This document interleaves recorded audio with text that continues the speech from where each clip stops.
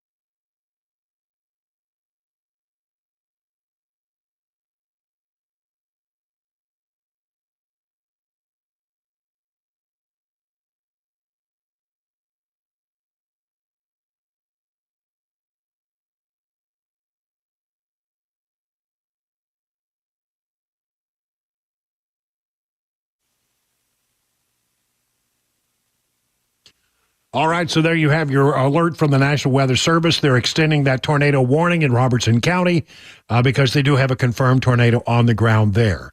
You should take shelter in the Springfield area and other areas nearby. I'm going to zoom in on my radar so I can see exactly where we are headed next. Looks like it would be headed in the direction of Orlando and Cross Plains as we go forward. And again, this is a confirmed tornado. Hail is likely with this storm. High winds are likely, or in and around this storm. Please take this one very seriously, ladies and gentlemen. And again, I just want to state that throughout the afternoon, we sort of expect that this is going to be the way it is. It's starting to heat up now. In fact, what's one of the things that concerns me a great deal is in some of the southern parts of our listening area right now, I've got blue skies. And it's starting to heat up nearly 80 degrees. Now, that's not good when you have hot or even very warm, moist air in the area as these cold fronts come in and they start to clash with the heavy moisture-laden air that we have in the area. So, again, this is an afternoon where, if you want to get home and get set, I think it'd be a good idea. Bring the cushions in, take down the umbrellas, prepare your safe space just to make sure. But this tornado warning in Robertson County has been extended until 3:45. 3:45, active tornado on the ground in Robertson County near Springfield. And it looks like already, as I mentioned, a lot of people have already lost their electricity, indicating that some severe damage has been done in that area. Again, a great deal of stuff that's going to be coming across the weather story today. Tornado watch is in place. Tornadoes are likely throughout much of our listening area. Winds 70 to 80 miles an hour are possible. Tennis ball size hail is a possibility today, according to the National Weather Service. And, of course, flash flooding is a concern. Mac, you have anything there that you want to add that I may have missed? No, yeah, you're hitting the nail on the head here, Brian. Seeing here on WSMV, they're tracking 58-mile-an-hour winds right now in that storm that's headed to, as you said, the Orlando, Cross Plains area, and up to 2-inch hail, over 150 lightning strikes they've seen in that little cell there. And as you've mentioned earlier, over 1,700 people in Robertson County currently without electricity. Yeah, so this is already having an impact on part of our area. Now, look, you say, well, it's nice where I'm at. Yeah, but at some point today, there's a very high possibility that your situation is going to deteriorate. So this is the time, if you're in an area where there isn't a lot of weather activity, it would be a good idea to, just sort of secure the backyard and the deck and put things away, because it's going to get a little rough and rumble. And it could be that way well into the night. We've been made aware that, in fact, in our discussions about our storm planning discussions that I had with Program Director Dan Mandis earlier today, we're prepared to stay as long as we need to stay tonight to make sure that you get the kind of coverage that you need out of all of this. And as I mentioned, Dan Mandis is hovering nearby. Should something happen to me at my location and I lose power, I have the ability to go mobile, and I will do that. And Dan Mandis will take over the helm there at the station. So we have a plan in place. Ken Weaver, there's nothing that Ken Weaver, who spent a lot of his time in Oklahoma and knows a thing about chasing tornadoes, is also on call, and the entire team. This is when we crash the boards, ladies and gentlemen, if we need to do so. We take this all stuff very, very seriously. So as we say on the drive here, buckle up. And we really mean it today. This is a day to buckle up. I heard an interesting thing I hadn't heard before. I don't know why I hadn't thought about this, but they say that if you need to go to your safe space, there's a lot of things you need to take. You need to take your phone. If you have an ability to charge the phone in your safe space, make sure you have a charger. Make sure that you have, maybe some water. Make a place for your pets in that safe space so that they will be with you instead of, you running around trying to find the animals. Keep them on a very short leash. And they said, if you have like a motorcycle helmet or a hard hat, carry that to your safe space, because one of the things that you most often have injuries with in a time of severe tornadic weather is, I remember the tornado that that I just barely missed in Mount Juliet. I got out of its way before it hit my house, but when I got back to my house, there were 2x4s all over my bedroom.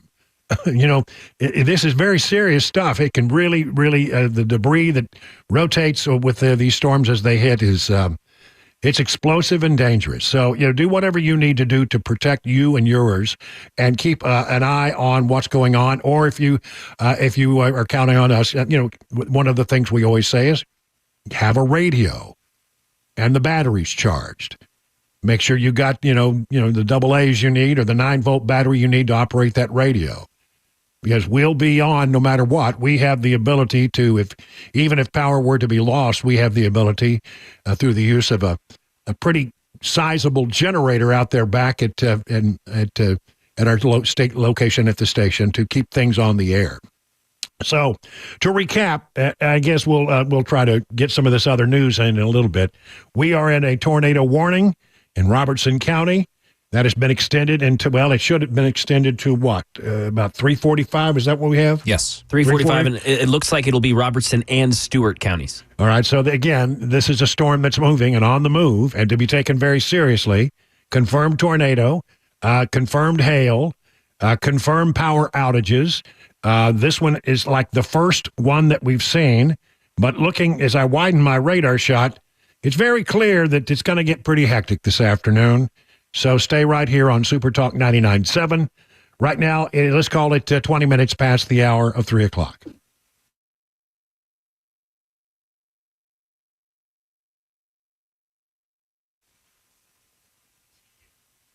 I want to talk to you about Restoration Wellness and Med Spa over in Lebanon.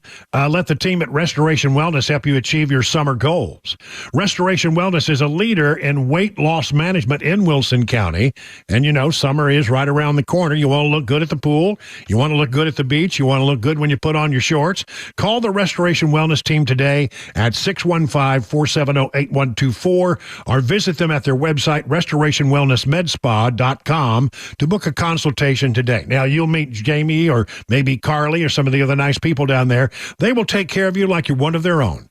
Be part of 1,000 patients who've already seen life-changing results from the weight loss management program. You see, weight loss can increase your energy levels, improve your quality of sleep, and enhance your overall health. And as I learned, these are not one-size-fits-all programs. They are customizable to your particular unique needs, lifestyles, and goals. Yeah, I'm on the plan. Cabana Wife is on the plan. We're losing weight. You can too. Whether your goal is to lose stubborn body fat or improve your overall health, Restoration Wellness has a solution for you. To learn about the newest technology in weight loss management, just go to restorationwellnessmedspa.com. Hey, what's up, guys? This is Matt Murphy for Members Nutrition. I want to tell you about the Members Nutrition difference, and I want to encourage you to go over to the Members Nutrition website. Number one, they believe at Members Nutrition that they can sell vitamins and supplements at a lower cost point, and they're doing it every single day at membersnutrition.com. Number two, they want to make these products right here in the United States of America, not from some overseas company, and they do that every single day. I encourage you to go to membersnutrition.com. You'll get 50% off your purchase price at checkout. You don't have to put in any codes. Just go to membersnutrition.com. Once again, membersnutrition.com.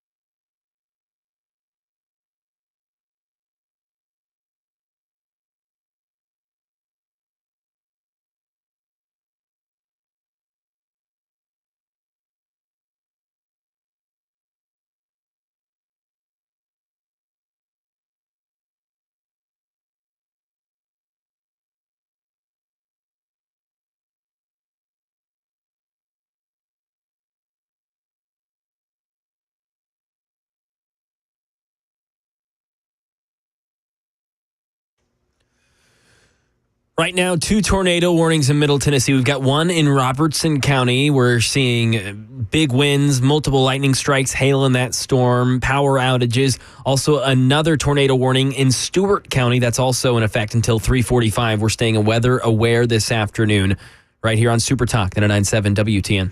And the thing that I want to add to that is looking back further to the west, which is just outside of our listening area, there are some very severe thunderstorms that are building, and they'll be moving this direction into Nashville. So this is going to be a day to keep your eye on the sky and to be weather aware, and one ear on the radio. And we'll try to get you through all this. And if you say, well, it's not doing anything in my area, well, then you're lucky. But you would be wise to prepare, because it looks like this is just going to be one of those days. I just noticed another. I mean, it's not tornadic, but there's a pretty good sized thunderstorm right now over Hendersonville, and so that's something to watch as well. It does indicate such severity that there might be some hail in that particular storm as well. So I mean, really, when you hear the National Weather Service say 70, 80 mile an hour winds are possible, and hail the size of tennis balls. I mean, that would be disastrous. You want to take it very. You don't often see them make a prediction that we're going to have tennis ball size hail. I mean, that's just something. And again, because of all the rain we had, I mean, we had a nice round of rain this morning to the point where, I'm actually wondering if my pool is going to come out of the water's going to go overflow the top of the pool. I mean, we had similar. We had some flooding issues up in the White House area this morning. Lots of rain fell. Yeah, a lot of rain, and it's going to be only more. So flash flooding is, of course, a great concern. Don't drown, turn around, as they say. You don't want to wade into water that you can't see the bottom of. And if you have any doubts, it's better to err on the side of caution. I can't tell you the number of people who look at it and say, I can get across that. And then you find out very quickly that you can't get across it. It's deeper than you thought it was. And it's too late now. Yeah, you don't really need much water to sweep a car off of its support. It can happen so much quicker than you think. So again, take it very carefully. And if you're lucky enough to be in an area where there's not, right now, as I said, a lot of severe weather. And if you're lucky enough to have a garage, put your car in it right now. Yeah, that's right. Cabana Wife made it very clear to me that her garage better be empty when she gets home. Hey, that's fair. Yeah, I don't have a garage that I can put the truck in, so she just got her car back from being repaired. She didn't want to have to do it again. Right? There's nothing worse than having a car that's all beat up with hail. I mean, that's just the worst. It really is. When I had the tornado in Mount Juliet, my bedroom wall was gone when I got back to the house. Yeah, and what we finally determined caused that. What's that? There was a car parked in the driveway next to my house next door. Oh. And the tornado was so strong that it picked up the car and slammed it into the side bedroom wall of my house. I mean, everybody's got a story. If you've lived in Middle Tennessee very long, you've got a tornado story. Everybody's got one. And I'll never forget mine, but you just have no idea how powerful these things are. And how the thing that just amazed me was when I came down the block that day was how you had, okay, this house looks fine. Okay, this house looks fine. Okay, this house is gone. Okay, this house is gone.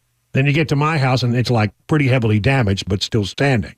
Yeah. And I mean, And then one more over, it's fine. Yeah, and then one more over, it's like nothing happened. Yeah, I know it's so strange. The way these things are so random about the way they tear things up. But again, if you have 1,700 plus people without electricity, that sounds like already there's been some damage in the Robertson County area to the power grid, which is an indication that the high winds at least have been doing some damage over there. Our weather partner over at Channel 4 has got crews headed that way to source, they got the live trucks and all that kind of stuff to see exactly what's going over in that area. So we may have a better idea, but it touched down near Coopertown, we're told. Mm-hmm. And again, A tornado warning is in effect until 3:45 for areas of Robertson and Stewart County. And I just think, look, the way that these storms seem to have the same kind of characteristics that we saw the other day. What was it, on Monday? Yep. Where the storms, they come out of nowhere, they blow up, they get really intense very quickly, and then you never know. I mean, you look out your window in 1 minute, it's fine, and the next minute you look up and you've got a serious storm bearing down on you. So this is one of those days where you can't just be, not weather aware. You need to be weather aware, eye on the sky, and one ear on the radio. Listen, we're going to go do the news. We're going to do the news, and then after that, we'll come back, and I'll try to squeeze in some other stuff before we get too much more hectic stuff on our plates with the weather. It's now 3:30 on Super Talk 99.7.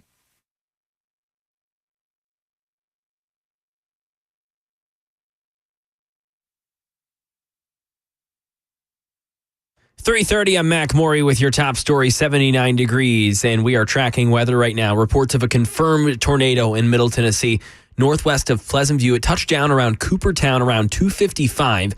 That tornado warning in Robertson County there until 3:45. We're seeing 58-mile-an-hour winds in those storms, over 150 lightning strikes, up to 2-inch hail. Over 1,700 people without power there in Robertson County. That storm right now headed to the Portland, Tennessee area. That's east of 65. We also have a tornado warning in Stewart County. That storm working its way through Bumpus Mills area on its way to Kentucky. That also in effect until 3:45. All of Middle Tennessee north of I-40 under a tornado watch, and then all of Middle Tennessee under a flood watch through tomorrow morning. And we have a flash flood warning in effect, Cheatham, Davidson, Montgomery, Robertson, and Sumner counties until 5:45. The threat of severe weather will stretch into tonight and tomorrow morning, so make sure you stay right here. Super Talk 99.7 WTN for updates on air and online. The full weather forecast and a traffic report coming up in 5 minutes. President Biden today was in Wisconsin announcing a major move by Microsoft and visiting the site of much heralded manufacturing investment during the Trump administration that never came to be. Nearly 6 years ago, President Trump touted a $10 billion investment by Taiwanese company Foxconn. Instead of that happening, and the local government invested about $500 million to prepare for that massive manufacturing campus, but just never fully developed. Here's Karen Travers. This was billed as an official event for President Biden, a trip to Wisconsin to highlight a $3.3 billion investment by Microsoft to open an AI data center and develop job training programs. But in that critical battleground state, the president called out his predecessor, Donald Trump, contrasting his economic policies and viewpoint with that of his now political rival. During the previous administration, my predecessor made promises which he broke more than kept, left a lot of people behind in communities like Racine.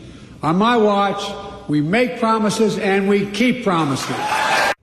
That is the latest news. Again, keep your eye in the sky. Severe weather right now. Tornado warning, Stewart, Robertson counties until 3:45. If you're in that White House area, storm cell there developing. It should be hitting the White House area right now by 3:37 in the Johnson Crossroads, 3:49 South Tunnel, 3:55 Sulphura, 3:57 Rock Bridge. We'll keep you up to date right here on Super Talk. That is the latest news. Traffic and weather on the way. I'm Mac Maury, WTN News. The Guaranteed Offer is the easiest way to sell your home.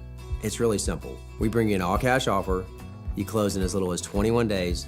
No home inspections, no lock boxes, no open houses. Go to markspain.com to get a guaranteed offer and start packing.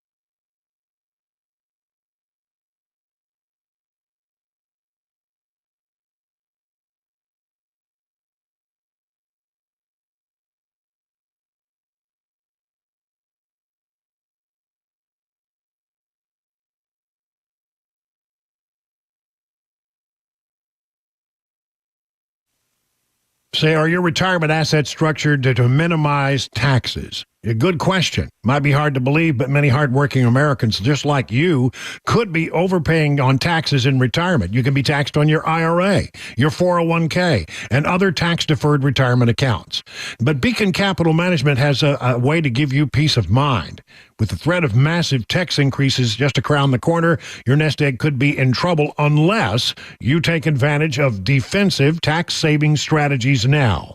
Defend your hard-earned retirement savings by scheduling a free tax reduction analysis today. No cost, no pressure, no obligation. If you've saved more than $250,000 for retirement, don't wait any longer to schedule your free retirement tax reduction analysis from Beacon. Just call this number, 615-488-9303, or visit askbeaconnow.com for details. Hey, what's up, guys? This is Matt Murphy for Members Nutrition. I want to tell you about the Members Nutrition difference, and I want to encourage you to go over to the Members Nutrition website. Number one, they believe at Members Nutrition that they can sell vitamins and supplements at a lower cost point, and they're doing it every single day at membersnutrition.com. Number two, they want to make these products right here in the United States of America, not from some overseas company, and they do that every single day. I encourage you to go to membersnutrition.com. You'll get 50% off your purchase price at checkout. You don't have to put in any codes. Just go to membersnutrition.com. Once again, membersnutrition.com.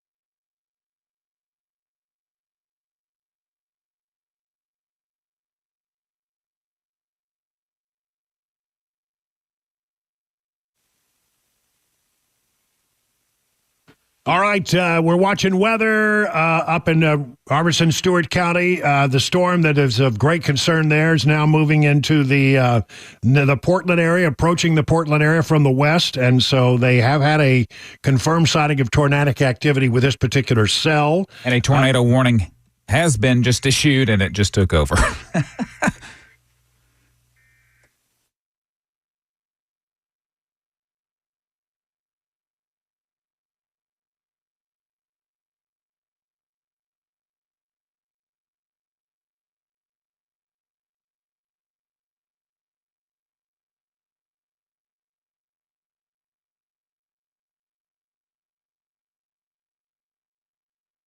A little, I cannot hear the actual thing that you're hearing on the radio, but we do have another tornado warning, and so maybe we'll be able to get that all put together very quickly. What was the information that you saw before the thing kicked in there, Chris? The tornado warning has been issued for Sumner and Robertson County. This is the same system cell that came through the Springfield area earlier. So this is basically an extension of the same one, and understandably so, because this is a storm that has not really sort of backed down as it is approaching, the Portland area, a little north of Gallatin. This is one that you need to watch very closely. Again, this is a storm where there has been confirmed tornadic activity. Right now, I would say it's approaching Portland, a little to the north and west of Gallatin. Again, as I look back to the west, they're outside of our area. But what we have is some severe weather out in Paris, for example, Paris, Tennessee, and up near Fort Campbell, where there are some big storms up there. Again, not particularly in our listening area, but nonetheless, it indicates that since these storms are moving from the west to the east, and then they're going to the various cold fronts and warm fronts that are all associated with this activity is going to be moving in our direction. This is what we're going to see. So again, we got a tornado warning for Christian and Trigg County also. But the Portland area is the area you need to be very careful right now. We do have a tornado warning. It's been extended. This went, through Springfield and all kinds of trouble down there. And now we have it moving into the Portland area. I would say it's approaching Portland from the west right now. And if you're in Gallatin, you should see the activity to the north and west of where you are. And again, this is just the kind of afternoon we're going to have. Severe thunderstorms are really starting to pop up. There is a lot of energy in the atmosphere, a lot of humidity.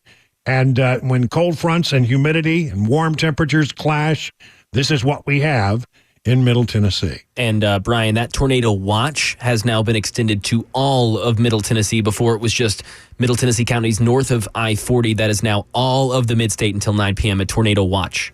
All right. So, you've been put on alert, folks. A watch means that conditions are right for tornadoes to develop. And that's sort of what I was just saying. I mean, we got a tremendous flow of southern air coming up from the Gulf. I mean, the atmosphere is heavily laden with moisture. And then we have these fronts and a low pressure system that's moving in from the northwest. And those two things just don't go well together. And we're likely to have a pretty rock and roll afternoon. Let me just throw one little tidbit of news. I've been dying to get this on the air today. And again, we'll just understand that when I go to other topics, we'll come back to weather if we have a need to. And the National Weather Service will automatically interrupt us if there's another tornado warning. There's a case that I haven't heard many people talk about this, but Joe Biden, on a radio interview, Hispanic radio station, he does a little radio interview, and he said the quiet part out loud about Hispanic, not when he said immigrants, not when he said newcomers. Listen to how he described the Hispanics who are coming to this country illegally. It's a little bit like back in the 1840s in the great exodus from Ireland because of the famine and the way Irish Catholics are treated. We said, no, we don't need any more of those folks. There's a large influx. There's even a bigger influx now in terms of Hispanic voters and Hispanic citizens who want to become citizens. So it's just enormously important. It's sort of hard to understand him because he's muttering and mumbling, but he said that the illegal immigrants who are coming to this country, he first described them as Hispanic voters, then realizing, no, I don't mean to say that. Then he says Hispanic citizens. Well, they're not citizens, but that indicates that, in his mind at least, he wants to find a way to make that happen. And he finally said, no, people who want to become citizens. Listen again. In terms of Hispanic voters and Hispanic citizens who want to become citizens. So it's just enormously important. Wow. Listen, we all know that's the plan, to have a lot of these people, find ways to vote. And, it's been a lot of discussion about ways that if you are coming into this country as an illegal alien, how you can sort of circumvent the system. And there are loopholes and ways that you can actually get qualified to vote, even though you're not supposed to vote unless you're a citizen in a federal election. And Motor Voter is part of it, and motor voters got problems. And then there's a whole move on Capitol Hill to try to do away with this. It's beginning in the House, and to try to stop people who come to this country illegally from actually casting votes in the upcoming election. But isn't it amazing that Biden actually first describes these illegal immigrants as Hispanic voters, then he says Hispanic citizens, and then finally, the third time he corrects himself, he says, well, what I mean to say is people who want to become citizens. He said the quiet part out loud. No, not many people are talking about this, but I think it speaks volumes of exactly what's on this guy's mind and what Democrats ultimately have in plan here. There's a Brian, real quick, just let people know that the National Weather Service just issued a tornado warning for Montgomery County starting at 3:42 until 4:42. This appears to be that same cell that was moving through Stewart County earlier through the Paris area, and now it's headed towards Clarksville and then, of course, over to Fort Campbell. It looks like it's headed in that direction. Yeah, that's that storm down near Paris, which is, I think it's technically outside of our listening area, but it is something that we should pay attention to because it's coming our way. Yep. And it's headed over toward the Clarksville, and I would say you're right, the Fort Campbell area. Listen, that whole quadrant up there is just full of bad-looking storms. Bad-looking storms. And again, right now, we're looking at that storm where the tornado warning is in place, is in the Orlando, Cross Plains, Portland area. That's where you've got the one that they're really concerned about in our listening area. There's some rain over Lebanon right now. There was some rain through Mount Juliet. There was a pretty good thunderstorm that came through Hendersonville, now over the Gallatin area, but those aren't of concern. But we got to watch that one up near approaching Clarksville and Fort Campbell area, and that one that's out in Paris right now. They're to our west, outside of our listening area, but they may not. Those particular cells may be in our area before we know it. Oh, wow! I mean, it's this radar. And there's so much activity on it, and so many little boxes. It's hard to keep it all straight. But we definitely have got severe weather on our minds today as we move forward. All right, I'm going to keep trying to get a little content in because I know it's going to get worse better than better.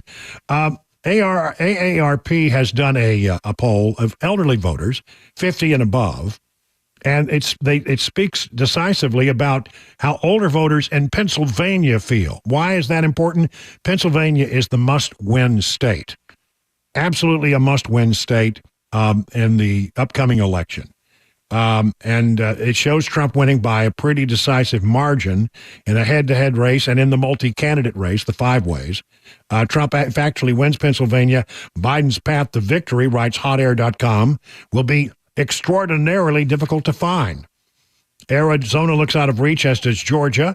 North Carolina could be a blowout. Even Nevada looks like it might be out of reach. But this AARP poll shows decisive movement in Trump's direction since the end of April. And again, these are older voters. Well, what is going on in Pennsylvania? I've got two polls in Pennsylvania that are pretty interesting. Fabrizio, he's a Republican pollster and a pretty good guy, and a guy who has a pretty good reputation, has Trump winning Pennsylvania, the whole state, by 4. You say, okay, well, he's a Republican pollster. Muhlenberg College did a poll in Pennsylvania, and they have Trump winning the state by 3.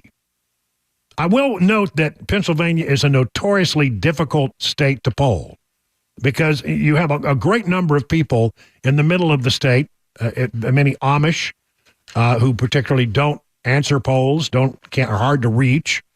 And so it's often very easy to underestimate how they will vote.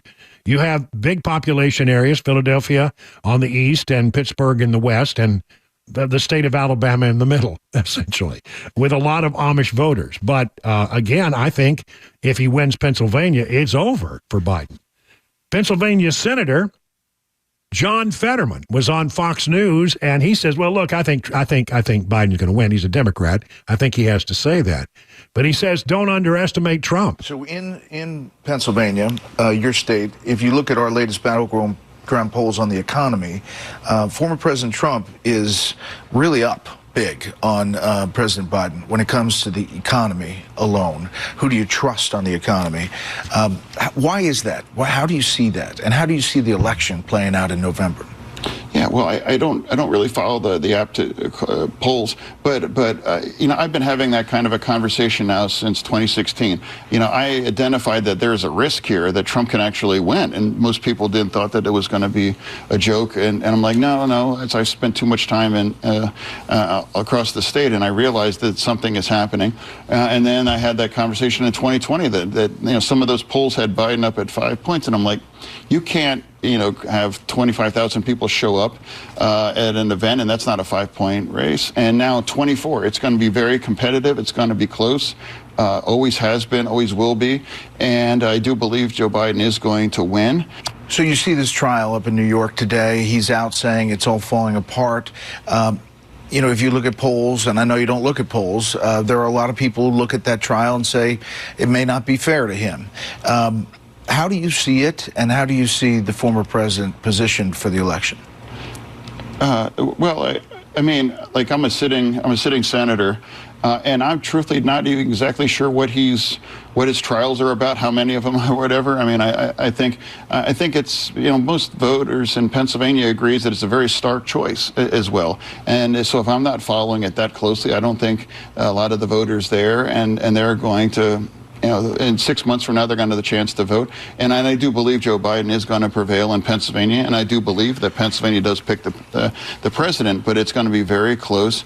And it's going to be incredibly competitive. And I'm not really sure that most of people's perceptions of Trump and all the things that are going on in the trial are already baked into that stock price. Yep. I think he's right about that. Fetterman has turned out to be something of a surprise, hasn't he? By the way, he's communicating much more efficiently and effectively, and he still relies on that translator device where it prints out the words that other people are saying so he can read them. But he's certainly making a lot more sense than he did when he first went to Congress, and he turned out to be not as progressive as many people thought he was going to be. Interesting. Well, do we have another bulletin? No? Okay. 51 minutes past the hour. We're watching weather. We're trying to get a little content in. We'll be back after this word.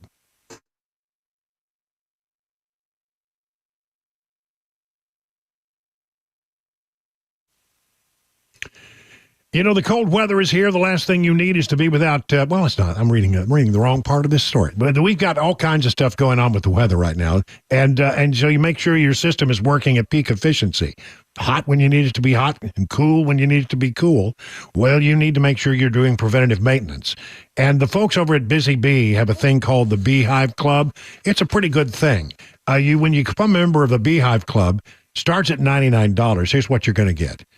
3 annual tune-ups, one aimed at heating, one aimed at cooling, one aimed at plumbing, 10% discount on repairs, priority front-of-the-line service, $100 annual accrued replacement credit with a maximum of $1,000 you can build up over time, no overtime or holiday fees, and exclusive access to Beehive member promotions.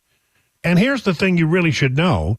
If you do need to undergo a major heating or cooling project, no interest if paid in full within 15 months. If you want to take on a plumbing project, no interest for the first 18 months with approved credit, of course. So listen, Busy Bee Plumbing, Heating and Cooling is your official Rude Pro partner. For satisfaction guaranteed, call Busy Bee Plumbing, Heating and Cooling at 775-7833. That's 615-775-7833. Online at busybeehvac.com.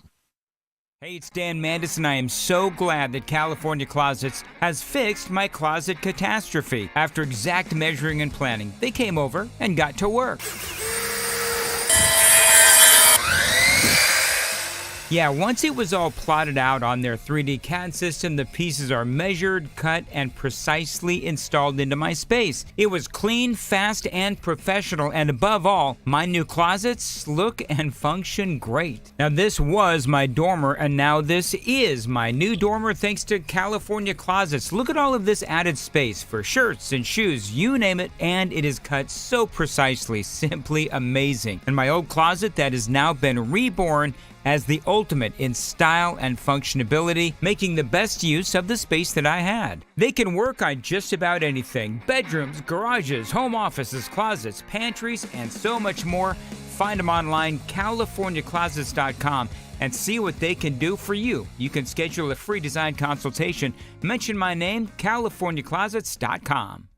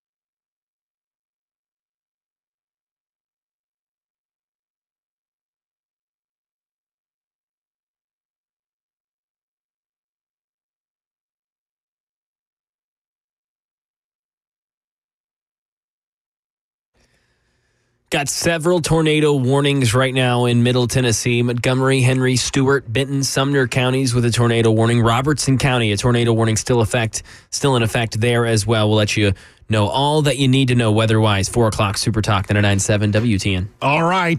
We'll keep an eye on the weather, and we'll do the news here. Let me get the stocks out of the way. Dow Jones Industrial up 170 points. That is the 6th positive day in a row, which makes it the longest win streak of this year thus far. However, the S&P, it's essentially flat, just a tad in the red direction. NASDAQ also essentially flat, but down about 29 points. So what's going on otherwise? Well, listen, it looks like if you have a student loan, not all the news is good. Biden may be paying off some student loans, but for those who still have them, interest rates may be going up. Ty Draper has details on that. Yeah, hey, Brian, it may be soon more expensive to borrow federal student loans, and as Treasury yields rise, the government may set student loans 1% higher than last year, which would affect the current 24-25 year. That will cause new undergraduate loans to rise to 6.5%, up from 5.5%. Graduate students could pay up to 9%, depending on what type of loan they had. And the average student loan balance at $40,000, that could cost borrowers over $2,500 more in interest over a 10-year period. All right, thank you very much, Ty. And to find out about all the things that Ty and John Maxon and all the good people over at Beacon Capital Management can do to help you get ready for your retirement, just go to their website, askbeaconnow.com. We're watching weather. We're going to try to get some other stuff on the record as we balance this very wacky day. It's now, let's call it 4 o'clock on Super Talk 99.7. You know, Mother's Day is almost here. My friends at Genesis Diamonds want to help you celebrate her in a big way. Whether it's her first Mother's Day or her 60th Mother's Day, she will appreciate something thoughtful and timeless from Genesis.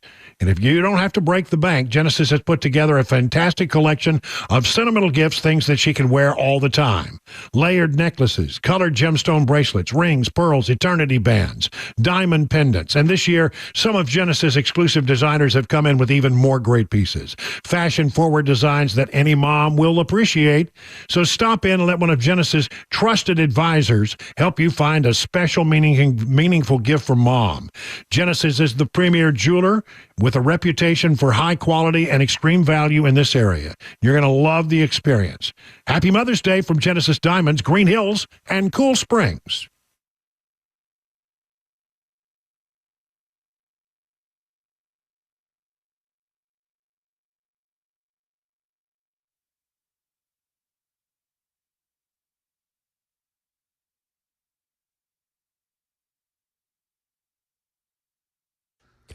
.401, I'm Mac Maury with your top stories. We've got reports this afternoon of a confirmed tornado in Middle Tennessee. It touched down around Coopertown around 2:55, and there was a tornado warning in that area of Robertson County that did just expire. We saw 60-mile-an-hour winds, 2-inch hail, seeing a lot of that around these storms in Middle Tennessee. Over 2,000 people without power there in Robertson County. There will be another storm front headed towards that county here in just a little bit.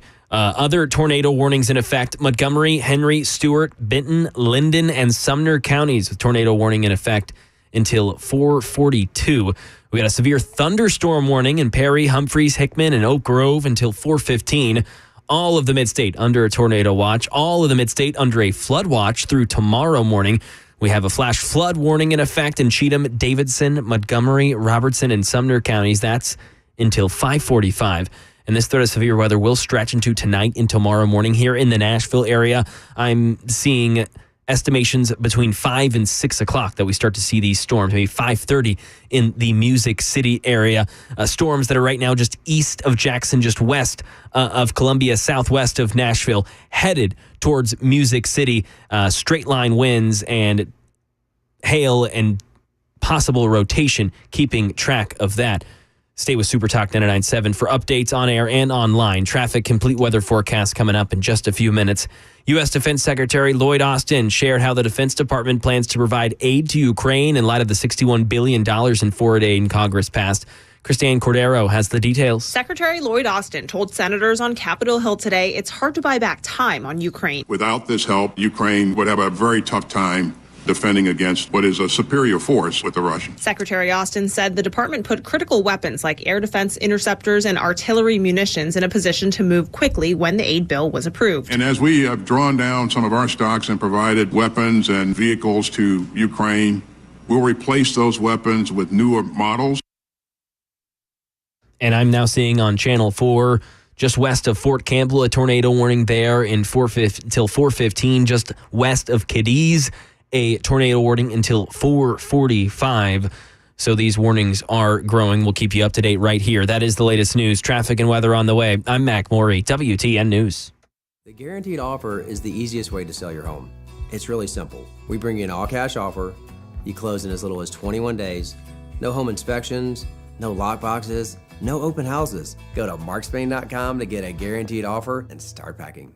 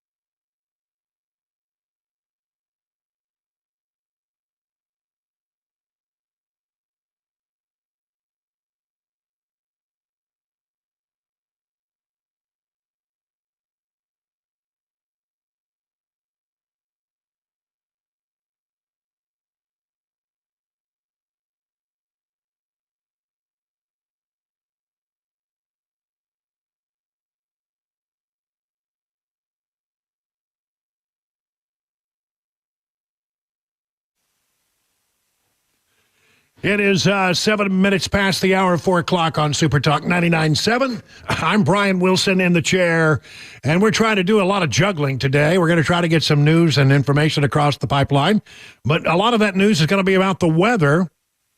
We are hearing a lot of, we've had some tornadic activity in our region, and right now this seems like the biggest concern is a cell that has some tornadic indications up near the Clarksville and Fort Campbell area. So be aware of that particular storm. But I mean, I just pull back big picture because, say, well, okay, maybe in my area it doesn't look too bad.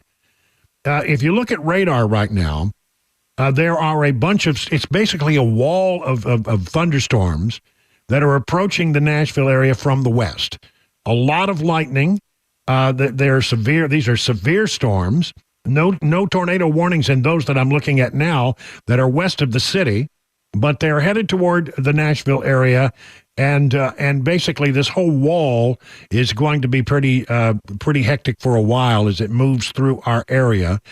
So you want to watch that. We got a pretty ugly storm up in the Portland area, but I think that tornado warning has expired. Still a severe storm in that area.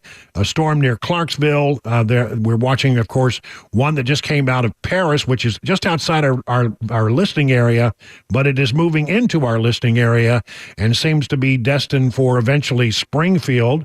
And let's see if that storm holds together. There is a storm now near Linden, which will be moving into the Centerville area pretty quickly. And there's a storm in Waynesboro that probably will be on track eventually to move into the Spring Hill area. So again, these storms this afternoon are going to be moving into our area, and we want us to keep an eye on that. And we will. The National Weather Service will break in automatically if there's a tornado warning. We're going to check in time to time to see where all the severe thunderstorm warnings are. If it's calm in your area, I would personally recommend using this as an opportunity to prepare, because it could get bad as the night progresses. We're watching it. We're all over it. So just stay with us, and we'll try to keep you apprised. I want to get some other stuff in. A lot of talk about what's going on with the Trump trials, specifically what happened yesterday with the testimony. Some people call it bombshell. It was salacious, is what it was, of Stormy Daniels in this trial in New York City. It had nothing to do with what the trial is really about, which is why I think the defense team said we really need to get a mistrial here, Judge. And the judge said no, but it indicates he's going to inform the jury, I think, when it comes time to instruct the jury, that some of this stuff doesn't really matter, and you'd be instructed to not pay attention to certain testimony regarding the nature of the affair, because it's a documents case designed. The whole reason that they were doing this was just to demean and humiliate Trump and try to do some damage in that regard. So something went wrong. Please try again. Excuse me, just a second. I've got my phone is just giving me all kinds of trouble. Let me make an adjustment here so that doesn't happen again. Okay. Let's talk about Alina Habba is one of Trump's attorneys, not on this particular case, but she was in the courtroom yesterday watching some of this. Here was her take. The prosecution, whose case, frankly, in my opinion, has been destroyed, is completely discredited. And now they are saying, as of yesterday, that they want another 2 weeks. And that, to me, says it all, Sean. And the American people need to remember one thing. This case is not about defamation. It is not about a woman. It is about a record-keeping category that was, frankly, correct, made in Trump Tower by the Trump Organization, somebody in accounting who did nothing wrong, who's never spoken to President Trump, while President Trump was doing what? In the Oval Office, running the country.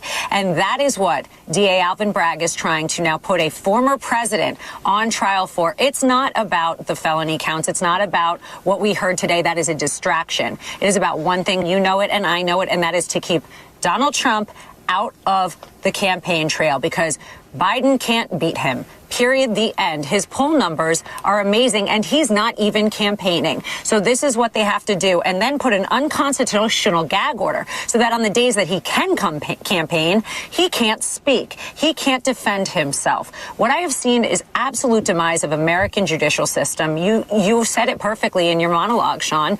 I can't believe what I've seen for the last 2 days in that courtroom. And now you've got a judge who will not grant a mistrial when they violated parameters that he gave. They did not care. They went ahead and put salacious information that was frankly false. We know that from words that were said prior to this trial.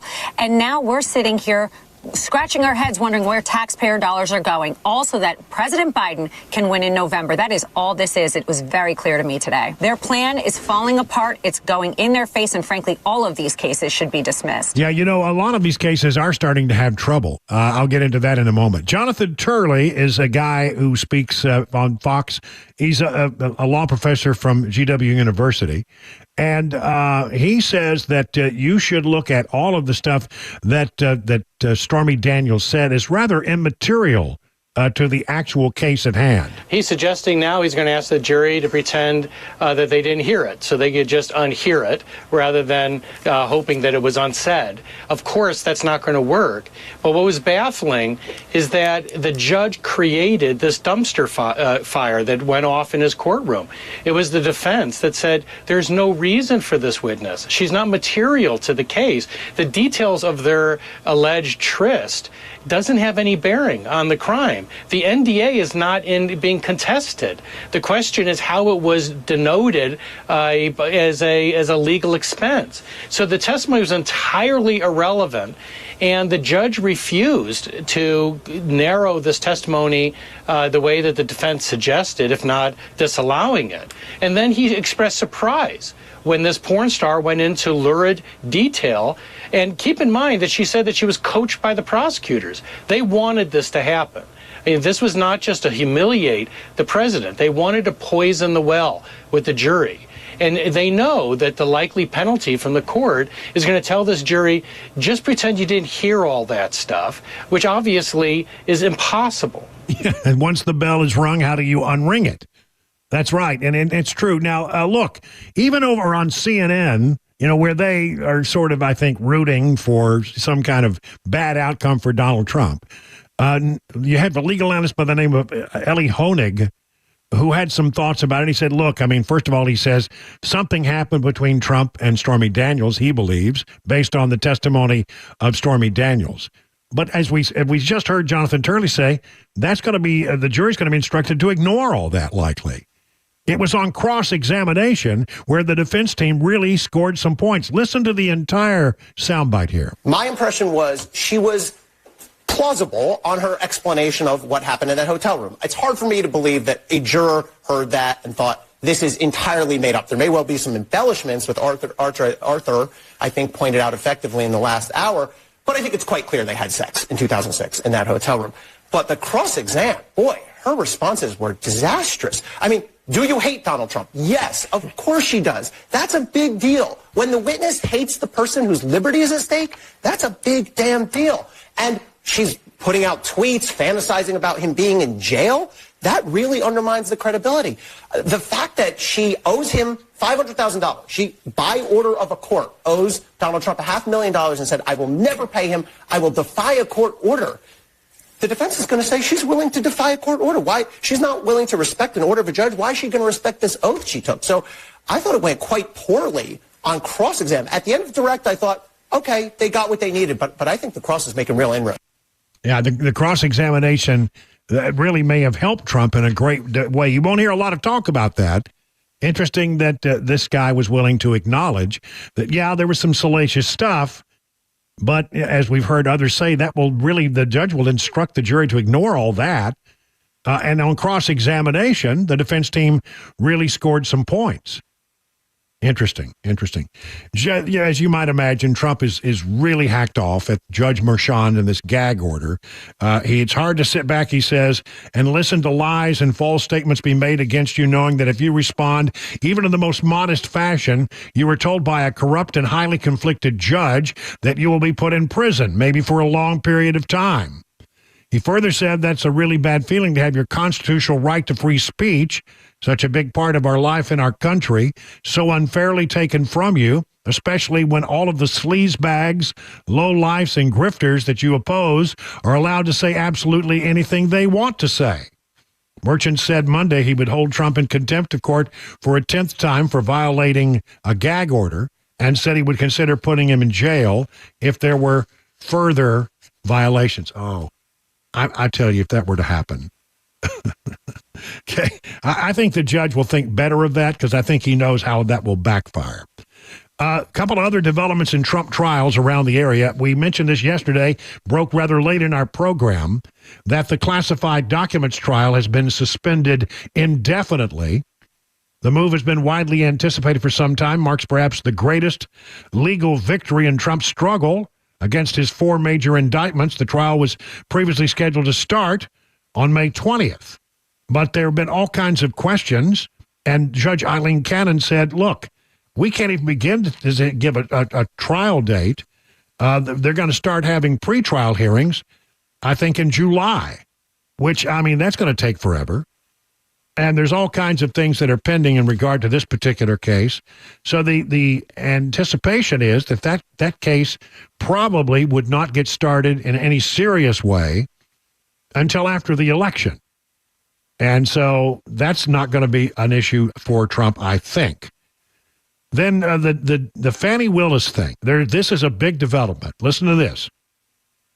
The Georgia Court of Appeals, according to Fox News, has agreed to review former President Donald Trump's application to appeal Judge Scott McAfee's ruling to keep embattled Fulton County District Attorney Fani Willis on the case. Now, Judge McAfee's order in March said that Special Prosecutor Nathan Wade had to be removed in order to keep Willis from disqualification in the Trump election interference case in Georgia because Willis and Wade were alleged to have had an improper affair. Trump and several co-defendants alleged that Willis and Wade were romantically involved prior to his hiring and that she financially benefited from the relationship. Both Willis and Wade have denied those allegations. Judge McAfee allowed the defense to appeal his ruling, and the appeals court said Wednesday, today, that they will hear the defense's case to still have Willis disqualified. President Trump looked forward to presenting an interlocutory judgments and arguments to the Georgia Court of Appeals as to why the case should be dismissed and Fulton County DA Willis should be disqualified for her misconduct and this unjustified, unwarranted political persecution. That's according to Trump lawyer Steve Sado. So big developments there. These cases are falling apart. It's one thing to, slap a man with 91 indictments, 4 big cases, but that's that's just the prosecution laying down their markers. One has to understand that when a defense team gets in there and starts picking apart these things, a lot of those indictments just sort of fall away. And the trials, as we get into them, each and every one of them has had some kind of issue, it seems. I think that this whole effort is blowing up, and Trump has some great defense lawyers that are scoring some big wins as we go forward. You don't hear mainstream media talking about it, but a lot of these cases are on very thin ice, whether they survive at all. 20 minutes now past the hour. We'll do some weather updating here in just a moment. Time for a commercial break. The Guaranteed Offer is the easiest way to sell your home. It's really simple. We bring you an all-cash offer. You close in as little as 21 days. No home inspections, no lockboxes, no open houses. Go to markspain.com to get a guaranteed offer and start packing.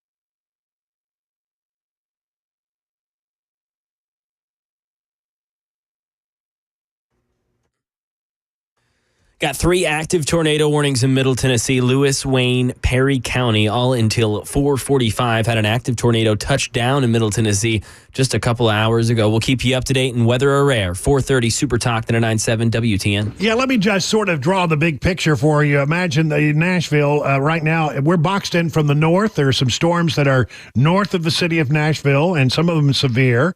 There are severe storms up right now in the Clarksville area, and Ashland City's got a little storm over it. Dixon, there's a storm approaching from the west. There is a tornado warning with one that's outside of our listing area right now, but it's about to move into our area when it's approaching Centerville from the west. So if I were in Centerville, I would definitely start watching the skies around you. Same thing for Holenwald. And these storms are moving to the west and I'm sorry, to the east from the west. And, you know, it seems pretty clear if you sort of project the movement of these pretty powerful storms that we're going to be in the next hour talking about Columbia, Spring Hill, Franklin, and even Nashville, because they're just moving that direction. So, again, we're watching all this stuff, and a lot of the really severe weather is just outside our listing area, but it's moving in a big way. And, I mean, there's a wall of thunderstorms, pretty severe thunderstorms that runs from just west of Dixon all the way down to Lawrenceburg, but they're moving to the east in a pretty good clip. And I think we're going to be in for a rock and roll next hour here on Super Talk 99.7. Look, here's the thing, big picture. And again, I want to make sure you understand that we should be taking the weather very seriously today. We have tornado watches. We have some tornado warnings. The National Weather Service said that, look, tornadoes are likely today. And I think that's fair because we've already seen some. Straight line winds, sometimes in the area of neighborhood of 70 to 80 miles an hour are possible. They say, and you never hear the National Weather Service say this very often, tennis ball size hail is possible. Now that indicates, you know, that they think these storms can be very violent and have a lot of power in them. Hail is caused by water being forced up into the atmosphere repeatedly, and it turns to ice and falls and it gets blown up again, and it gets another layer, and those are very powerful storms. But tennis ball size hail is a possibility this afternoon, and of course, always with as much rain as we've had, the ground is saturated, right? So we get more rain, and we've already had a heavy round this morning of rain in some areas. Flash flooding is a concern. Do not enter water that you don't know, you can't see the bottom of. That's sort of the rule of thumb. Don't drown, turn around. And so, again, we've had areas in some areas where we've had a lot of Robertson County. We had 1,700 people without power.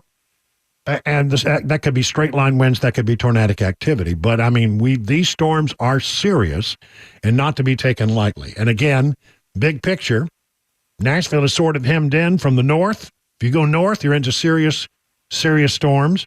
If you go west, you're in for some pretty serious storms. And the bad news about those storms out west is they are moving to the east toward the Nashville area.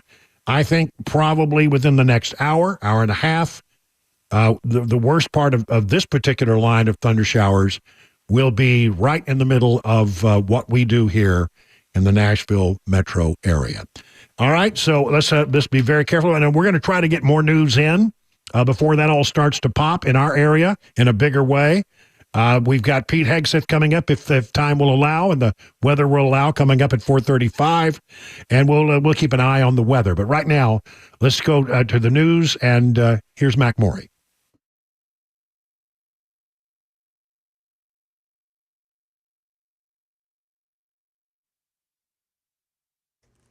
.30, I'm Mac Morey with your top stories. Weather aware today. Several tornado warnings in Middle Tennessee, including Lewis, Wayne, Perry County until 4:45. Now remember, these storms move it east to slightly northeast. We're tracking 2 supercells southwest of Nashville, one right now in Linden County that's causing some serious issues in the Ashland, Hohenwald, Salem, Gant areas. A tornado warning west of Nashville in that area as well. We did see a tornado touch down this afternoon in Coopertown around 2:55. Over 2,000 people without power in Robertson Robertson County still. That area expected to suffer another storm front later on this evening. Severe thunderstorm warnings. Sumner, Macon counties could see wind gusts of over 60 miles an hour, 1 to 2 inch sized hail. Over in Montgomery County, still seeing storms and lightning over there. Reports of 1.8 inch sized hail there in Montgomery County. These storms, again, all traveling east. All of Middle Tennessee under a tornado watch. All of Middle Tennessee under a flood watch through tomorrow morning. We have a flash flood warning in effect in Cheatham, Davidson, Montgomery, Robertson, and Sumner counties until 5:45. And again, we're expecting Nashville to get the brunt of these storms in around an hour or so in between 5 and 6 o'clock. This threat of severe weather will stretch into tonight, possibly even tomorrow morning.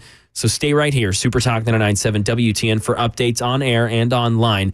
Traffic report plus that complete weather forecast coming up in 5 minutes.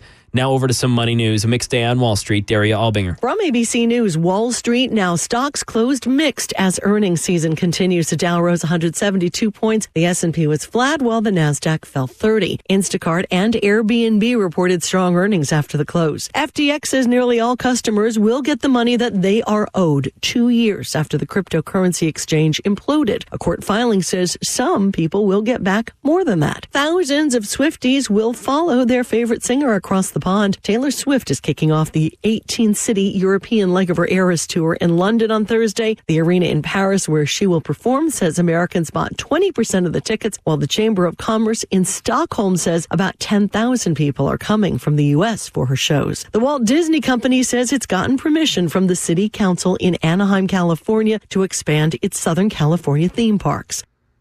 And again, watching severe weather today in Middle Tennessee. If you have not headed home from work, I would intend on doing so here soon. Several tornado warnings, again, Lewis, Wayne, and Perry counties until 4:45. We'll keep you up to date right here on Super Talk. That's the latest news. Traffic weather on the way. I'm Mac Morey, WTN News.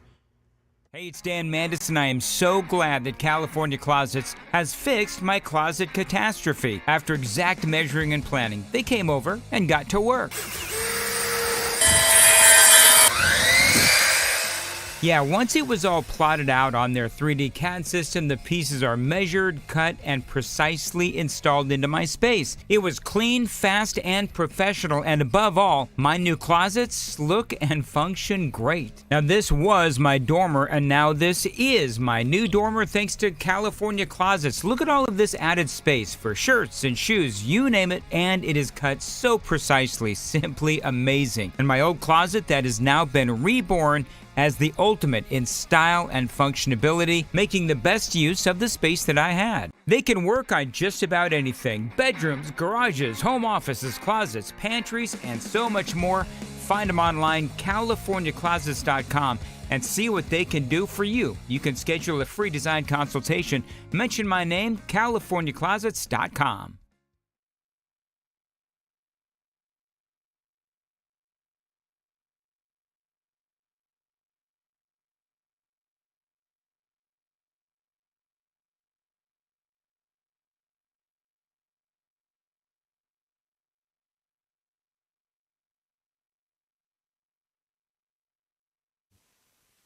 Let me tell you about the folks over at DT McCall's. You know they've got 5 locations in our area. Have you been to one? You really should take some time to go visit one. You'll find a lot more about what they're all about. But here's why I'm going to give you just sort of the short overview.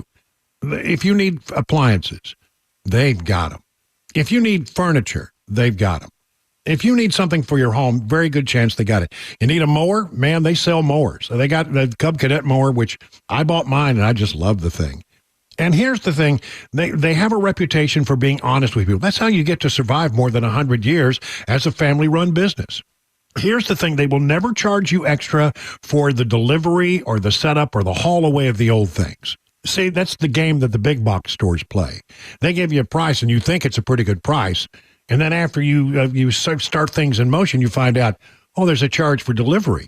Oh, there's a charge for setup. Oh, and that old thing, I don't need it anymore. What, I have to pay more to get that gone? They don't play that game. The price they give you is an honest price, an honest number. So, look, at my house, we have a lot of stuff that we got at DT McCall's. It's always been a pleasurable experience every time. They do what they say, and they promise you a delivery. It's there. Really, honestly, it's been a great experience. Why don't you find more about the 5 locations simply by going to their website, dtmccalls.com. The guaranteed offer is the easiest way to sell your home. It's really simple. We bring you an all-cash offer. You close in as little as 21 days. No home inspections, no lockboxes, no open houses. Go to markspain.com to get a guaranteed offer and start packing.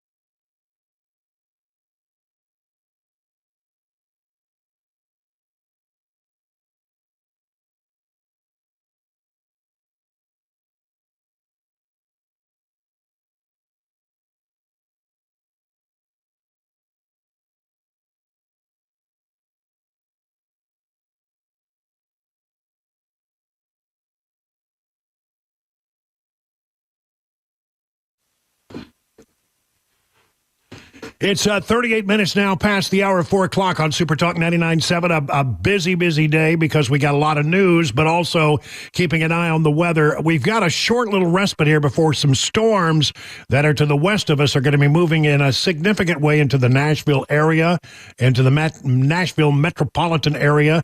So let's take a moment while we can to have a conversation with our good friend Pete Hegseth. He's the host of Fox and Friends Weekends.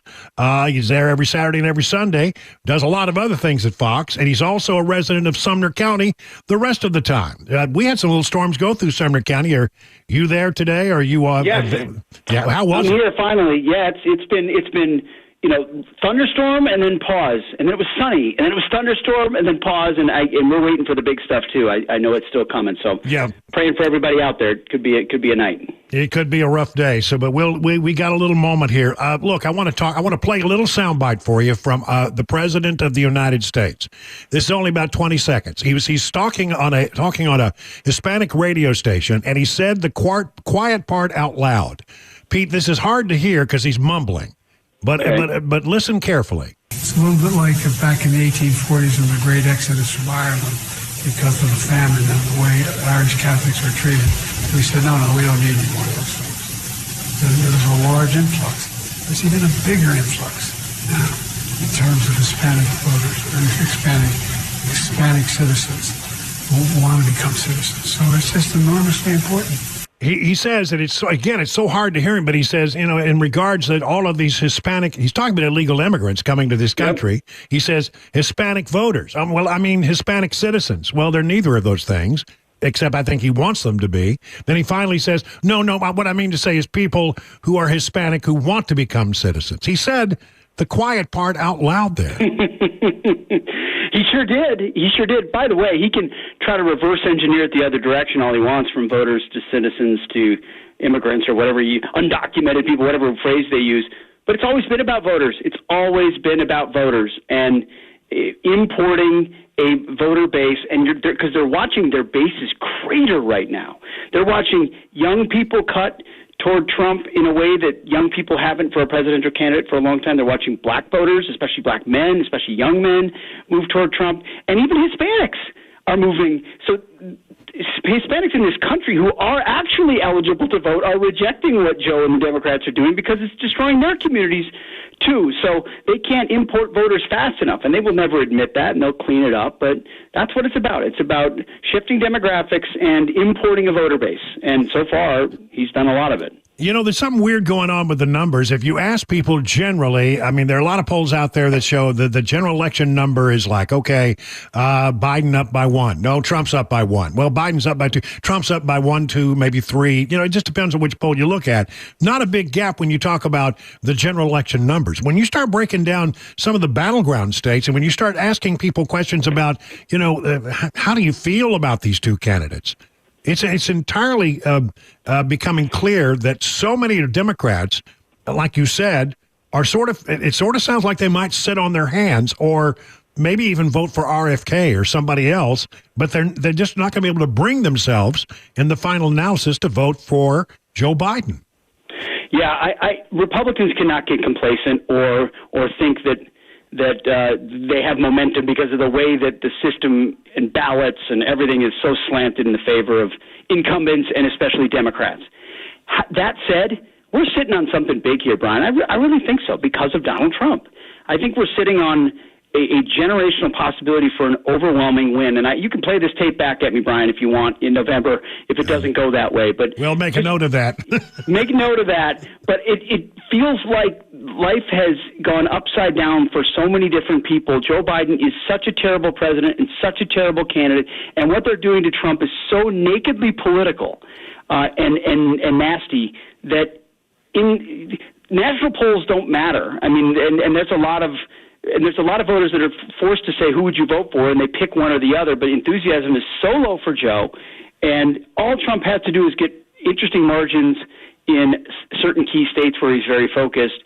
So I do think there's a chance for a big win in November. There's a chance for it, but there's a lot of things that would have to line up and a lot of hard work the Republicans are going to have to do. Yeah, boy, and I like that the fact that the new leadership over at the RNC seems to be focused on the right things. Like, not only are they doing a better job of raising money, which we're way behind in that regard, but they're also have a big plan to have people at all the polls and to try to stop some of this stuff from happening, this funny business. I think especially you got to look at Pennsylvania right now because that's where it all comes together. I noticed that Senator Fetterman was on with Bret Baier last night, and he said, well, I think Biden will win. Democrat, he's got to. But if you listen sort of between the lines, he was saying in Pennsylvania, this guy has a following, and if you don't take him seriously, it's at your own peril. Oh, no doubt. Fetterman seems to have had a lobotomy and found common sense or Jesus or something coming out of his ailments. There's absolutely no doubt that Republicans have to play the ground game the way Democrats have figured it out. There was, under Obama, and we thought the world was going to be digital and digital targeting only, and a lot of people thought that. And yes, that's still important. There's a part, but the name of the game has become tracking down low propensity voters who you believe will vote for your person and contacting them time and time again until their ballot is secured. Not just days, but weeks before the election. So you might have low enthusiasm, Brian, but all that matters is that you have an organization to find those low enthusiasm people and get them on one day to say they'll vote for your guy, grab their ballot, and then you're set. And that's why the whole election has changed. It's a sham. The Presidential Commission on Debates won't move the date up significantly because you could have a huge chunk of these early states have already voted before the debates even happen. So it is. It's key states. It's ballot chase. It's low propensity voters. The RNC seems to get that right now because you had just old school. I don't know what Ronna McDaniel was doing per se. I'm sure she was doing some fine work, but it took this long to get to the point where you had a truly MAGA-focused, grassroots-focused leadership, and that's good for Trump. All right. Well, listen, Pete, as much as I always enjoy our conversations, today I got to cut it short. We got some weather developments, but thank you so much. We'll talk to you again next Wednesday. You got it, Brian. Thanks. All right. The new information is that we do now have a tornado warning.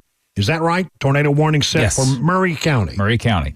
Murray County has a tornado warning, and this is a storm that I guess is moving through the Hohenwald area right now. I think that's the one we're talking about. Yeah, and look, this is what we're going to be in for the next hour or so.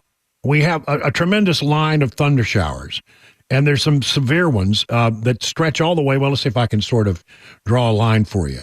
It's right, let's see. If you were to draw a line from Clarksville all the way down to Hohenwald, that's sort of where the line is. And these storms are moving to the east very quickly. And some of these storms that are moving into our area have had tornadic activity. There have been confirmed tornadoes and there have been damage.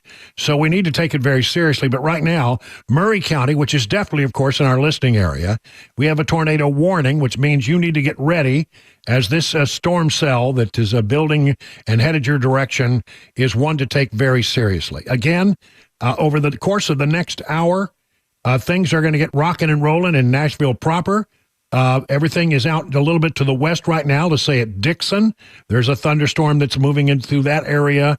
Clarksville, they got thunderstorms moving through that area. And again now, down south in the Hohenwald area, headed toward Columbia. I mean, these storms are going to be headed right across the I-65 corridor, I would say 30 to 45 minutes from now, if I were to make a guess.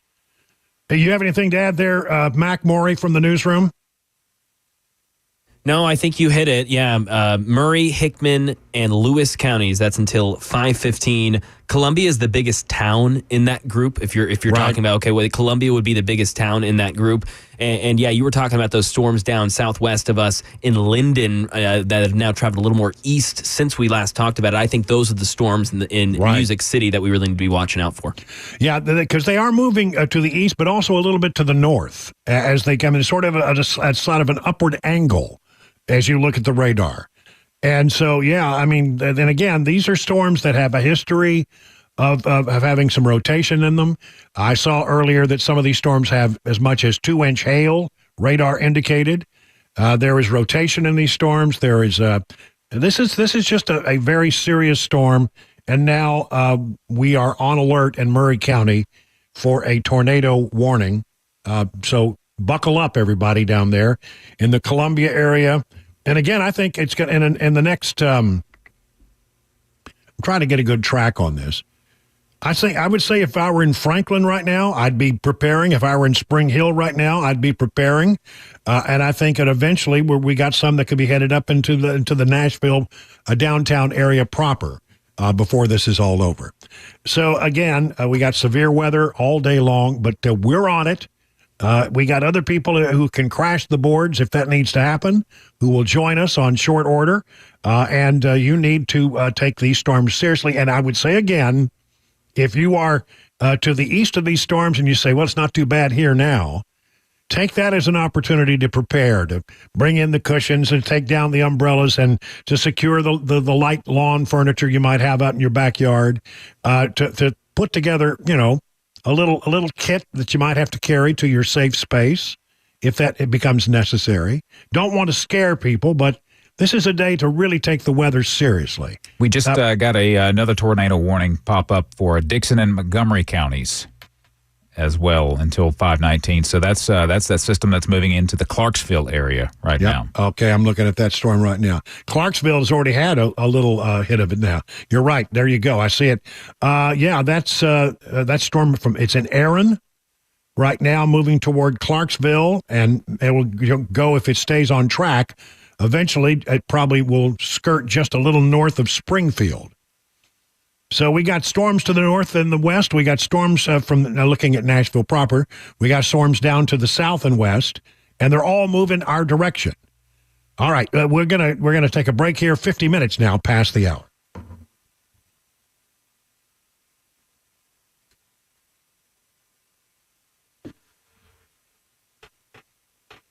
Well, okay, we're gonna, let me just chat for the folks who are on the stream, right? Yeah.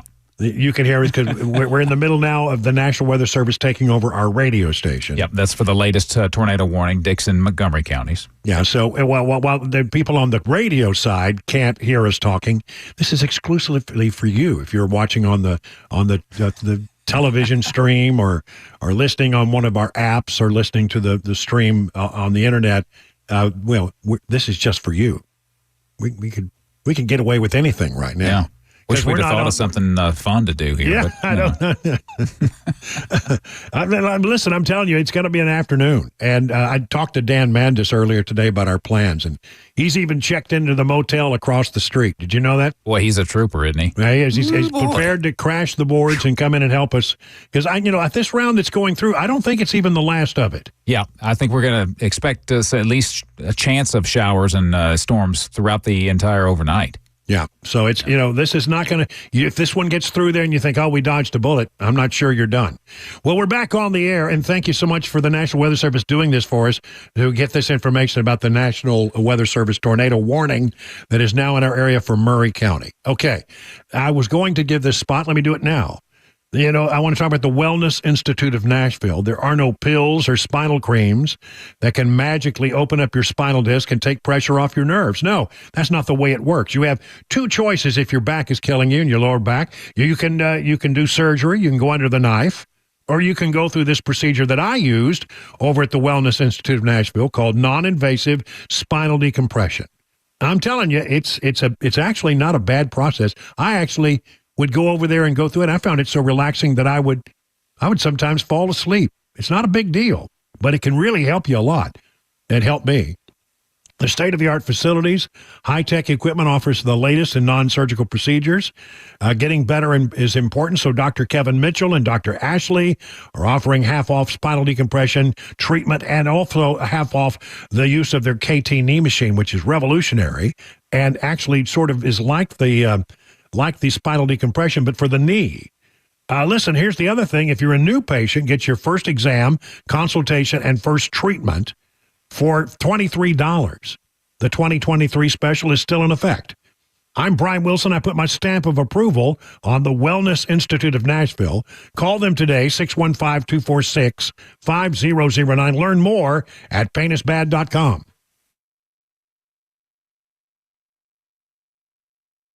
Hey, it's Dan Mandis, and I am so glad that California Closets has fixed my closet catastrophe. After exact measuring and planning, they came over and got to work. Yeah, once it was all plotted out on their 3D CAD system, the pieces are measured, cut, and precisely installed into my space. It was clean, fast, and professional, and above all, my new closets look and function great. Now, this was my dormer, and now this is my new dormer thanks to California Closets. Look at all of this added space for shirts and shoes, you name it, and it is cut so precisely, simply amazing. And my old closet that has now been reborn as the ultimate in style and functionability, making the best use of the space that I had. They can work on just about anything: bedrooms, garages, home offices, closets, pantries, and so much more. Find them online, CaliforniaClosets.com, and see what they can do for you. You can schedule a free design consultation. Mention my name, CaliforniaClosets.com.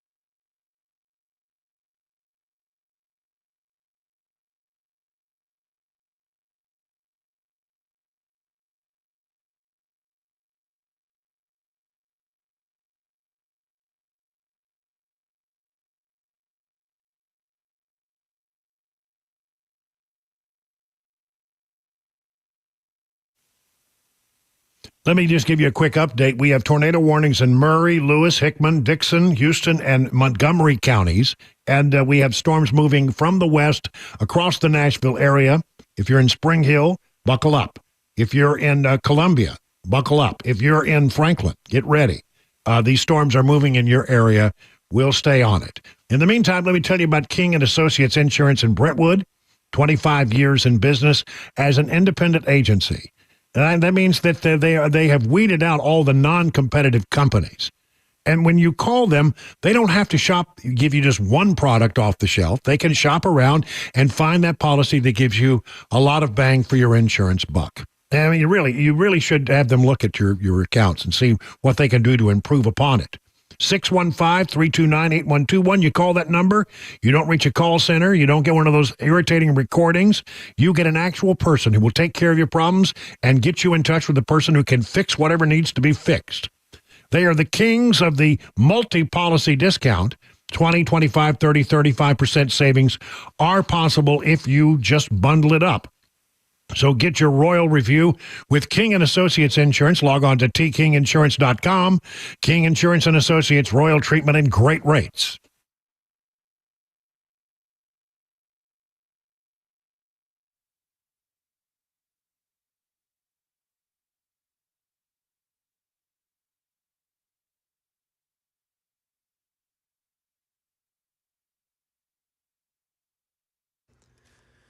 .501, I'm Mac Maury with your top stories. And boy, severe weather all around Middle Tennessee right now. Multiple tornado warnings in Middle Tennessee. Murray, Hickman, Murray counties until 5:15.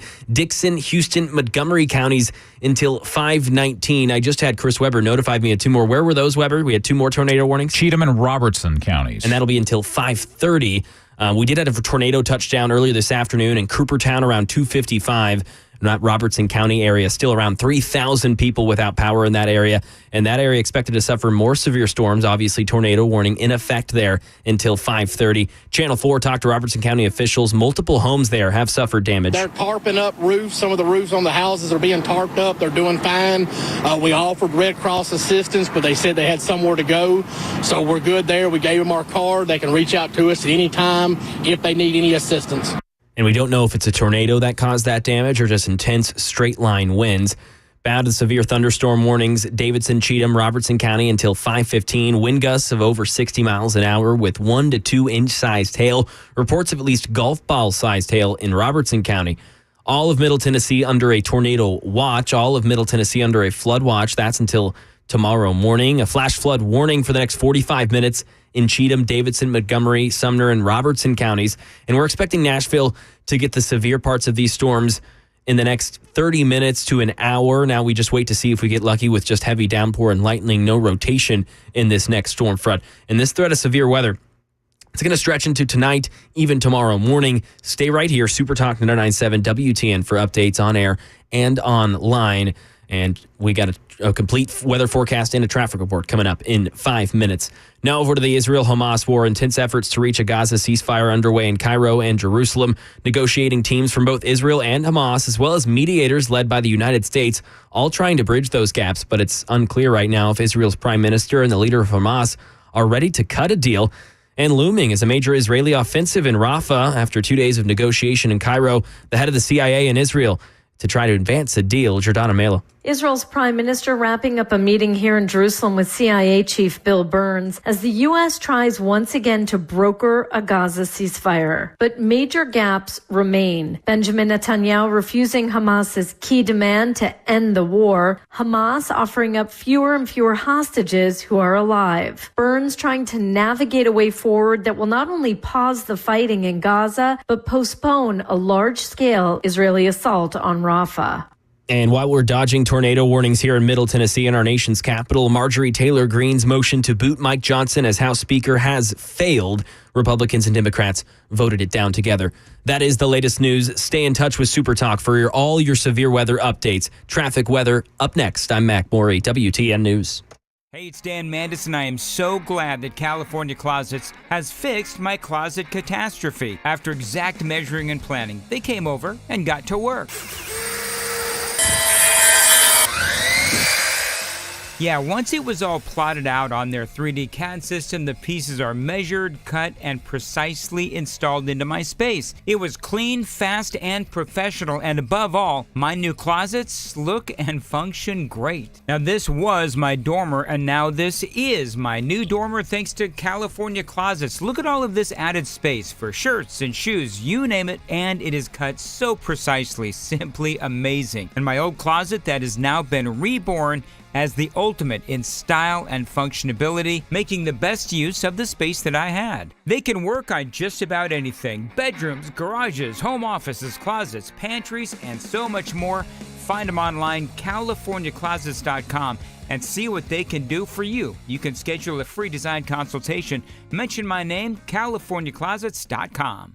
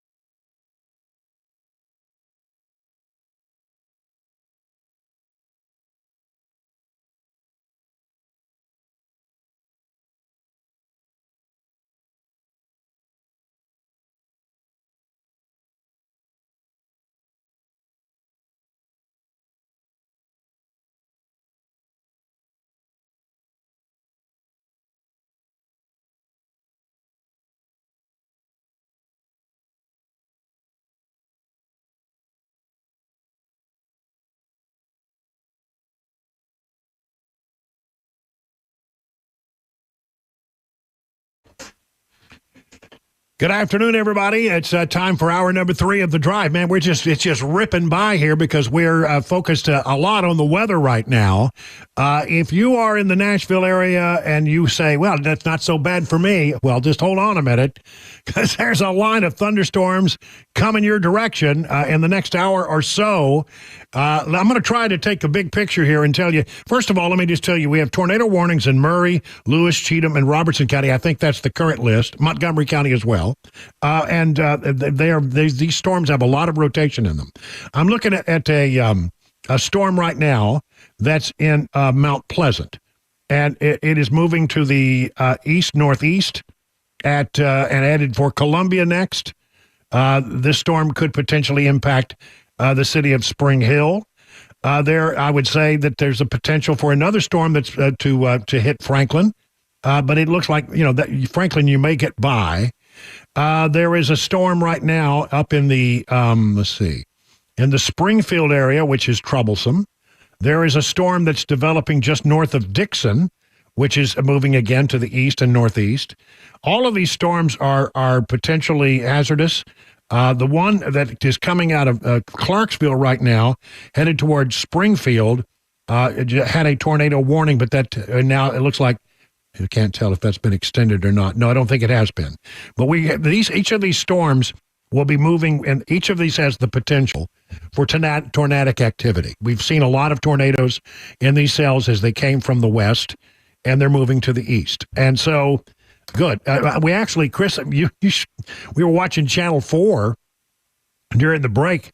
There's a guy had a hail stone in his hand. Oh, yeah. That was about the size of a tennis ball. Yeah, if that was one, then that's tennis ball size. Yeah. Well, you get like what happens is they start to form little ice pellets, and then the ice pellets may go, and then that's where you get like the dime and quarter size stuff. Yeah, right. And then they all start to stick together, and that's when you get the stuff that's like well, it's the size of golf balls. Well, it's the golf ball size hail falling at terminal velocity can mess up your car, do a lot of damage, and roof, that can really mess up your roof.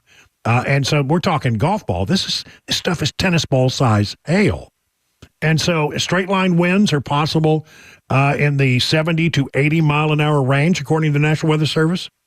And again, flash flooding, a big concern. I just saw some pictures again on our weather partner Channel 4 of some streams that were over their boundaries. And some flash flooding. Again, if you can't see the bottom of the water, don't cross it. Don't drown. Turn around. We don't want you to, we definitely don't want you to be swept into a gully. I mean, honestly, folks, it's not worth it. If you live in one of those areas where it's prone to flash flooding, low-level areas, flash flooding, you need to be very careful because this stuff can build quickly and come out of nowhere, and you're in a mess before you know it. So again, big picture, a line of thunderstorms now moving into our area. Right now, I think it's a tornado warning has been. No, I can't tell. It's hard to tell the difference between the tornado and the severe storm warnings. Columbia area, buckle up. We got a storm coming your way. And that may also impact Spring Hill. We got a storm that's to the east of Centerville that now seems to be on track for Franklin. We have some stuff that's developing in the Kingston Springs area that is on track to be hitting downtown Nashville in the next few minutes. And again, as you go a little bit north of Nashville, in the Clarksville area and the Springfield area, very heavy thunderstorms. And again, all of these have the potential for tornadic activity. Now, the way this works is if you're listening on the radio, if we have a tornado warning, then the National Weather Service, by long-standing tradition, takes over basically our signal. And that actually just happened, Brian, as they have extended the tornado warning in Murray County now until 5:55. Yeah. All right. So now we're talking just to people on the stream. Yes. And on our what we call our Super Talk television signal. So what we can talk. We could say anything right now. You can say all the dirty words because we're not on the radio at the moment. No, but I mean, what we'd say to you is that we've got these. They take over the terrestrial radio, so we have to sort of tap dance for a moment until those announcements from the National Weather Service are over. This is an extension again until 5 what? This will be until 5:55. Well, that's nearly 6 o'clock, right? Yes. Okay, so yes, I see it now. That's what I was looking. I was a little confused. It was popping up. So that's the storm that's approaching Spring Hill right now, and going right over Mount Pleasant. All right, it's not too pleasant in Mount Pleasant at the moment, I would imagine, because that is a heck of a storm. Again, there's this wave that's coming through right now, but I mean, there's so much unstable air and so much activity in the upper atmosphere that there's going to be storms potentially coming throughout the night. And even if they're only heavy rainstorms, well, that causes you problems as well. Okay, are we through the announcement yet? We got 10 more seconds. Okay, stand by. All you people on the stream are getting a special treat. Maybe we'll do a little song and dance for you a little later. Who knows? And now we should be back on the air. Thank you very much, National Weather Service. That is the storm that is moving into the Columbia area. And now, buckle up Columbia, buckle up Spring Hill. This is a storm that has tornadic activity in it, rotation in these clouds. And again, this whole big string of thunderstorms stretches from down about the Columbia area all the way up to Clarksville. But they're moving east and maybe a little northeast, and no area is going to be getting a pass out of some of these heavy storms. Now, it may just be a thunderstorm, but but these thunderstorms have been potentially very serious and very severe. If you're not in an area now, let's say you're headed out to Murfreesboro, maybe you're headed out to Mount Juliet or Lebanon, you've got a good moment or two to get down the highway and get home and get tucked in before these things get to your area. So I would recommend that you don't linger, you don't dally, you don't go to the grocery store to get milk or toilet paper. That's not necessary. Just get home, get tucked away, and buckle up everything to make sure that you're going to be all right. Check on your pets, make everything's okay. But again, we do have a tornado warning, and that has been extended until 5:55 for the area of Murray County. That's, let's say, Columbia, Spring Hill area. We're watching you right now. And if I were in Franklin, I might buckle up. If I were in Brentwood, I might buckle up. So that storm not looking as severe at the moment, but there is a pretty good storm that's developing in the Pegram area, headed toward Belmead, for example. There's some rain coming your way. Ashland City, you're about to get hit with a pretty good storm. And there you go. Get ready. It's coming your way. I don't know if I really have the time to get into anything in a significant way, because it seems like every time I try to get some content in about some other things going on in the world, I get blown out by the weather. But since we're update for a moment, I am going to try to do this about the situation between Israel and Hamas and the United States. The other day, the President of the United States said the following. Are you ready? My commitment to the safety of the Jewish people, the security of Israel, and its right to exist as an independent Jewish state is ironclad, even when we disagree. Well, that's not entirely true, especially the last part. It's ironclad, even if we disagree. Even when we disagree. Well, that's not true. U.S. has stalled weapon shipments to Israel, and it was in a bid, according to the Wall Street Journal, to stop this offensive they have going in Rafah. The Biden administration says it is concerned about how these weapons would be used in urban areas. Matthew Miller at the State Department acknowledged that indeed that they have stalled weapons shipments to Israel, because the president said they're not going to do it even if they have a disagreement. Even when we disagree. Well, there is a disagreement, and weapons systems are now being stalled and not delivered to Israel in a timely fashion. Matthew Miller with the State Department. Specific shipment that we have put on hold pending review, and others that we're reviewing. I don't think people should mistake a review that we have taken with respect to some short-term assistance with our long-term commitment to Israel's security. Yeah, that's a nice way to say it.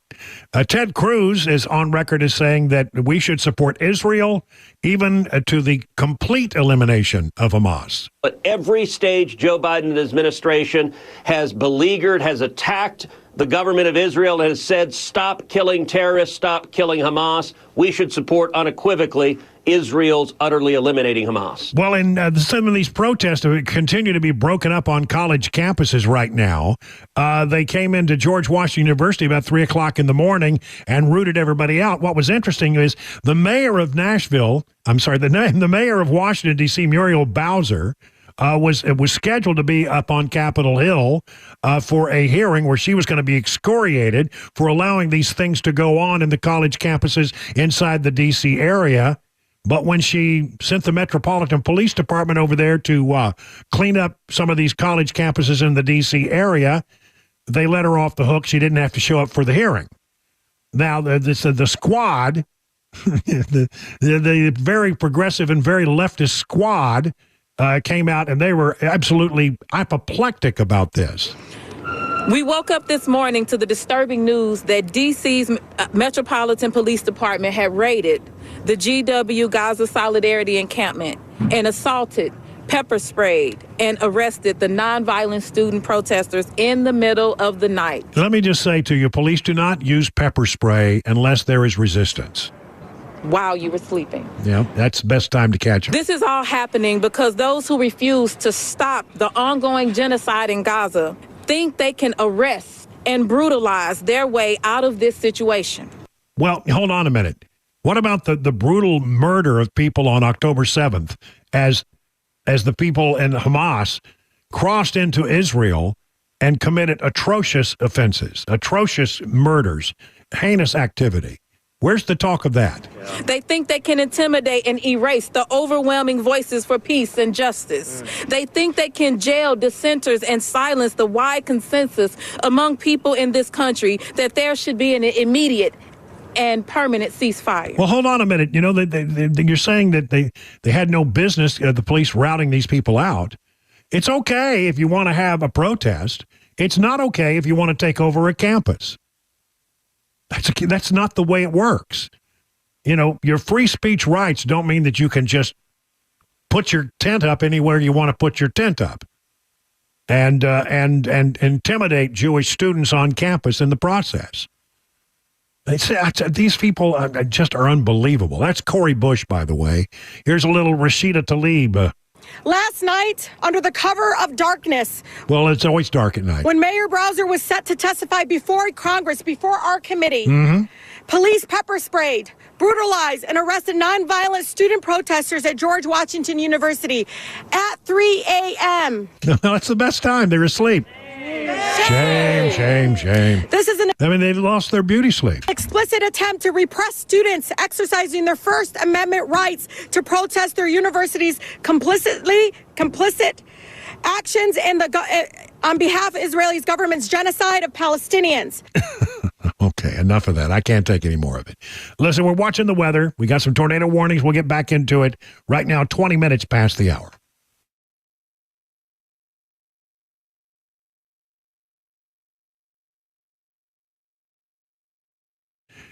If you're in the market for a pole barn, you need to talk to the brothers that run Stoltzko. Good guys, exceptional quality, craftsmanship, and fair prices. That's their motto. You can build new pole barns to your specifications with your needs in mind. That's the Stoltzko difference. Now, pole barns, a lot of things. Could be a tool barn. Could be a work barn. Could be a garage. You got horses? You can get one for horses. You want to live in one? That's called a barn dominium, and they're cool. They're really cool. Great place to live. Flexibility is key. They take the look of a barn and they add to it reliability of modern materials and techniques to give you a finished barn that will stand the test of time. They don't scrimp on quality. They don't cut corners. They believe their customers deserve only the best. Go to their website, stoltzko.com, STOLTZCO.com, and take a look at what they've done for other people, and you'll get it. You'll say, oh, man, I need me some of that. 615-622-5992. You go to stoltzko.com. That's stoltzko.com for more details. Hey, what's up, guys? This is Matt Murphy for Members Nutrition. I want to tell you about the Members Nutrition difference, and I want to encourage you to go over to the Members Nutrition website. Number one, they believe at Members Nutrition that they can sell vitamins and supplements at a lower cost point, and they're doing it every single day at membersnutrition.com. Number two, they want to make these products right here in the United States of America, not from some overseas company, and they do that every single day. I encourage you to go to membersnutrition.com. You'll get 50% off your purchase price at checkout. You don't have to put in any codes. Just go to membersnutrition.com. Once again, membersnutrition.com.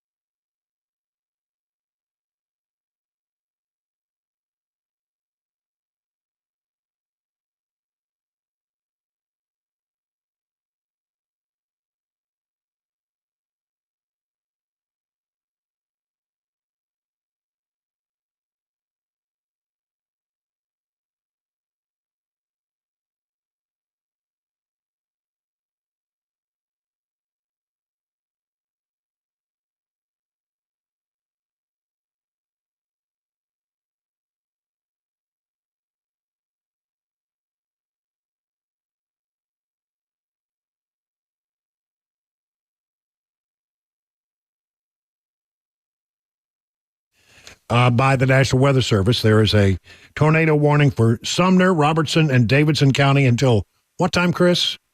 6:08. 6:08. And now that's because these storms that have been out west are now moving in a more aggressive way toward the Nashville area.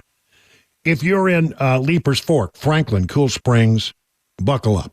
If you're in the area of Kingston Springs, you're sort of in it now, and that particular cell, which I'm looking at on radar, will be headed to Nashville.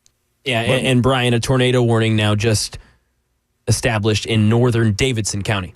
Northern Davidson County. So that's the storm, I think, in Kingston Springs. Let me look at my radar again. Yeah, that's probably the one that's coming out of Ashland City, but also there's one in Kingston Springs in the Pegram area coming, and it's going to scrape just to the north of Nashville. You're right there.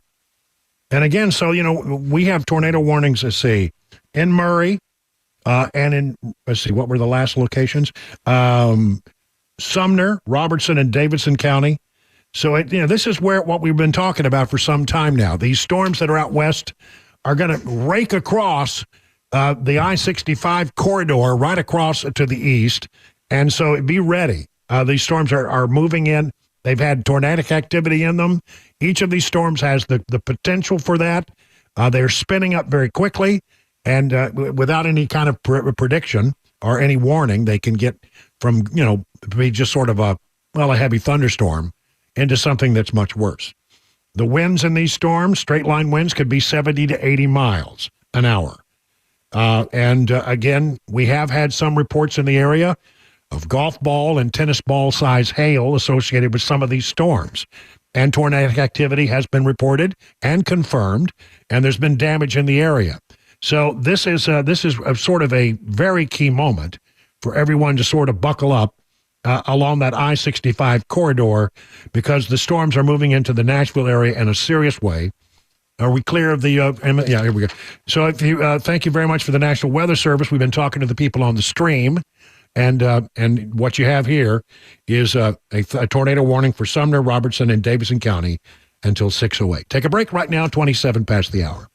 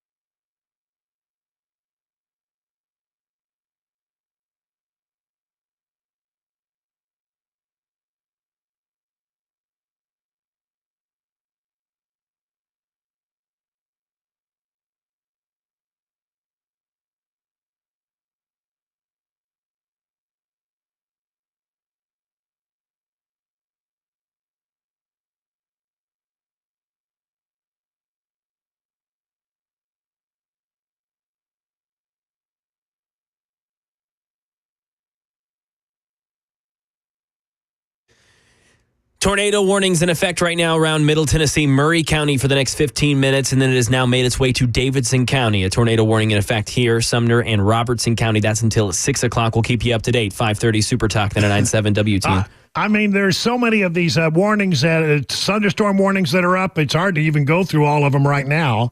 But I will say this: if you're down in the Spring Hill area, Columbia area, buckle up. If you're in the area of Franklin, there is a storm headed your way. Cool Springs, Brentwood, right up the I-65 corridor. All of these storms are approaching from the west, and they're approaching quickly, and they have been violent storms. We have thunderstorm warnings. We have tornado warnings in effect. And Nashville, north of Nashville, a tornado warning. I mean, a lot of these storms have had rotation and have done damage as they have come into our area, and they are to be taken very seriously. So again, you have straight line winds are possible, 70 to 80 miles an hour. You have the fact that you could have a very big hail. We've had a lot of reports of 1 and 2 inch hail, some the size of golf balls. Some we have seen pictures of some that were the size of tennis balls. So again, a lot of stuff moving into our area. And right now, Nashville area, right along the I-65 corridor, all the way north, even north of Nashville. This is the time where the weather is about to get pretty serious, so buckle up. We'll do the news.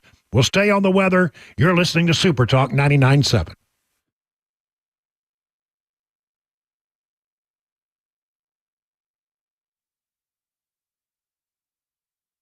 31 minutes now after the hour, 5 o'clock. I'm Mac Morey with your top stories, weather aware today here in Middle Tennessee. Tornado warnings in effect in the mid-state, including Murray County until 5:45, and then Davidson, Sumner, and Robertson County with a tornado warning until 6 o'clock.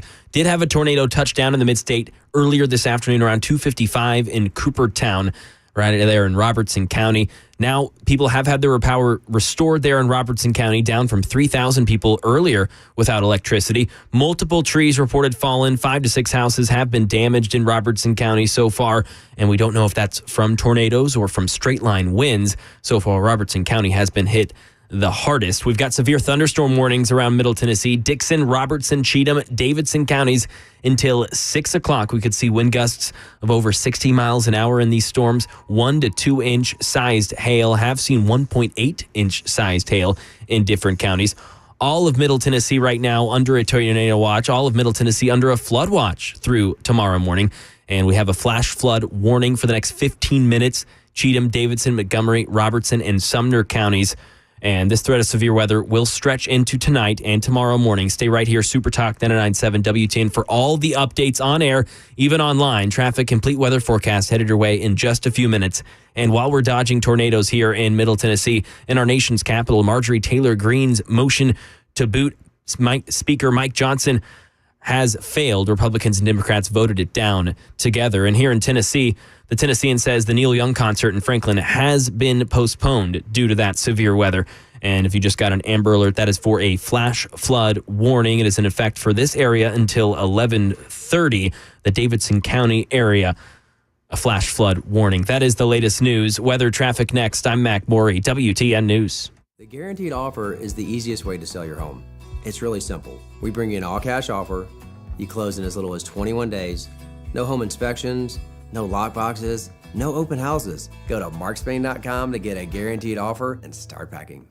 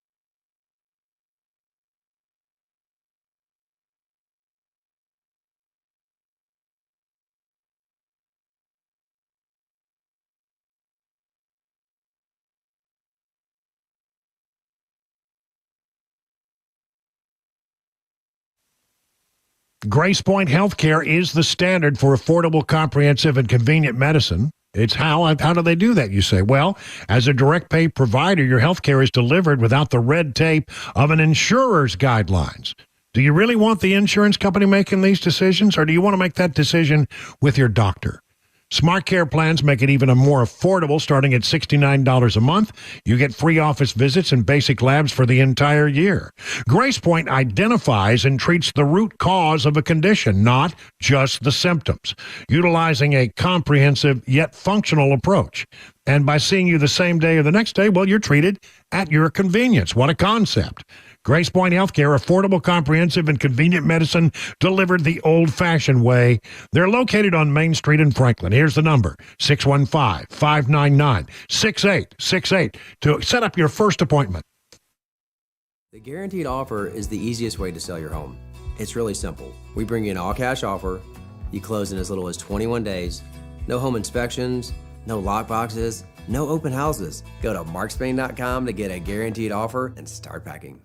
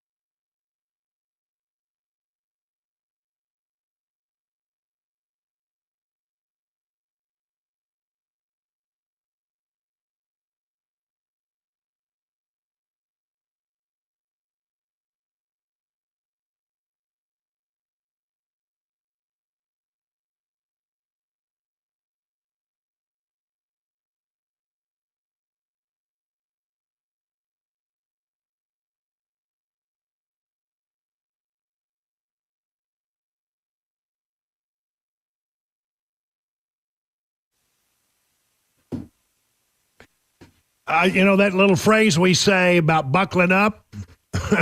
This is a day where you, not only do you have to buckle up if you're in your car, you need to get home and buckle things down because we got thunderstorms moving through the Nashville area now. Northern Davidson County has a tornado warning. We got very severe storms north of Nashville right now. So that tornado warning, Brian, has now canceled for Good. Davidson, Robertson, and Sumner County has just canceled. Good, thank you. I'm glad for the update. Yes. But those storms that are north of Nashville, considerable. They run just from Ashland City. If you're over in Hendersonville, get ready. There's a big storm coming your way. Down south in the Columbia area, a very concerning storm that is moving to a little south of Spring Hill. But if that storm is one that we need to watch, I wouldn't be surprised to see them extend the area of concern down there, as it is on a bead to head right for the south side of Murfreesboro, if given enough time, if it holds together. Again, one of the things that may happen here and we can cross our fingers and hope for this, is that as they move across the area, that they start to maybe weaken a little bit. And I hope that's the case. It's hard to know. Some of the energy in the atmosphere may have been taken out by the earlier rains that were all across the area today. But we're watching it right now. If you're along the I-65 corridor south of Nashville, it's about to get, pretty hairy. Heavy rains. And again, we've had reports of hail, straight line winds, and tornadic activity. And if you are in an area where you say, well, it's not too bad here yet, then I would just simply say you're lucky, but it probably will be headed your way. So, again, these things are raking across the Nashville area. I'm detecting maybe just a little bit of weakening as it goes to the east, perhaps, of all these systems. I was just thinking that myself as looking at this radar. Yeah, it looks like things are kind of a little disorganizing. So that's a good thing. That would be a great thing. But I just want to warn you, even if this system sort of calms down a bit, the thing that you got to be aware of is we're probably not through, because there could be another round of this stuff. We've been told that the bad weather could continue all the way through the evening and all through the night. So, again, I just want you to know that here at Super Talk 99.7, we are prepared to do whatever needs to be done to make sure you stay fully informed as we go forward. So, again, I do think you're right. I think I'm most concerned about that system down in the Columbia area right now.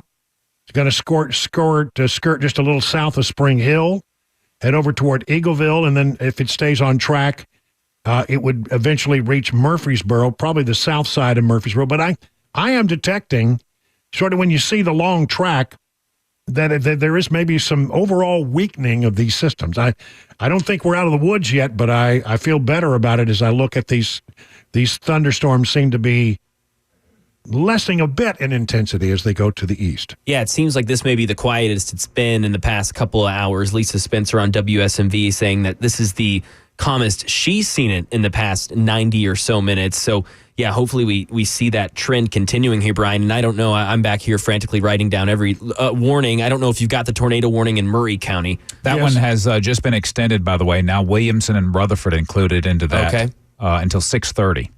6:30, okay. Yeah. And that's a tornado warning? Yes.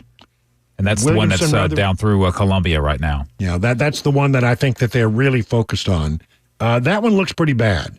And again, Williamson, Rutherford County, Davidson County, these are all areas of concern right now. So, as I say, keep an eye on it. If you are in an area to the east of all that, don't worry. It isn't over yet. You may see some. But I like the idea that some of these things are calming down just a bit. We'll watch that one storm down south very, very closely. Man, and this comes as no surprise, Brian. The FAA has issued a ground stop at BNA as well. That I'm not surprised by that at all. Yeah, it'd be a good thing to sort of keep things on the ground as these storms pass through. And they won't get to BNA for, I don't know, maybe another 25 minutes or so, but it's really interesting looking out my window here downtown, and we have yet to really get any heavy rain this afternoon since I've been here. It's we've had some light showers. The ground is wet, but no windy conditions or heavy rainstorms here downtown. But I have a feeling that some are coming. Yeah, if you look at the big picture, just north of Nashville, they're really getting hit pretty hard with heavy rain. Yep. And a lot of lightning. And one of the reasons why they do ground stops is because you got ground crews out there and there is a lot of lightning. You got to protect those people. I mean, they're in a big flat open area and you just got to make sure those people are safe. Mm-hmm. And so as these storms are approaching from the west, it's not surprising that they put a ground stop at BNA. So, okay, we're going to try to, let's see. I don't know where to go next with all of my stuff. I've been talking a lot about this one soundbite that we got from Joe Biden, which seems to just, it's incredible that the president said this. He's doing an interview on a Hispanic radio station. And to lay the groundwork, and I got to do it because it's sort of hard to hear him talk. He's mumbling. He's barely even enunciating. I mean, he sounds like he's half asleep during this radio interview. And he's talking to the Hispanic radio station about comparing the influx of Hispanic immigrants to past influxes like of the Irish. Of course, everything with Biden returns to the Irish at some point. And he's saying, this is like what we had before. And then he said something that I think really sort of explains how he looks at the illegal immigrants who are coming across our southern borders, not as illegal immigrants. He doesn't even call them newcomers, which is the word that the Democrats like to use. He called them something else completely different. Pay very close attention. It's a little hard to hear, but I'll make sure that you get the salient points. It's a little bit like back in the 1840s when the great exodus from Ireland because of the famine and the way Irish Catholics are treated. We said, no, we don't need any more of those folks. There was a large influx. There's even a bigger influx now in terms of Hispanic voters, Hispanic citizens who want to become citizens. So it's just enormously important. Did you catch that? He said of the people who are here coming illegally, he describes them as the influx of Hispanic voters. Well, wait. They're not citizens. How can they vote? Right? And then he realizes, I think, in mid-sentence that he said something wrong. So then he describes them as Hispanic citizens. No. Maybe that's what you want, but they're not citizens. They're here illegally. And then he finally says, well, people who want to become citizens. Here again, the last part, in case you missed it. There's even a bigger influx now in terms of Hispanic voters. Right there. In terms of Hispanic voters. In terms of Hispanic voters. Wow. He said the quiet part out loud. Unbelievable. This is and look, it's the thing we got to be on guard for, because as we have found out that there are a lot of ways that you can have a situation where some, even though they're not supposed to vote and they're not supposed to register to vote because they're not here legally, there are some ways that if you say the right words at the right time, you could find yourself with a driver's license that will allow you to get a voter registration card, and you could vote. We're going to have to be on lookout for that in a huge way. Otherwise, when you look at the numbers, overall numbers for Donald Trump right now and Joe Biden, the general election numbers are tight. But boy, when you dig into the internals of these polls, Joe Biden's got a lot to worry about. He's losing black voters. He's losing Hispanic voters. He's losing young people to a big degree. There's a particularly interesting poll. It's an AARP poll in Pennsylvania, which shows that older voters, and by the way, older voters go to the polls. They vote. The older voters are saying that Trump can win Pennsylvania, which is the key to getting 270 Electoral College votes. I mean, it's really looking pretty interesting in Pennsylvania. And so, all of these numbers, when you look at the internals, job approval rating, Trump's job approval rating is at like 55%. You look at Biden's job approval rating, and it's like 35% in some of these polls. Like a 20-point gap there in the enthusiasm gap. Republicans excited to go to the polls. And Democrats not so much. Again, about a 15 or 16-point gap in enthusiasm. Hey, Brian. Yep. I'm really sorry. Just got to break in here with some weather. We do have a tornado on the ground about to cross 65 east on Columbia. It's getting close to Highway 412 as well. Well, it's going to be really hard to get a lot of other content in. Let's just focus on the weather for now. So that's I-65 in the Columbia area. Yes. And this is a confirmed tornado or radar indicated? Do we know? Radar indicated, I believe. Well, okay. I actually got reports that it was a spotter confirmed tornado. We go. Yep. There we go. Well, thank you. It's good to have a bunch of sets of eyes here watching this stuff. So, listen, if you're in the I-65 area near Columbia, you need to, do what you can to avoid that area. This is one that I've been watching Lisa Spencer. She's very concerned about this. And as I say, yes, it is coming across. That storm cell is coming across I-65 right now in the Columbia area. And by the way, if you're in Franklin, buckle up. If you're in Ashland City, buckle up. North of Nashville, it is still very heavy rain, but again, some of those storms seem to be lessening in strength to the north. But we're looking, I'm having some thunderstorms right here in good old Watertown right now. I can hear the thunder and lightning outside. So again, here we go, ladies and gentlemen. Weather is what we're watching. Let's call it 50 minutes now past the hour of 5 o'clock.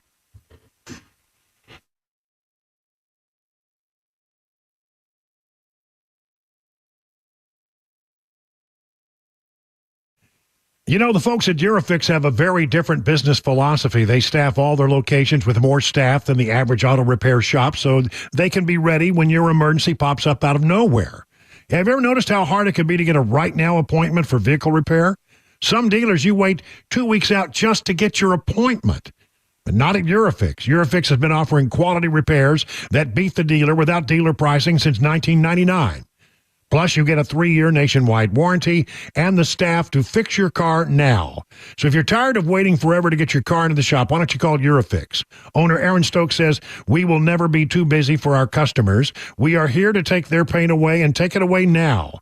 Durafix repairs all European cars. Durafix says yes to speedy repairs when others can't or won't. Family owned for 24 years. Call 844-EUROFIX or visit myEuroFix.com. That's myEuroFix.com. The guaranteed offer is the easiest way to sell your home. It's really simple. We bring you an all-cash offer. You close in as little as 21 days. No home inspections, no lockboxes, no open houses. Go to markspain.com to get a guaranteed offer and start packing.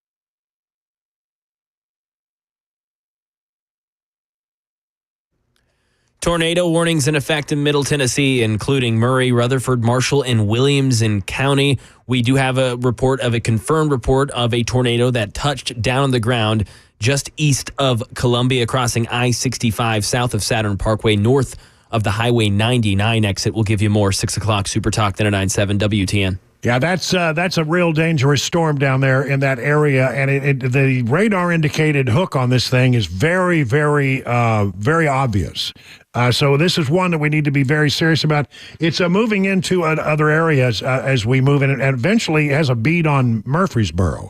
So again, the nothing but severe weather we're going to be talking about for the next hour, it seems. You're listening to Super Talk 99.7 WTN, where you can count on us to bring you the latest in severe weather information. Hey, what's up, guys? This is Matt Murphy for Members Nutrition. I want to tell you about the Members Nutrition difference, and I want to encourage you to go over to the Members Nutrition website. Number one, they believe at Members Nutrition that they can sell vitamins and supplements at a lower cost point, and they're doing it every single day at membersnutrition.com. Number two, they want to make these products right here in the United States of America, not from some overseas company, and they do that every single day. I encourage you to go to membersnutrition.com. You'll get 50% off your purchase price at checkout. You don't have to put in any codes. Just go to membersnutrition.com. Once again, membersnutrition.com.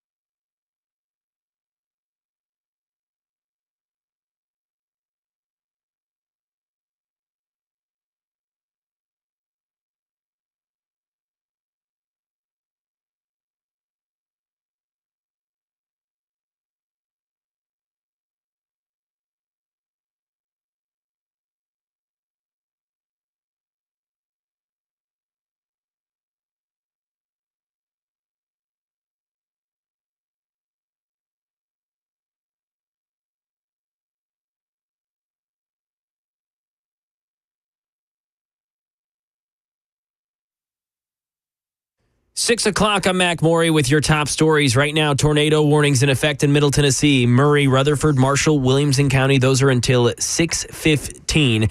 For Williamson, Rutherford, and Murray, that is a tornado emergency warning. And we do have reports of a confirmed tornado just east of Columbia crossing I-65 south. That is, or I-65, that's south of Saturn Parkway, north of the Highway 99 exit. And this storm cell on track to southeast Williamson County, College Grove, Eagleville around 6:18, it should be there. A tornado touched down this afternoon in Coopertown around 2:55. That's 7 miles northeast of Ashland City. Multiple trees reported fallen. 5 to 6 houses have been damaged as well there in Robertson County. And we don't know if that's from tornadoes or straight line winds. Severe thunderstorm warnings, those are in effect in Davidson, Sumner, Wilson, Cheatham, and Robertson County until 6:15. Could see wind gusts of over 60 miles an hour, 1 to 2 inch sized hail. Upwards of a dozen inches of rain within a 48-hour period in these storms. All of Middle Tennessee in a tornado watch. All of Middle Tennessee under a flood watch. And a flash flood warning in effect. Cheatham, Davidson, Montgomery, Robertson, Sumner, Macon, Smith, Wilson, and Trousdale counties. That is until 11:30 for a flash flood warning. And the FAA, unsurprisingly, has issued a ground stop at B&A due to this line of severe storms. And these severe storms could stretch into tonight, even tomorrow morning. This stint may be more calming, but more yet to come. Stay with Super Talk 99.7 WTN updates on air and online.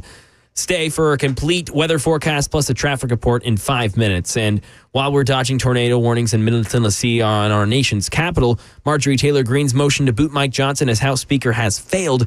Republicans and Democrats voted that down together. And here in the Volunteer State, an explosion today at a special effects company in Nashville called Strictly FX. At least 3 people injured non-critically in that incident. The explosion also ruptured a gas line that led to the presence of natural gas in the air. And that threat was thwarted after a gas company arrived on the scene. The cause of that explosion under investigation. And again, remaining weather aware here on Super Talk. Tornado warnings until 6:15. Murray, Rutherford, Marshall, Williamson County. And for Williamson, Rutherford, and Murray, that is a tornado emergency warning. Stay safe and take cover if need be. That's the latest news. Traffic and weather on the way. I'm Mac Morey, WTN News.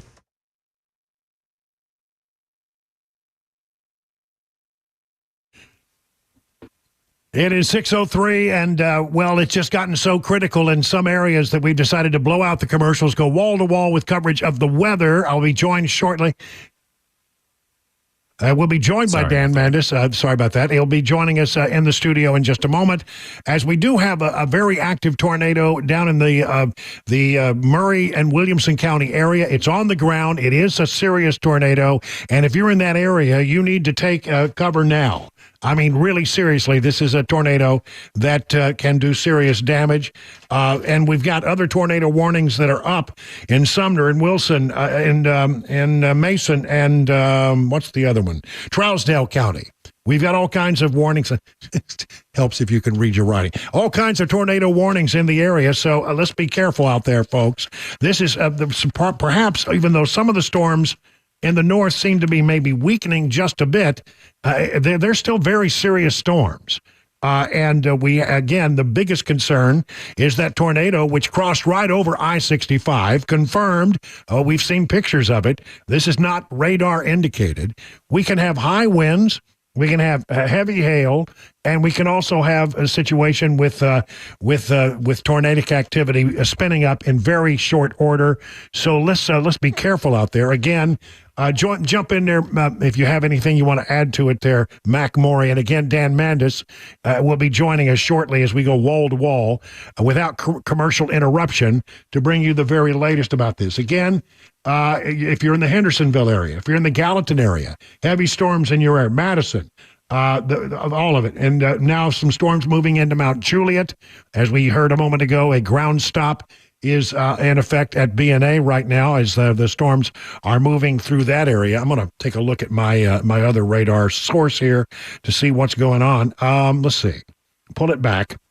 I like to take a look at the big picture, because this storm that's down in the crossed Columbia, crossed I-65, now headed, there's a very defined hook to this storm, headed to the Eaglesville area, and also will be making its way just south of Murfreesboro. That's a very serious storm. That's the one we're watching right now, but there are big storms in other parts crossing Nashville right now. We have a big storm. And so, these are such severe storms that we have decided to just go ahead and blow out our coverage. Dan Mandis will be joining us, Mac Morey in the newsroom, Chris Weber, of course, keeping control of the things. Here's the way it works, so that you know that if you're listening on the terrestrial radio, on an actual radio, the National Weather Service will break in and give you automatically tornado warnings. That is done automatically. For the folks who are listening on the stream, you don't get that, but we can share you that information. We have sort of two tracks of conversation going during those alerts because the National Weather Service controls the radio station, but we control the stream and all of the other places. So we'll tell you what's going on if you're listening on the stream, just as certainly as we would do if we were listening on terrestrial radio. And again, the big concern is that tornado now approaching the Eagleville area and headed in the direction of Murfreesboro. And this is a storm that has been confirmed. Tornado on the ground, went right across I-65. There's damage with this storm. It is to be taken very seriously. Chris, you got anything to add? Just communicating with Brother Ken Weaver, who has joined us from his studio down in Murfreesboro. Ken Weaver, are you standing by there? I am standing by. I'm looking at a picture of this tornado that was taken when it was just east of Columbia before it crossed over 65. And this thing is no joke. Radar is indicating this thing is still together, and it is moving to the northeast, which puts, like what I'm looking at right now on Channel 2, this Eagleville and Murfreesboro will be in the path of this storm if it continues on its current path. And there's nothing to indicate from what I'm looking at on radar that this thing is weakening in any way. The rotation is definitely still intact.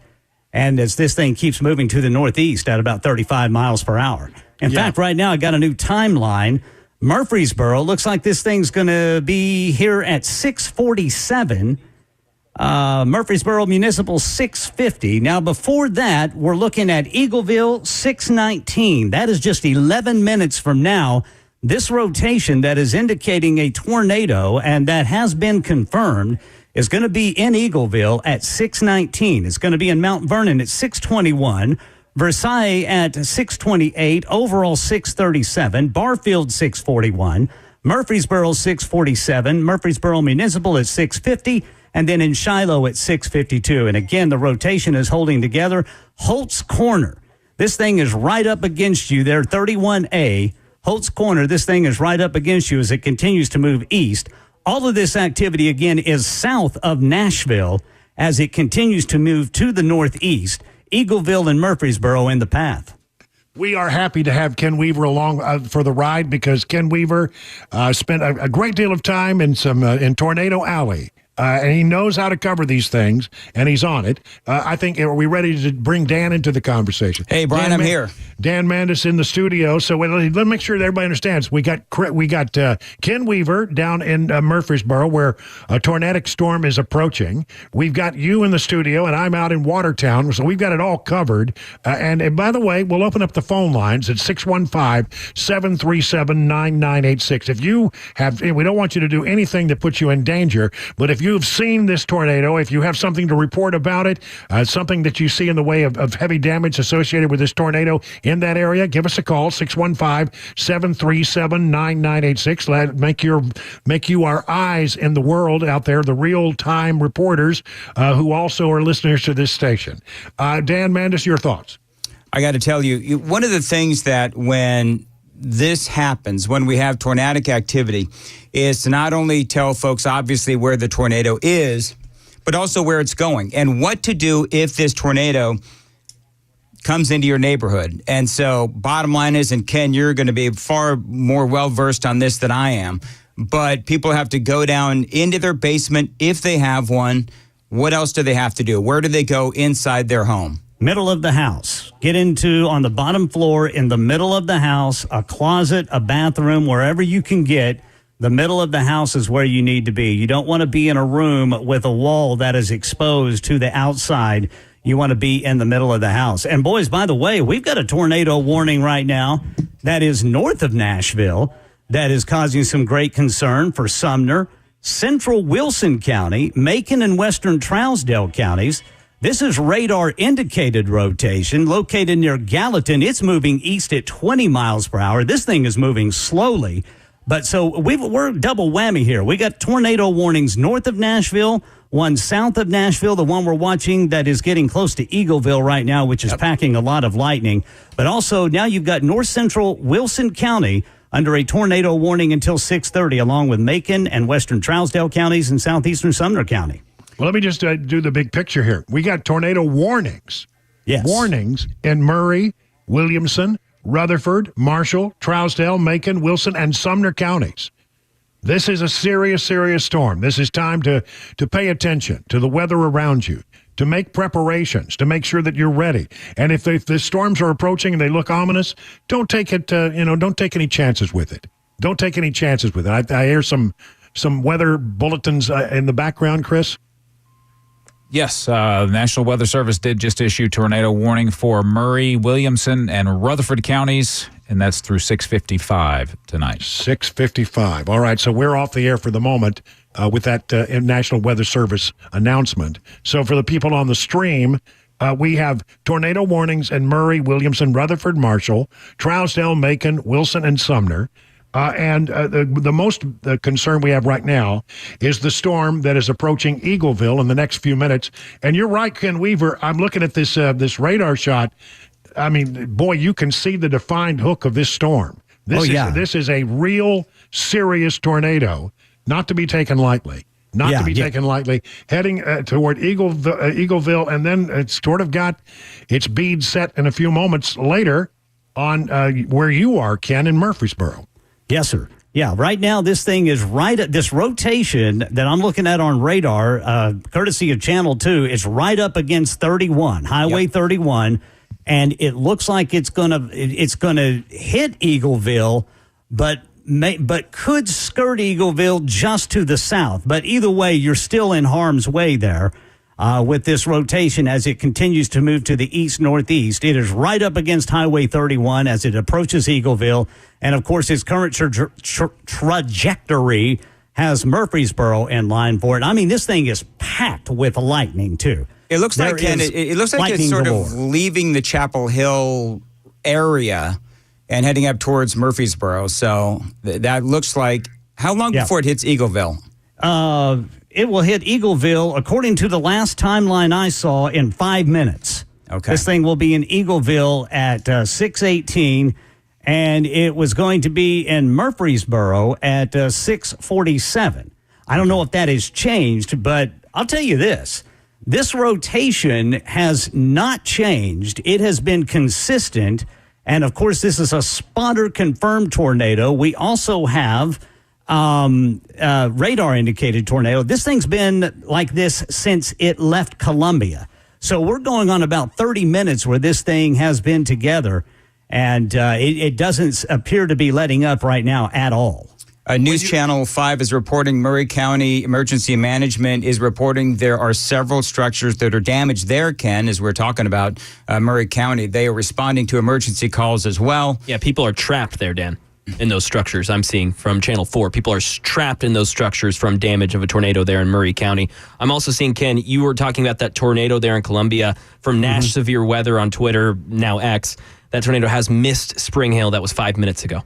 Yeah, good news for Spring Hill. Eagleville, bad news. That thing is getting closer to you. And if you are on Highway 31, if you are between Chapelville and Eagleville, you need to get off of Highway 31. Yeah. Because the rotation has now... Okay, here we go. New timeline. 617 Beasley, 619 Eagleville, 622 Mount Vernon, 629 Versailles, 633 Almaville, 638 Overall, 641 Barfield, 647 Murfreesboro, 649 Mankinville, and 655 Compton. So Eagleville at 619, Murfreesboro 647. Yeah, and by the way, not to diminish the importance of that particular storm, but there are also heavy thunderstorms now moving into the Mount Juliet area, and these storms are packing a lot of rain, a lot of light, an incredible amount of lightning, and we've seen examples of hail. Now, I mean, you need to take that seriously. And some of it's been golf ball size hail, about 2 inches in diameter. Some of it is literally, we've seen a picture of one that was the size of a tennis ball. So these storms, even even if we're not focusing on them right now, you need to take these storms that are moving into your area very seriously. I'm looking outside my window here in Watertown, looking anything less than bucolic at the moment.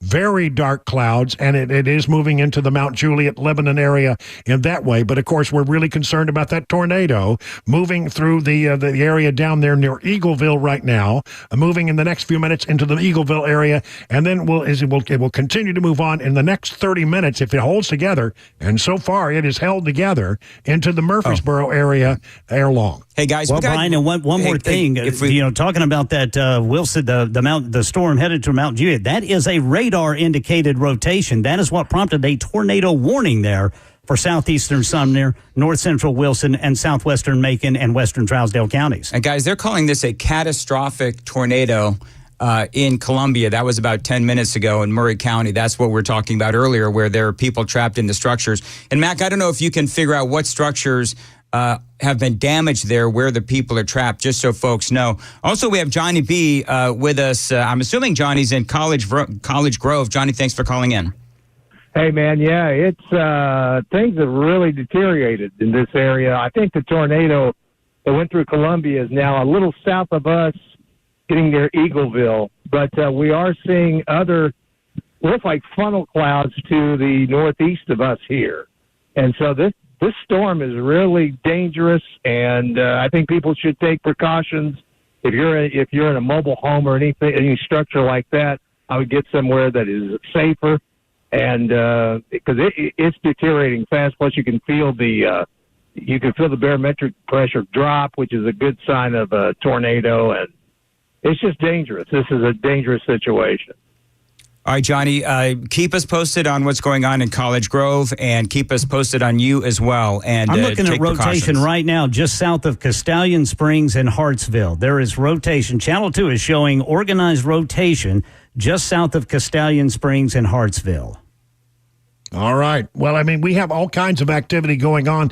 All of these storms are to be taken seriously. This is the time to buckle up and to make sure that you have a plan if threatening weather moves into your area. But again, the storm that is, we've got all kinds of tornado warnings. I mean, we got them in Murray, Williamson, Rutherford, Marshall, Trousdale, Macon, Wilson, Sumner counties right now under tornado warnings. Some of these are radar indicated. Some of them have been visually confirmed. This is a very, very dangerous weather. Please take the appropriate precautions in your area. And by the way, guys, if I get blown off the air here in my little place as the storms are moving here, I will move into my truck and go mobile. And that will be the plan for me, okay? Okay. As long as you are southwest of it, Brother Brian. As long as you're southwest. All right. How about any callers? We had any callers? No, not yet, folks. If you, just like Johnny called in from College Grove, if you're out there, you see tornadoes, you see damage, let us know, 615-737-9986. We are live. The phone lines are open as well. And we're watching as myself and Brian and Ken, we're watching as this tornado makes its way towards Eagleville and then beyond, perhaps to Murfreesboro as well. Got a new timeline. This is for the tornado warning north of Nashville. 619, the rotation will be in Hartsville. 624 Bellwood, 628 Johntown, 633 Riddleton, 643 Carthage, 644 Defeated, 648 Kempville, 656 Granville, 7 o'clock Rough Point, and 707 Gainsboro. That is part of that radar-indicated tornado prompting the warning there for Sumner and Wilson counties, Macon and Trousdale counties. It seems very clear to me that this storm down south in the Eagleville area is still together. The hook on this is very noticeable on radar. This is a confirmed tornado. It's been with us since Columbia. It is moving to the east. It is brushing right up against Eagleville now. We'll skate, I think, just a little to the south of Eagleville, but it is also, Ken Weaver, you are going to get a dose of this in Murfreesboro in very short order in about another 20 minutes. So we need to watch that storm very carefully. If you're in that area, this is a serious serious storm. This is a confirmed tornado on the ground.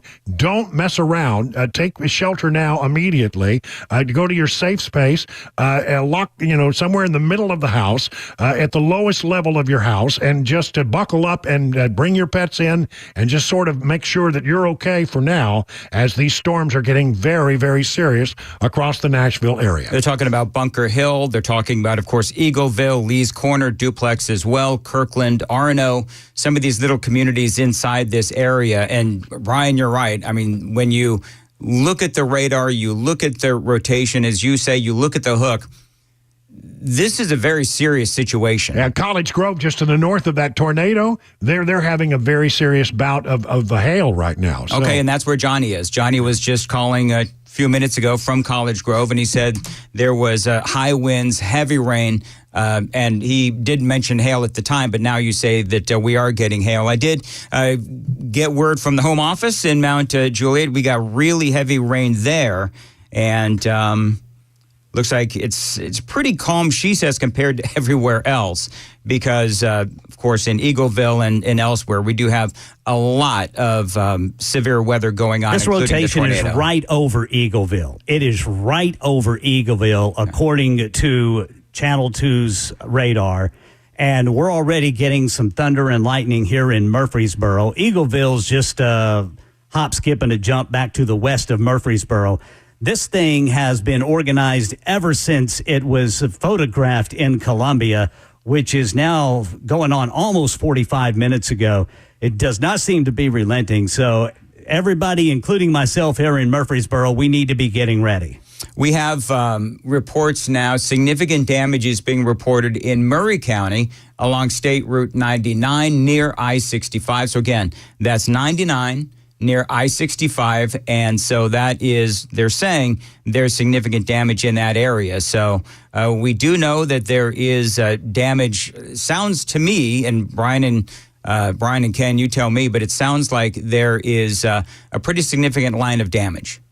Yeah, I think we're going to have a lot of reports of damage. The problem is that really it takes a little while for them to assess it and to know the situation. I would like to know more about the building where people are trapped. Yeah, if we can get some more information on that. I haven't found anything quite yet. I can't find anything specifically in Murray County. I know Robertson County, 5 to 6 homes damaged on Ridge Road. No injuries reported there, but I saw a tree fell onto a house there on Ridge Road in Robertson County. Yeah, so we got two real serious storms, one north of Nashville, more northwest of Nashville, and then we got one northeast of Nashville, and then we got the storm down that is headed toward Murfreesboro, just crossed over Eaglesville, and I'm telling you, that storm is a classic defined radar hook. Yes, it's very clear that this is the more dangerous of all the storms we've had in our area. No doubt there will be damage in that area. And again, Ken Weaver, it is headed your way. Yeah, it is headed right toward Murfreesboro. And in fact, they have extended the tornado warning until 6:45 now here for Rutherford, Williamson, Bedford, and Marshall counties. This is a weather spotter confirmed tornado. So this is the real deal, folks. And as you just mentioned there, Brian, it is just now starting to move across Eagleville. This thing's moving rather slowly. Earlier today, these things were moving rapidly, but they have slowed down, which is not a good thing. And man, this thing is packed with lightning too.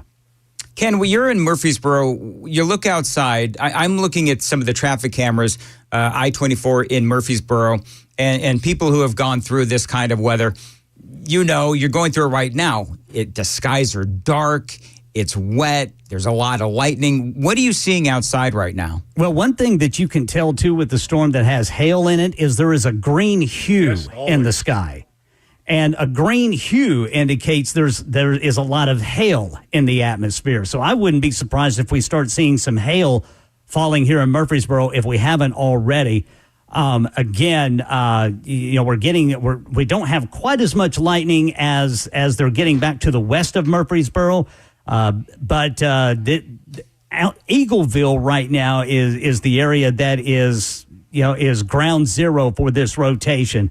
And I mean, it's coming up the color black on the weather, the radar that I am watching right now. That sometimes indicates that you have some serious hail, and so that's something you should be very careful about. Yes, absolutely. And Brian, you were talking earlier about the images of some of the size of the hail that has fallen with these storms. I mean, it's big enough it could hurt if it hit you. I'll put it that way.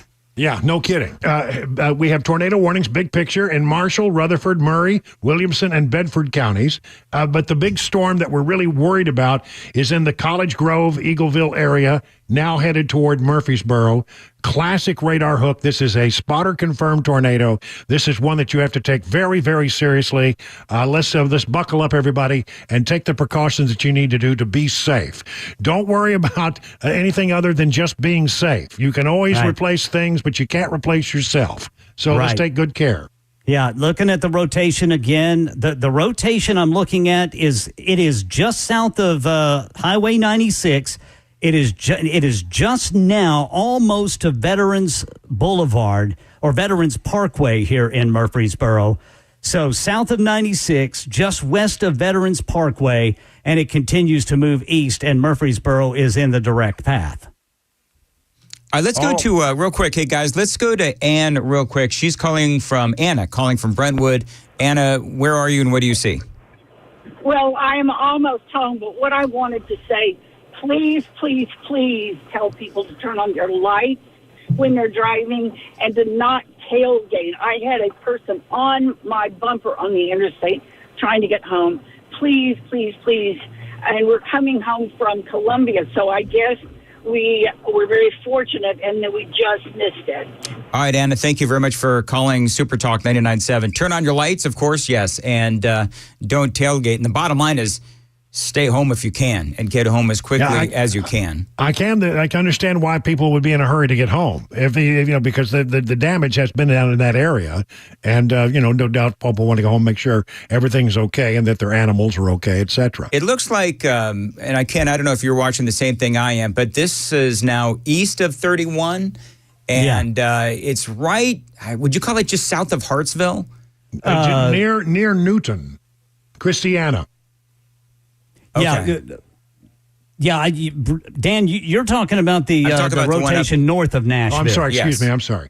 Yeah. So, we got the two things going on. We got north of Nashville rotation just south of Hartsville. It is just to the west of Carthage. It looks like it's going to skirt Carthage. No, actually, it looks like it's going to go right over Carthage. Sorry. All right. New timeline. This is for the tornado warning north of Nashville. 629 Johntown, 634 Riddleton, 638 Tanglewood, 642 Carthage, 644 Defeated, 649 Elmwood, 656 Granville, and 704 Nameless. And boys, the lightning and the thunder is picking up here in Murfreesboro. I believe I'm going to go get in my safe place. All right. You do that. We'll try to hold on. And when you feel like it's safe to come out and tell us what's going on. Hey, Ken, Ken, I hate to do this. Bring your cell phone and text us what you're experiencing. You got it, brother. All right, thank you. All right. There you go. Or you could call. Or you could call. Yeah. You get in your safe space, take care of you and your family and yours, and then call us. Tell us what it's like in your closet, Ken. Guys, right now we are experiencing a National Weather Service alert, tornado warning, Wilson, Trousdale, Smith counties until 7:12 p.m. tonight. Wilson, Trousdale, what was the other one? Smith. Wow. I'm telling you, they're just still popping left and right here. This is the time, Dan, where we're talking just to the people on the stream, and the National Weather Service has taken over the radio part of it, and are broadcasting as has always been our tradition. I'm looking, by the way, out. I'm telling you, I'm looking at right now. I'm looking out my window to the to the east, and no, to the west. I'm looking to the west, and I'm telling you, the clouds are incredibly ominous. Yeah, I'm seeing, and this may have been what Chris said. I'm getting all the alerts in my headphones, but tornado warning. Is this what you said, Chris? Smith, Trousdale, and Wilson counties? Yes. Right. Tornado warnings now. Yep. Smith, Trousdale, and Wilson counties. So I'm going to have to text home and make sure that they know that's going on where I live as well. Yeah. Although Wilson County is big, so. Yeah, the Wilson County thing is big, and it's moving into, let me look at that area now. I'm looking, of course, I'm just south of there. There is a very intense storm in the area of Hartsville. It is moving towards Carthage, and Lebanon's getting hit pretty good with rain right now. The rain is skirting, the heavy rain is skirting just to my north and in Watertown. But again, we're very worried about this storm down south in the Eagleville area. Let's see where I can get a good name here. A good situation here. We're really worried about that storm because it is headed toward a major population area, which is, of course, Murfreesboro. Now, the tornadic activity with that particular cell confirmed. We've had spotters that have seen it. We've seen all kinds of activity and confirmed, and there's been damage. And this is a real deal. And the hook on this thing's still looking pretty classic as it moves toward Murfreesboro, a major metropolitan area. If you're in Murfreesboro right now, buckle up. It's coming. Looks like it's going to hit dead on center of town, Murfreesboro. So you've got what is in the center of Murfreesboro. You've got, if I recall, you've got some schools over there. You've got obviously a lot of restaurants. I mean, it's a very active downtown area. Yes, it is. I mean, it's one of the major population centers. Outside of Nashville, I guess it probably is the largest of the population centers, as evidenced by the traffic that people endure. I'm telling you right now, outside my window, the clouds are literally black. The winds are now beginning to pick up, and we're getting a pretty serious rain. And I'm not even in the worst of it. The worst of it is well north of me. So these storms are serious and scary. Do not take them lightly. Make the preparations you need to be safe. Take care of yourself. Take care of your animals. Make sure you're safe. All of these other things can be replaced if you have damage. Don't worry about that stuff. Worry about you and making sure that you have everything you need to survive these storms as they move through the area now. And Brian, I'm looking at the radar now and also some of the traffic cameras via SmartWay. And you're right, there's a lot of lightning, and it is making its way towards Murfreesboro. It's getting closer. It's sort of, I'm not going to say it's leaving Eagleville now, but it's well on its way out of Eagleville, and next stop is Murfreesboro. Yeah, it's the storm center is moving right in that. If you were to draw a line between Shelbyville and Murfreesboro, it is moving right through that area now. I mean, this is dead on headed toward Murfreesboro. Even if you somehow escape the tornadic activity, wow. I'm seeing some pictures of some of this tornado activity. The base of these things are pretty serious. These are not minor tornadoes. These aren't EF1s. These aren't EF0s. These are serious tornadoes. And again, if you're in that area between, let's say, between Shelbyville and Murfreesboro, north of Shelbyville and right into Murfreesboro, this storm is moving there next. This, as you know, Ken Weaver, who is greatly experienced in covering this kind of weather, has gone to his safe space right now to take care of him and his family. And we may hear from him in a moment from his safe space when he calls back in. But it is definitely, dead on headed. Well, Brian, describe some of the damage that you were seeing. Well, what I have seen is trees down. We had a lot of electrical lines that went down in some areas. Yep. A lot of heavy lightning, and of course that causes all kinds of chaos.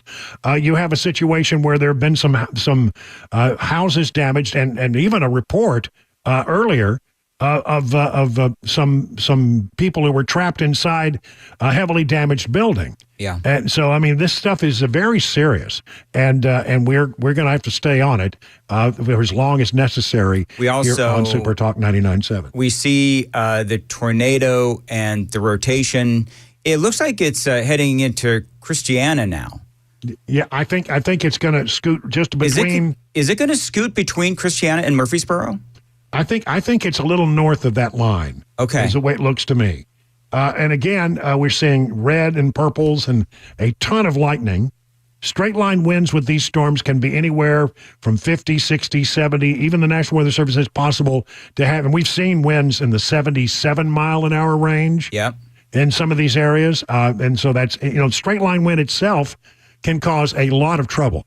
Yes. It has gotten, I mean, scary dark outside outside my studio in Watertown. And again, I'm not even in the middle of this storm. I'm way south of it. It's going well up into the Lebanon area and that area. Mm-hmm. But I'm telling you, it is scary looking outside my window, and I'm probably 12 miles south of that.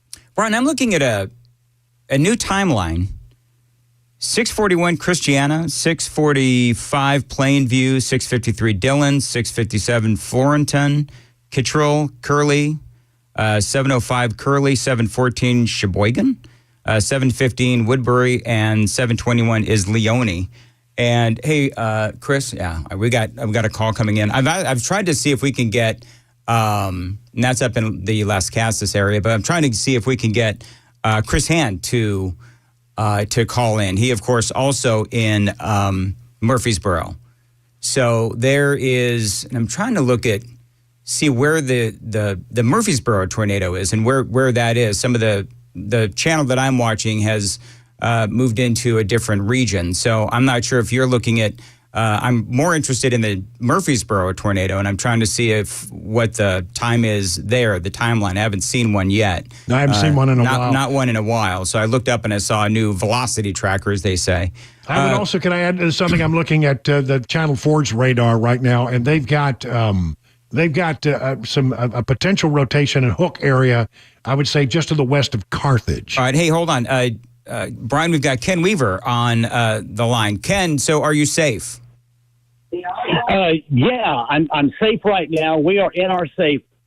I am monitoring what's going on outside right now. I can tell you we have blinding rain right now, and I mean almost constant lightning. It looks like along with the blinding rain, the wind isn't really as strong as you would think it would be, but that's not necessarily a good thing. But the lightning is almost constant, and the rain is blinding. And from what I'm looking at on Channel 2 right now here, it looks like this rotation that has been headed toward Murfreesboro, it looks like it is going to pass between Murfreesboro and Christiana. Well, that's south of Murfreesboro, north of Christiana. Yep. I think you're right, yeah. Hold on, we're off the air right now. Hold on. And then we've got a call from Christiana in Murfreesboro as well. But it looks like, Brian, Ken is seeing what we were seeing, which is it looks like it's going to scoot between Christiana and Murfreesboro. And this latest tornado warning was issued for Rutherford County until 7:21. That's the new alert that we just receiving now, as a matter of fact. Till 7:21. By the way, the is now getting over Christiana to Channel 2's radar. It is going to be south of Murfreesboro, but Christiana is going to get hit. I'm also watching this storm north of me in Carthage area. The radar's sort of suggesting that there's maybe some rotation in that particular cloud as well. If you're in the Carthage area, buckle up because it's headed your way in the next few moments. But again, the big one, the one we've been really concerned about is the one that looks like it's going to skirt just a little to the south of Murfreesboro, and that's a good thing. Again, not if you're in Christiana. Not if you're in Christiana, that's right. As soon as this... Yeah, Christiana and Plainview are in direct path of this thing. All right, here's a new timeline. 639 Fosterville, 641 Christiana, 643 Short Creek, 646 Plainview, and 650 Gum. Yeah, right. That's the storm that, and I'm looking at some of the other pictures. I mean, even if you're not in one of the areas. Hey guys, hold on. All right, so we're back on Super Talk 99.7 WTN. We have been watching this storm that was headed toward Murfreesboro, but now this storm, Brian Wilson and Ken Weaver, this storm has veered a little more south, and now it's Christiana that really seems to be, will be bearing the brunt of this tornado that is heading east. Yeah, Ken Weaver, for our radio audience, can you go through some of the timeline if you still have those numbers handy? Yeah, 639 Fosterville, 641 Christiana, 643 Short Creek, 646 Plainview, 650 Gum. And yeah, this thing is going to go right over Christiana. Yep. Okay. So if you're in the Christiana area, Well, hold on. now, Hey, please- guys, hold on. I've got Jim calling from line 1. He is actually in Christiana. Jim, are you safe? I am right on Rucker Road on the line of Christiana and Murfreesboro. Tell me what you're seeing. It is as dark as it would be at midnight, and it is pretty rainy, very windy. The wind has picked up very, very dramatically. Do you hear I tornado can sirens see in the about a distance? half mile. I do not. From where I am at, I only see the trees swaying pretty good. I can't see of anything. I don't see any swirling of anything. But it is no hail yet either where I'm at. And it is just raining really hard, and the wind has picked up to, I wish I had a wind gauge, but it's pretty hefty. Hey, Jim, let me ask you a question. For folks that don't know what the town of Christiana is like, describe it for us. Is it populated? Is it mostly country and rural folk? What is it? It's pretty rural, very country. Definitely when you come down South 231 out of Murfreesboro, you're definitely in the country. And how about Plainview? Because Plainview is also, it looks like, in the sites of this Not storm. very populated as well. I don't know what the population is. I'm looking out my back window, which pretty much goes right on the Christiana line, and the wind has just picked up dramatically like crazy. But I still don't see any hail or anything to that nature. Just a lot of lightning, a lot of thunder. And what road are you on, Jim? I am even with Rucker Road. How on the close, south side how of close are you to Murfreesboro, right on the Christiana line. Got it. How close are you to 31? About not even a mile. My road goes right into it. Okay, well, be careful because this tornado is headed right towards 31, coming from the west. Yep. Well, thank you. We're watching it. Thank you very much for getting in the safe spot. All right, lock up, be safe. Thank you for calling in. We greatly appreciate it. We don't want anybody to put themselves at risk, but if you have something that you've seen, we're especially interested about the damage from the tornadoes that passed through the Columbia area, and if you have something to report in regard to that, we would love to hear from you as well. Columbia and Spring Hill, yes. Yeah, that's right, because it went right across I-65, near the Saturn Parkway. And you know, that's a very populated area over there. There's a lot of new homes over there. There's a lot of developments. So I used to live over there. There's a lot of home developments. I actually lived right there. So, yeah, if you are in Spring Hill or Columbia and you can give us some firsthand knowledge of the damage, 615-737-9986, 615-737-WWTN. Now, we're talking to Jim, and it looks like he was north of the storm, but pretty close to it. And he said that it's not necessarily a big populated area, at least that's how he described it. But right now, as you look at the track of this storm, it looks like it's hitting Christiana literally right now. And it's going to then hit, looks like Woodbury, and then Kittrell. And if you're the south part of Murfreesboro, the southern part of Murfreesboro, that is where you're also going to be in that line of damage or that line of danger. But it looks like it's going to miss Murfreesboro proper. Whereabouts in Murfreesboro are you, Ken? Are you North Murfreesboro or? We are west at Highway. And I can tell you things are improving outside our home. It has lightened up. The rain has slowed down. We did get some brief hail. It looked like maybe marble-sized hail. The winds were pretty strong, damaging strong. But the main thing was that the rain was it wasn't raining, it was pouring. And then we had the marble-sized hail mixed in. But now as I speak, it is getting lighter outside. It's not lightning as frequently as it was. And there's no hail right now. and we're roughly Highway 96 and I-24 here in Murfreesboro. All right, so Ken, thank you for that. And if you want to jump back go check out outside, see if there's any damage. We got a bunch of calls, Brian, from Spring Hill. Can we get one thing in very quickly? Yes, Carthage area, the radar indicated rotation in that area. If you're in the Carthage, Gordonsville area, you might want to take precautions there. There's some radar indicated rotation in that area. And again, we're worried about this storm that's starting between Murfreesboro and Christiana. It would be fortunate if it could miss both of those Murfreesboro's a full-on town, and you've got Christiana, which is a more rural area. If it could skirt right between there, that'd be a good thing. But very serious damage and very serious storms. Just real quick, tornado warnings in Rutherford, Coffee, Bedford, Cannon, Smith, Wilson, and Trousdale counties at this time. Take this very seriously. Wesley is in Spring Hill, and folks, we got a lot of calls. Get right to where you are and what the damage is that you see. Wesley's on line 2. Wesley, what's going on in Spring Hill? Hey, Dan, I'm actually in Spring Hill right now. So the tornado is a little closer to Bear Creek Pike, which heads out, would be 99, and it heads out east of Columbia. Spring Hill, for the most part, was saved, but it's the southern part of Spring Hill and along Bear Creek Pike. I'm getting notifications that there's a mass casualty. Murray County has declared a mass casualty event, and it's going to be somewhere along Bear Creek Pike, heading east out of Columbia.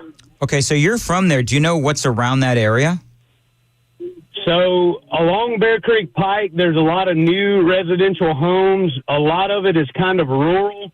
But if you're really close to Bear Creek Pike, there's a lot of new homes that apparently have suffered pretty heavy damage. I'm actually headed to a friend's house on Joe Brown Road. And if you look up Joe Brown Road, apparently the tornado went right through there. Joe Brown Road. Yeah, if you look up Joe Brown Road, it may either be a Spring Hill or a Columbia address, but you're looking at basically down Bear Creek Pike and then across the interstate. The interstate, from what I understand, is shut down at this point. Okay, thank you very much, Wesley. I appreciate it. And we're checking as best as we can on what he reported as a possible mass casualty event somewhere around Bear Creek Pike, Joe Brown Road area, and we're trying to figure out what exactly is out in that area. David is also in Spring Hill. David, what do you know? Well, I just passed on, just reemphasize, apparently the Asheville Fire and Rescue is sending the units that area just past Paintsville Road, so the Asheville's sending people to Bear Creek Pike. They are shut down in that area. Power is out in that area. The tornado pretty much came across at probably from the southwest to the northeast, across about 1 mile south of Bear Creek Pike. But yeah, it's a mess. I don't know exactly what happened, but Joe Brown Road is about 1 mile east on 99. What are you seeing in the way of damage? Just tree damage, but I know when I passed across Bear Creek Pike, there was no power whatsoever. And blue lights, red lights, I mean, everybody is heading that direction. So something has to be bad. I don't know any specifics, but I know Nashville is sending rescue down there. Wow. Well, we'll try to get some more information about that and find out more about it. But thank you for calling. Greatly appreciate it. Yeah, we are. We're finding out something bad, Brian, has happened in Spring Hill.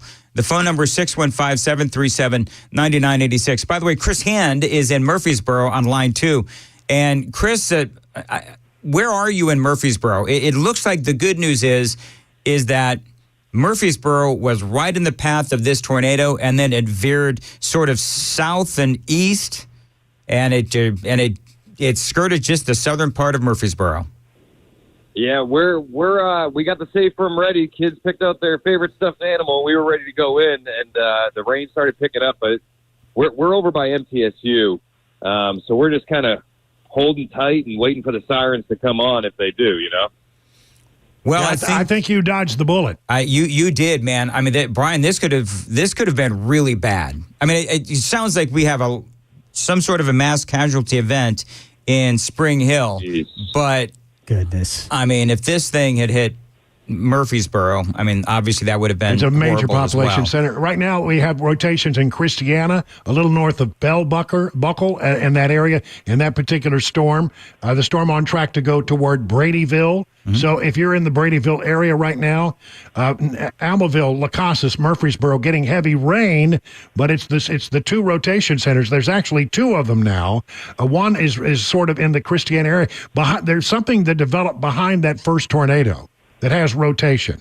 By the way, I just need to mention again, another storm up in the Gordonsville, Carthage area, very serious, and there has been radar-indicated rotation in those storms, and so you need to take that very seriously. Here at my location in Watertown, the storms are just skirting to the north of Watertown, and it looks like it's going to get ugly in Alexandria and Watertown and all of these, but we're just talking about heavy rain, no tornadoes reported. We have Rutherford, Coffee, Bedford, Cannon, Smith, DeKalb, Putnam counties now with tornado warnings up across the Mid-State area. So this is a widespread event, and you need to take precautions if you're in any of those particular areas. So, Chris, if you are in a safe space and everything's okay, we're trying to figure out there's some sort of people are reporting as a mass casualty event in Spring Hill near Bear Creek, Pike, and Joe Brown Road. So if you can try to find out all you can via Twitter and the emergency sources, that would be great, and appreciate that, Chris Hand. Billy is in Murfreesboro as well, and Billy, as we were talking to Chris Hand, you folks in Murfreesboro, looks like you did dodge quite a bullet, and what did you see in Murfreesboro? Well, it got kind of dicey there for a minute, Dan. I'm from Oklahoma, so the skies it kind of took me back home to when I was a kid. But I think we've dodged a bullet because it's starting to clear up toward the back end. I'm on South Rutherford Boulevard, and we just got torrential rain. So I'm not sure if the flash flooding around here, what the condition is there. But, if you're out, I'm sure you should, watch out for that kind of thing. Yeah, absolutely, Billy, and I appreciate it and glad you're okay. Ken Weaver, are you there? Yeah, I can back up what Billy just said. It looks a lot better here in West Murfreesboro. The light of day has returned. The wind is calm. We do have some rain falling, but it is just a calm rain shower, if you will. So for right now, it looks like at least my part of Murfreesboro, and it looks like Brother Chris's and Brother Billy's is in the clear, even though that rotation is still together and moving south of Murfreesboro, moving off to the east. But again, daylight has returned. We've just got kind of a steady rain now, and there's really no wind. I'm noticing that Christiana, that tornado in the Christiana, it's slowed up. It's not moving as fast as it was, and that's bad. Yeah, that's not bad. A good thing because if that means they're very powerful and they're moving more slowly. In the Christiana area, we have two areas of rotation, and a little north of Bell Buckle. You're in the clear in Bell Buckle, but if you're in Bradyville, Kittrell, Woodbury, these storms are headed your direction. Again, we have rotations indicated by radar. At a storm in Carthage and Gordonsville. Tornado warnings across the mid-state area include Rutherford, Coffee, Bedford, Cannon, Smith, DeKalb, Putnam counties. If you're in those areas, take your precautions very seriously and do what you need to protect you and yours. I just saw a picture on Channel 4 of the tornado that in the Christiana area, and that is if I had to guess, I'm not a meteorologist, but I'm guessing EF3 perhaps, maybe EF4. Goodness. I'm telling you, this is not an insignificant storm. Probably more like an EF3, maybe a strong EF3. So we're talking about sustained. That's almost 200 mile an hour wind. Yeah, that's to be taken seriously, and we are again trying to find out anything we can find out about what's going on in the area of Spring Hill, where these storms came through and caused some severe damage. We don't know the nature of it, but we know that Nashville emergency crews are now headed into that area to help because apparently they are declaring some type of what they have described, at least initially, these are early reports, a mass casualty event. And so we're doing all we can to try to track that down and find out what's going on right now. Let's talk about, guys, so we know what's going on in Christiana. By the way, they're talking about some water rescues in Goodlettsville. We know that there's massive downpours of rain, and so we're probably going to see a lot of that. Can we zoom out real quick? After this wave, what is expected the rest of the night? Do we know? I have not seen yet. I have not seen an assessment as to what is, if there has been an update to what could be coming the rest of the night. I think with the fact that we got 2 tornado warnings right now in the metro area, I think all the focus is on that, which we can't forget about that tornado warning up there around Carthage either. That thing is actually taking a sharper turn to the southeast as it continues to move slowly. Yeah. So I'm kind of waiting on that, Dan. I see the potential of maybe another line of showers. I'm looking big picture, and we're talking probably this wouldn't reach our area, if at all, for till the early morning hours. So, I think there could be another round, but I mean these are still like they're still over in the Evansville, Indiana area. Yeah. So I'm looking at that too. Yeah, I mean it runs all the way from Tulsa all the way to just south of St. Louis, and that is a whole nother wave and line that would come through. If I were going to guess, again, I would say probably maybe 3 o'clock in the morning.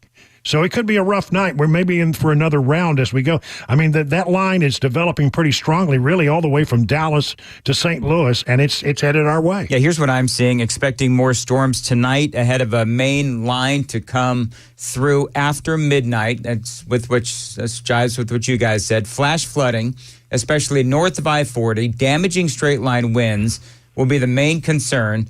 Not worried about tornadoes with these storms later on after midnight as of right now, according to Nashville Severe Weather. We'll have a wait-and-see approach, but that's what they're reporting right now. After midnight, straight-line winds, especially north of I-40. Right now, they're saying no worry about tornadoes, but again, we'll just have to take a wait-and-see approach. Wesley is calling back from Spring Hill, by the way, guys. Wesley, thanks for calling back. Go ahead. Hey, Dan. So I just wanted to give you guys a location of where this hit. This is the area. It's New Lasea, New Lasea Church of Christ. This would be eastern part of Columbia, southern Spring Hill. From what I understand, it's destroyed right through there. So I just wanted to give you an idea of exactly where it hit. Wait, hey, can you, Wesley, what is there? Okay, so you said there's a church. Is there homes? Yes. Is there stores, strip malls? Yes, there's a lot of new homes in that area. The Bear Creek Pike exit on 65, which is Highway 99. There's a lot of new residential homes. I believe there's some apartments in that area. I'm just praying that the mass casualty event didn't, that may have just been false news, but that's what I'm hearing from the locals. What's the name of that church again, please? I'm trying to get some information on it. Yes, it's New Lasea, Lasea, Church of Christ. And that's going to be the dead center of where the tornado went through. Can you? I hate to ask you for this. Can you spell that for me so I can get the details? Yes, it's NEWLASEA,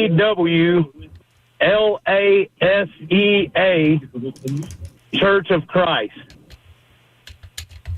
New Lasea Church of Christ.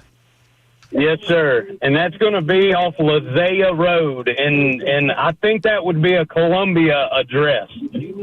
Yeah, guys, I'm just looking at this on the map right now, and it is very close. That road is very close to Interstate 65. That exit contains a couple of hotels right off the interstate, and then looks to be a pretty good-sized, newer subdivision with a lot of homes in a tight area. Yeah, I'm looking at... Also other businesses as well there. I'm looking at Bear Creek Bar and Grill, Tommy Mozzarella's, Comfort Suites. Hey, Dan. Yeah. So I'm at the end of Clara Mathis Road, This would be South Spring Hill, and they're redirecting traffic. There's apparently the tornado went through right at the south end of Clara Mathis, Clara Mathis Road. And I'm starting to get into some debris now, so this is where the dead center went through. Well, this is in the area that's just to the west of I-65. It is it's got there's an old Cracker Barrel there, not far from that location, a Subway store That's right. on the other side of the interstate. You got a Love's Travel stop that was in that area, a big area. Yeah. This is the Holiday Inn Express in Columbia is there, the Farrell Inn and Suites in Columbia, and it is a subdivision area. So, yeah, and this church, I just looked up their website. I would say it's a fairly middle-sized church, as churches go in this particular area, and this is a heavy area. So that may be where we're looking to find some more information about this still rather unidentified mass casualty event. But this is just not far from 65. All right, guys, thank you very much. And Wesley, call us back if you get more information, please. We appreciate it. We've also got Chris trying to call some of these businesses, Brian, that you were talking about. I missed all of the ones you were talking about. Got a lot going on here. But, Comfort Suites, Stan's Restaurant, the Bear Creek Bar and Grill. There's a Cracker Barrel. There's a U-Haul dealer near there. And the worrisome part of this, Brian, is we're talking about this is, there's hotels here. So, and we don't know how many casualties, if any, there are. We don't want to, cause any panic. But there's a bunch of hotels here. People are staying in these hotels. There's an RV park not far from there. And there's an RV park close by, too. So, by the way, Michael was in Columbia, and I guess he was right there when the tornado hit. Michael, you're on WTN. Hey, guys, thanks. Listen to you every day. Yeah, it went right overhead. It dropped down it dropped down the road right above my house, just the next left. I've been sitting outside watching the EMS. It's been a steady stream of EMS going down Bear Creek Pike towards like the area where you're talking about, let's say a Church of Christ, and down towards the interstate. I've seen fire, EMS, everything. I just saw excavators and heavy lifting equipment moving down the road. I'm on the road right now. I'm trying to actually get to the county EMS office, but they've got everything's just shut down. Well, there is actually a Murray County fire station just down the street from that Church of Christ. Right there. Yeah. Well, they've already gone. I live right next door to it. So they were the first ones out, but ever since then, we've seen ambulances, supervisors. They've pulled in fire departments from the surrounding area because I've seen police cars, sheriffs, state troopers. There's a ton of responders coming down this road right now. So are they headed toward the church? Yeah, they're heading down. Yeah, they're heading towards the church, towards 65. So they're coming from Columbia and heading towards 65 down Bear Creek. Gotcha. Okay. And there's all kinds of excavating equipment. I'm seeing all kinds of like private individuals. Brown Dirt Works just drove by and they got a big excavator on a trailer. So they've got some major things going on over there. Like I said, I've seen a ton of ambulances heading down this way. I've heard from my neighbors that did actually try and get out and drive around that there's an entire subdivision that's just gone. Oh, wow. Well, there is a subdivision just north of there. It says what I'm reading here is that there's a Ryan Homes subdivision. Ryan Homes at Quail Run Meadows, that area. So they could be going. Wow. You're right in the thick of it, my friend. Yeah, I'm right in the middle of it. Well, why don't you hold on the line as you can, and if you have anything else to add, just jump in there, would you? I don't want to lose sight of the fact that we do have active weather. While we're looking at what has happened, we need to be aware of what is about to happen, and we're looking at in the Murfreesboro area, south of Murfreesboro. That storm's still very active as it moves to the east toward Woodbury, and then there's this Carthage-Granville area. I was like Gordonsville, Carthage, an area of rotation just past between Carthage and Gordonsville, and now headed toward an area called Baxter in the next few minutes. So we have active areas there. I have confirmed tornadoes in Robertson, Murray counties today. And as you have heard, we're beginning to get reports that something happened near the New Lasea Church of Christ. In that area, where just before it crossed over I-65 in the Columbia area. We don't know what it is, but apparently a tremendous number of emergency vehicles moving into that area. There are all kinds of businesses right there. This is Bear Creek Park, Bear Creek Parkway. Yes, and as it goes across I-65, it's not far from the New Lasea Church of Christ. There are haunted, let's see, what do we got here? I got a campers RV park on the other side of I-65 there. Love's Travel Shop, a Subway. There's a Cracker Barrel in that area. The Cleburne Farm Supply is in that area. Well, let's turn that off. Thank you. Go ahead, Brian, you were saying? And so a Cleburne Farm Supply is there.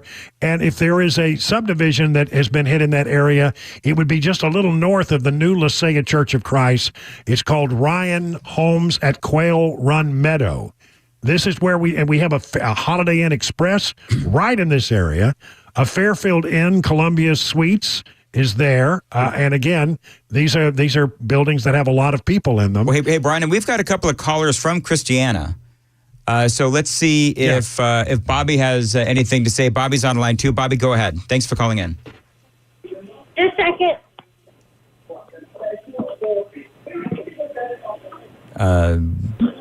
Yes, we were just coming through the Newtown area. There are trees down in the road. There's power lines snapped. We just got through all of it. It's pretty much passed over us. But me and about 5 other guys were out cutting trees up just so people could get through because there's power poles snapped and everything else out in this area. Bobby, have you seen any damage to structures or homes? No, sir. No, sir. Didn't see no homes damaged. Just a lot of trees, debris, power lines snapped, things such as that. All right, Michael, thank you very much for calling in. Edward, very quickly, is in Christiana as well. Edward, go ahead. Yeah, we're in the same position over here off of Midland. A lot of trees down, a lot of outbuildings damaged, but as far as housing, so far so good. But we definitely had something come through. It's not a small tornado, but want to give everybody an update on that. All right, Edward, thank you very much. Appreciate it. Brian, I want to take a call from Spring Hill. Colby is in Spring Hill. You okay with that? Yeah. All right, Colby's in Spring Hill on WTN. Hey, Colby. Hi, how are you guys? Hey, Brian. I usually listen to Dan, but I happen to be listening to you today. Dan Mandis, that is. Thank you. I just want to let you guys know I've never been this close and this shaken up from something in my life. And I'm from the Midwest, from Iowa, and I can't even put words to what just happened. And this is national news. That's for sure. Well, tell me, Colby, you're shaken up. Tell me what you experienced. See? My house was shaken. We didn't have much damage. It just shook. We're south of Kedron, in Spring Hill, but it shook. I could hear just hail. I mean, an abundant amount of rain. I've got 2 twin 3-year-olds, so I had them with their helmets on in the laundry room. We don't have a basement in our house to track home, and I'm still shaken up. I just want you to for those that were. If anyone was injured or hurt, I really pray that they're okay. We're trying to call out. Thank you very much, and we're glad you're okay as well, Michael. We're trying to call Brian and Ken some of these various hotels. No answer at the Fairfield Inn. No answer at the Bear Creek. I'm not getting any answer from any of those businesses around there. Cleburne Farm Supply. No answer. That's a place that might be closed. Where are we at as far as any active weather right now, guys? Well, let me see what I've got here. I'm looking, of course, in the area around. Hang on a second. I've got a tornado warning is still in effect until 7:15. This is for parts east of Murfreesboro. This is for DeKalb and West Central Putnam counties. Looks like this thing's going to be over Sparta at 7:39. Bon Air at 7:45, 7:48, DeRosset. And so this thing, this is the Ken, one that passed through Murfreesboro. Ken, we're off right now because of the warnings. So we're going to have to reset that. And guys, we're getting a bunch of calls. So I think what we want to do is we're going to come back. We're going to give the timeline and where we are currently with the current, situation. But I think we need to really try to figure out what the heck happened down there near the New Lycea Church. I agree. Well, I mean, obviously that guy was in the middle of it with all those sirens and things. Yeah. I've got Donna is on Bear Creek Pike. So we'll go to her right after we come back. Okay. Again, the one thing I want to be careful here is that while we're looking at things that have happened, yes, we still have an obligation to tell people about the things that are still out there. And so what we're going to do, Brian, we're going to come back. Ken, we're going to come back, and we're going to reset what is happening right now, and then we'll go to the calls. Okay? All right. Okay. Sounds good. And I'll reset when we come back. Thank you.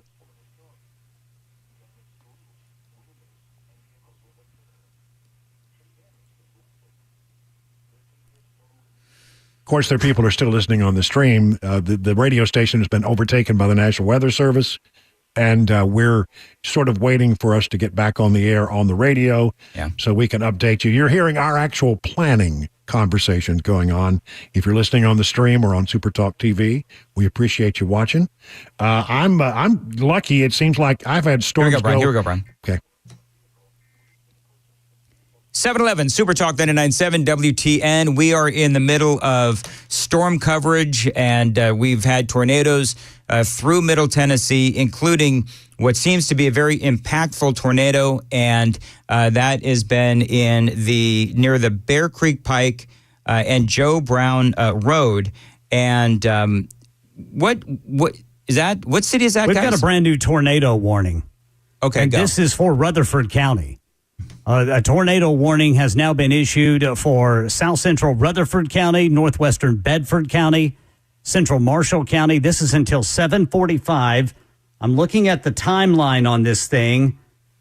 Let you know this is radar indicated, prompting the tornado warning.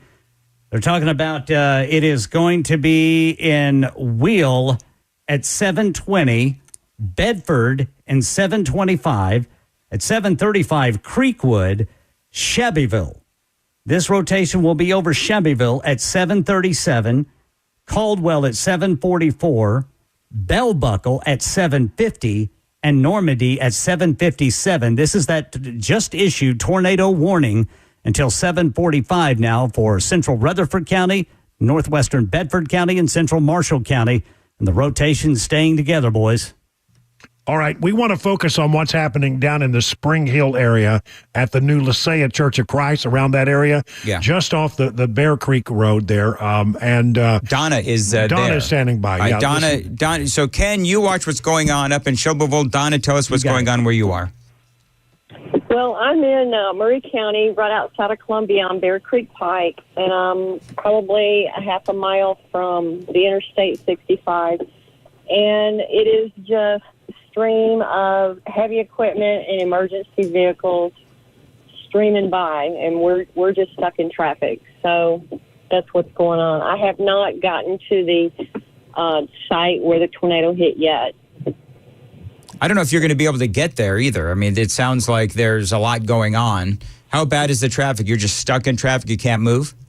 Oh, yeah. Well, we're moving, but there's just a lot of emergency vehicles, heavy equipment vehicles, and it's just a steady stream coming right back. You know, we're getting off on the side of the road constantly, just a steady stream. Well, glad you're doing okay, Donna. Appreciate it. And see, David is in the same area. David, go ahead. Hey, I'm at the Holiday Inn Express at that exit, and all the hotels and stuff in that area, nothing was damaged. A few trees down. Okay, good. We're driving north toward Spring Hill, and we are seeing vehicles in the ditches with trees covered, a couple of mobile homes that have been destroyed and a lot of fences down and stuff like that. And there is definitely just miles of traffic backed up going south, so I wouldn't recommend anybody going south. Going north so far, everything's okay, but going south, there's clearly something happened south of Bear Creek because just uncountable amount of emergency services have been going that way. So, and you're talking about south of Bear Creek. Correct. And but the traffic starts even north of Bear Creek. Yeah. I'm passing mile marker 49.0 right now, and I can still see traffic for miles going south. I'm going north at the moment. Okay, got it. All right, David, thank you very much. Appreciate it. Ken, do you have anything to report on what's going on near Shelbyville? Yes, I do. I've got a new timeline. Channel 2 says that the rotation that is prompting the tornado warning, the renewed tornado warning now for parts of central Rutherford County, Bedford County, and Marshall County at 7:24, Iconjum, 7:25, Wildwood Mill, 7:33, Centertown, 7:40. This rotation will be over Bethany. At 7:40, Warren County Memorial, 7:43, Womack, 7:47, McMinnville. This rotation will be over McMinnville at 7:47, and then Faulkner Springs at 7:49. Again, this is a tornado warning that is prompted from a radar. This is a radar-indicated tornado warning, meaning that there's rotation in the clouds, and that's why they have issued the tornado warning. So nothing's seen yet. It's just indicated. Yeah, and it looks like a little rough storm in the area of the Cookville area. Up a little north, watching that right now on Channel 4. Radar-indicated rotation, serious activity up there. If you're south of Cookville right now, and it is looking like it's going to get a little rough for you in the next few minutes. I'm actually very fortunate in that a big cell went to the north of Watertown and then to the south of Watertown. We are now beginning to see a little clearing. But I got to tell you, there for a moment, it went pitch black. Yeah. Black, the blackest sky I've seen in a long while. And I grew up in West Texas. I've seen some thunderstorms and I've seen some tornadoes. As Ken Weaver can appreciate, having spent some time in the Oklahoma area. It's what it reminds me of. It's really something. But we've got a lot of areas out here. Tornado warnings in Marshall, Rutherford, Bedford, Smith, DeKalb, Putnam counties right now. Take it very seriously. Some of these have been actually seen with the naked eye. Others have been indicated by radar. But you don't need to take any chances. Take it very seriously and make sure that you and your family is okay. Well, the really good news is that if you look back to the west, we're going to get a respite here for a while. Now, I think there's another line that will come through after midnight.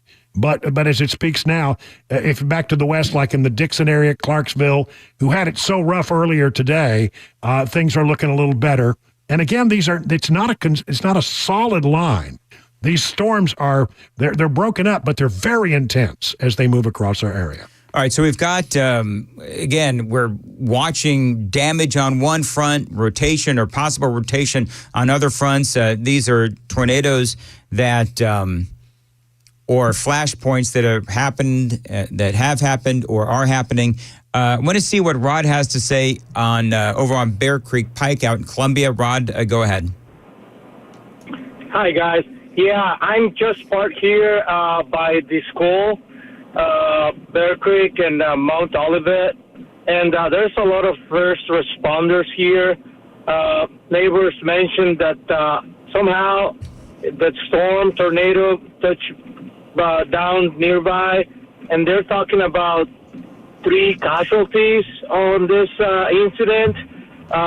Via Facebook, I have just one confirmed via weather down in Muletown, which is our local most trusted source, in Facebook.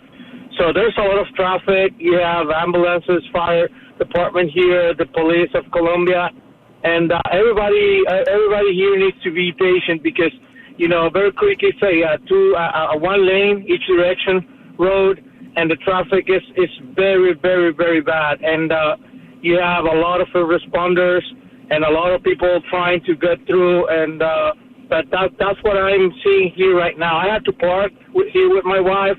I'm from Texas also. I've seen few things like this before, and you need to be very patient and try to help if you can. But you can help if you're not in the way sometimes. I think you help better doing that. And you said... That's what I'm seeing here. And Rod, you said that traffic is really bad. Is it bad on Bear Creek Pike? Is it bad on 65?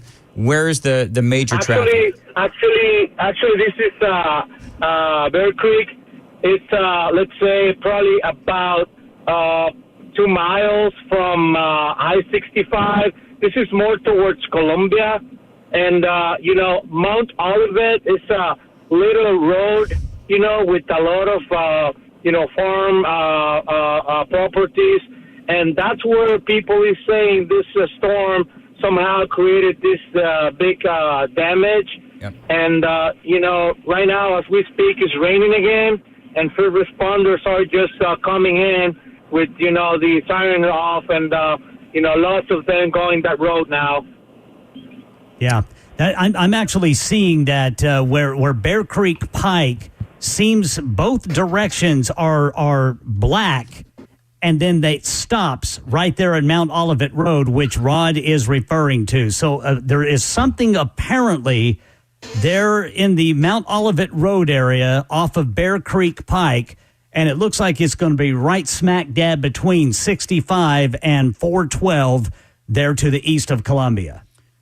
And, that could be anything from cars to power lines, something in the roadway. There's schools. I see a Cox Middle School, Howell Elementary School, Central Christian Church in that area. But again, I don't know if this is actually where the center of this activity is. All I know is that I can see where traffic is stopped both directions right there at Mount Olivet Road, which Rod was talking about.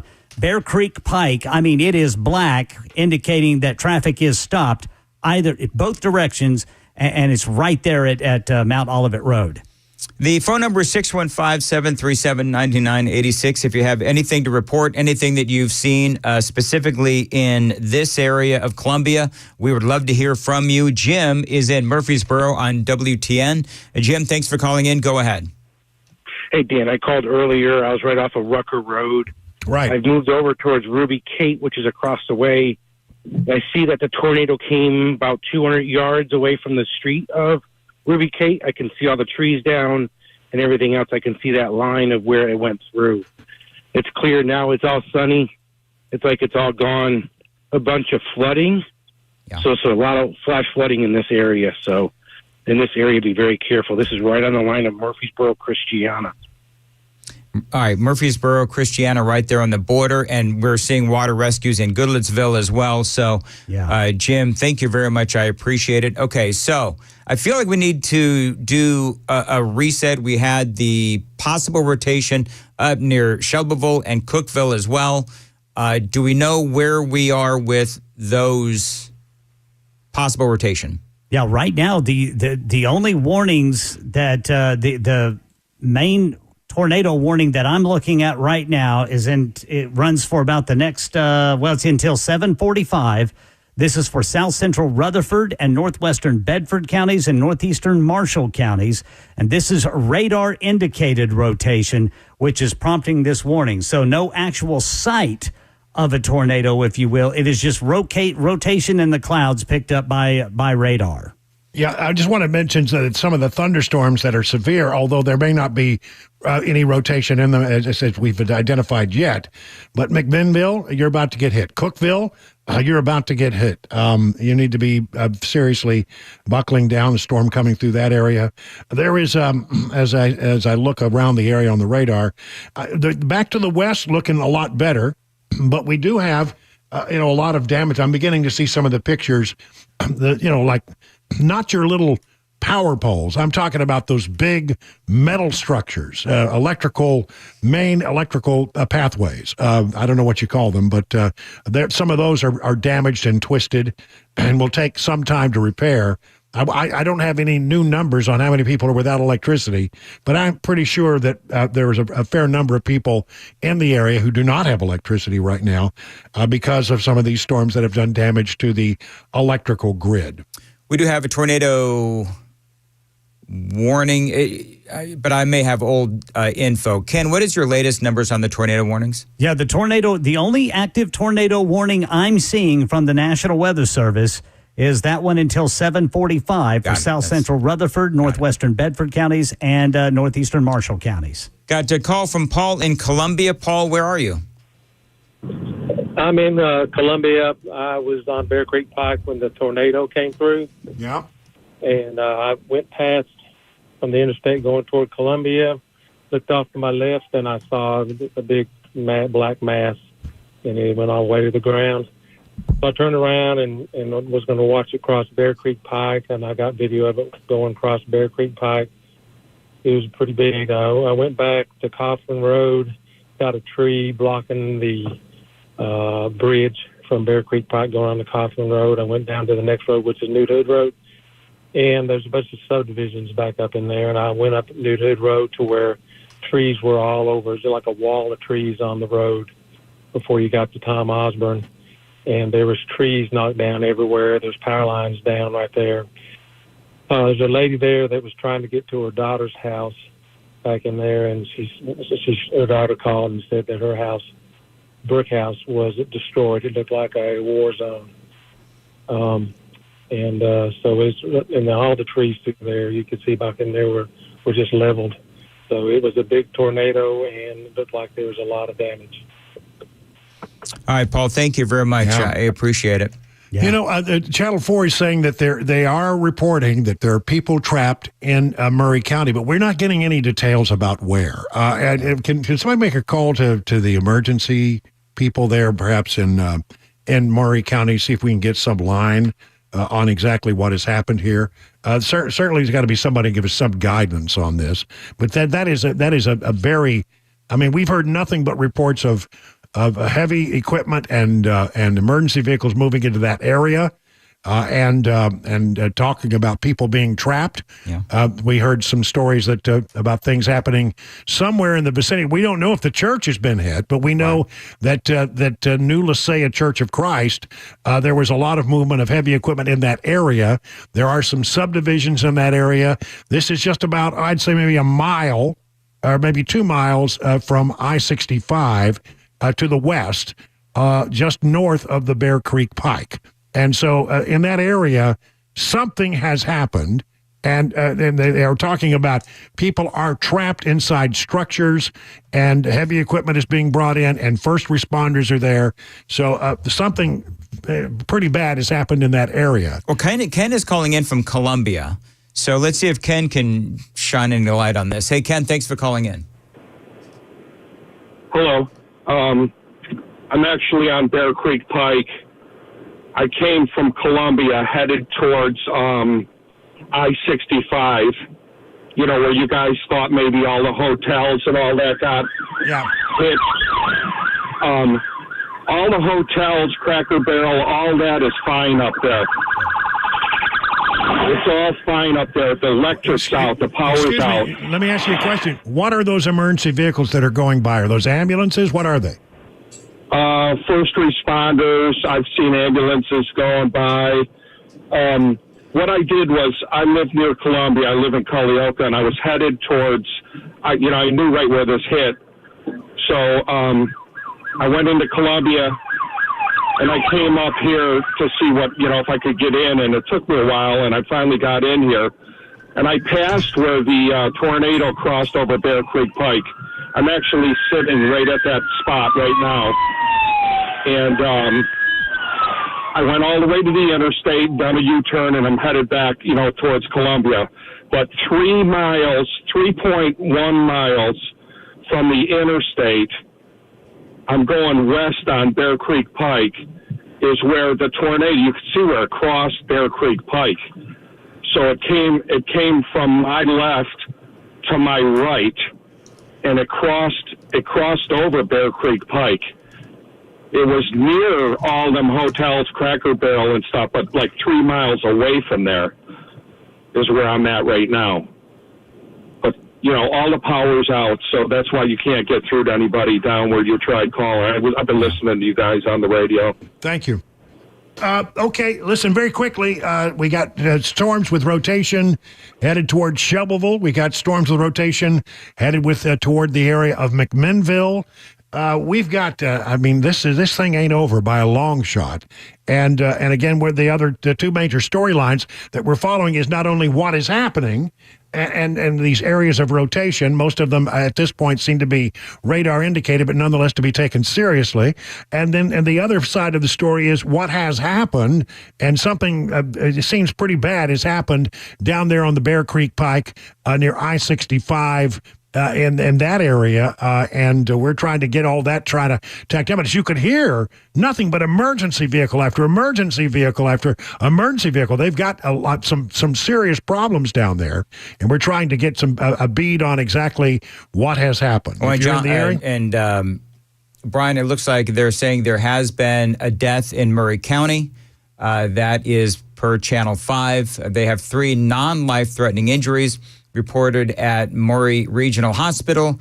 Murray County schools will be closed tomorrow. Sumner County schools will also be out tomorrow.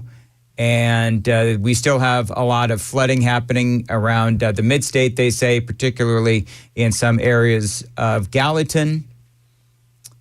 Let's see here. Columbia tornado damage spotted in Murray County off Bear Creek Pike. Well, that's what we're talking about. That's according to the Tennessean.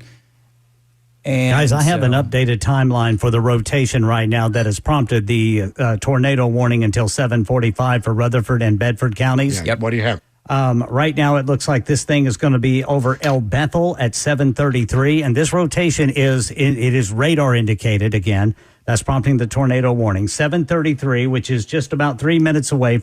It will be in El Bethel. 7:38 Shelbyville. 7:52 Bell Buckle. 8 o'clock Normandy. 8:06 Beech Grove, and 8:19 Manchester. And this thing is moving due east at 30 miles per hour. It has produced half-dollar size hail with it and very damaging winds. But again, it is a tornado warning prompted by radar-indicated rotation. Therefore, Bedford County and Rutherford County until 7:45. Wow. And just a big picture, pulling back for a little bit, we were talking a little earlier about what happens after this. Well, there'll be a period of calm, it seems, as these push to the east. But there is a very distinct line that is developing all the way from, Tulsa to St. Louis that is coming in behind it. Now, this is going to be hours before it gets here. But I'm looking at some of those areas, and those thunderstorms are pretty. It's a well-defined line. Mm-hmm. That one, if it comes through later tonight in the Nashville area, it'll probably be well after midnight. But when it gets here, if it holds together as it looks right now, that's going to be a very compact and very solid line of thunderstorms that push through our area. Michelle is in Columbia. She apparently just drove through this area as well that we're talking about in Columbia. Michelle, go ahead. You're on WTN. Hey, I just drove through there, and the gentleman that you talked to before was correct. All the power's down, all those hotels, Cracker Barrel, all of that was fine. You cannot turn down LaSalle Road at all. They have it completely blocked off on both ends, so you can't get down there. And that's where all of the emergency medical vehicles and all of that were headed. And I came from Highway 31 to I-65, and the reason that Bear Creek is so backed up, there's an elementary school, E.A. Cox Middle and Randolph, I think, Elementary, and that light is out, and they're directing traffic. So the traffic is really backed up both directions, and that's why it's like that on Bear Creek. All right, Michelle. Guys, I'm seeing. Go ahead. I was just going to say I'm seeing that there is one person confirmed dead in Murray County, according to Murray Regional Health. This is on News 2. They have 3 non-life-threatening injuries, and there is one person in critical condition. So at least 1 fatality, 4 injuries. One of those injured is in critical condition. I don't like the looks of this storm down near Shelbyville Me either. Headed in the Bell Buckle area. If you look at the radar, it's again one of those classic radar hooks, which indicates a lot of rotation. And I don't, just experience teaches me that's one to watch in the next few minutes. It's going to go a little north of Shelbyville, it looks like, and well, I don't know. And but if you're in Bell Buckle, you better buckle your bell because I'm telling you, it's coming your direction. Yeah, it's crossing over 231 now, just north of Shelbyville, and is moving to the east. War Trace and Bell Buckle will be in the path of this thing, and like you mentioned, Brian, the rotation is strong. I mean, it is staying together. This has been going on now for at least 20 minutes. This rotation prompting this tornado warning until 7:45. Bell Buckle is obviously a very small town, but I'm looking at the map of Bell Buckle, and I don't know if you'd call this downtown Bell Buckle, but they've got the Bell Buckle Cafe. Does it look like it's going to hit, right there at Wed Robe and Liberty Pike? Does it look like it's going to hit right there? Right now, the rotation in the area of concern, and boy, that is distinct. Yes. That is very distinct, and it is right north of Shelbyville. And headed in the direction of Bell Buckle, maybe a skirt just to the north of War Trace. But, I mean, I don't like the looks of that storm at all. Yeah, radar is showing the classic hook, which is the hook is still to the northwest of Shelbyville, but there is very heavy rain on Highway 231 north of Shelbyville. Bell Buckle is getting hammered by heavy rain right now. But, yeah, it has that classic hook. Okay, here's a new timeline. 7:34 Outdoor Arena, 7:40 Caldwell, 7:45 War Trace, 7:50 Courtner, 7:51 Union Ridge, 7:56 Bockham, 8 o'clock Noah. These are very small communities, just neighborhoods. They're around the Shelbyville Bell Buckle area. And we, of course, I want to remind you that one of the things we have going on as well across the entire region is low-lying areas are flooding. Yes. I mean, we've had just aside from all the other tornadic activity and the hail and the lightning, we've just had a lot of rain. And a lot of these areas that are prone to flooding are flooding. Roads are closed. And again, a reminder, don't go into the water if you can't see the bottom of it. I mean, it doesn't take much water. Just a few inches of water can literally wash a small car into the ditch, and you don't want to be in that position. So let's be very careful there. A lot of effort that's going on from first responders right now is closing down roads because of the flooding. Yeah, and we know that there have been water rescues, in Goodlettsville, north of Nashville. I think those are still ongoing. There's just a lot going on right now in Middle Tennessee associated with these storms. And as I'm speaking right now, Channel 2 is showing that rotation, some rotation now in, looks like this is going to be east of Rutherford County. It is almost to McMinnville. I don't know if this may be a new tornado warning that has just been issued with McMinnville being in the crosshairs. I'm going to have to refresh and right check now that. in as far as I can tell, in McMinnville, they've got a severe thunderstorm warning till 7:45. They're talking about 60-mile-an-hour winds, wind gusts, 1 inch in diameter of hail, larger hail possibly as well in the neighborhood areas. They're telling folks in McMinnville to stay inside, remain indoors, away from windows until the storm passes. And tornado warning in effect until 8 o'clock. Coffee County, White County, Cannon County, DeKalb County, Warren County, and that is McMinnville. Okay. So a tornado warning until 8 o'clock now for those counties. Channel 2 looking very closely at the radar indicated movement just a hair north of Shelbyville. I mean, this is going to skirt right to the north of Shelbyville and headed toward War Trace and Manchester eventually. War Trace 748. Bug Scuffle 750. Normandy 756. I mean, we have two radar indicated tornadoes within an hour of each other. And they're both south of Nashville, moving to the east. And again, now this latest tornado warning It's until 8 o'clock, so Yeah, there off does the air, not seem guys. to be any let up. We're off the air, guys. We have apparently another tornado warning coming in. Yeah. Oh, it's probably the one in Probably McMinnville, the one we're right? talking about. Yeah.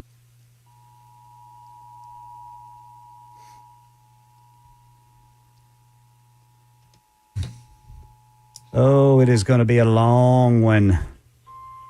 South of McMinnville, area of rotation, 60-mile-an-hour winds. Yeah, that's enough to do some great. damage. Okay. Hey, guys. Seth is just spoke to the pastor of New Lycea Church.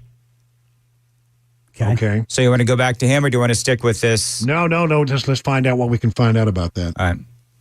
We can do a recap and then go to Seth. Okay. Okay, let's do that. Yep. Shelbyville, McMinnville. I mean, that's the area right now that's looking pretty. I mean, boy, the lightning alone is scary. Yes. Yeah, Bell Buckle. Yeah, right now the lightning is really intense between Shelbyville and Bell Buckle. And it looks like this rotation is going to pass right in between Bell Buckle and Shelbyville, which puts Summitville in the direct path of this thing if it continues on its current track. And that is the tornado warning that is set to expire in 5 minutes. Let's keep our fingers crossed and hope that is indeed the case. But we do have this new tornado warning that is until 8 o'clock. This is for DeKalb, Warren, Coffee, White, and Cannon counties until 8 o'clock. This is the one that's showing the radar indicated rotation, prompting the tornado warning, and it is just outside of McMinnville right now as we speak. All right, so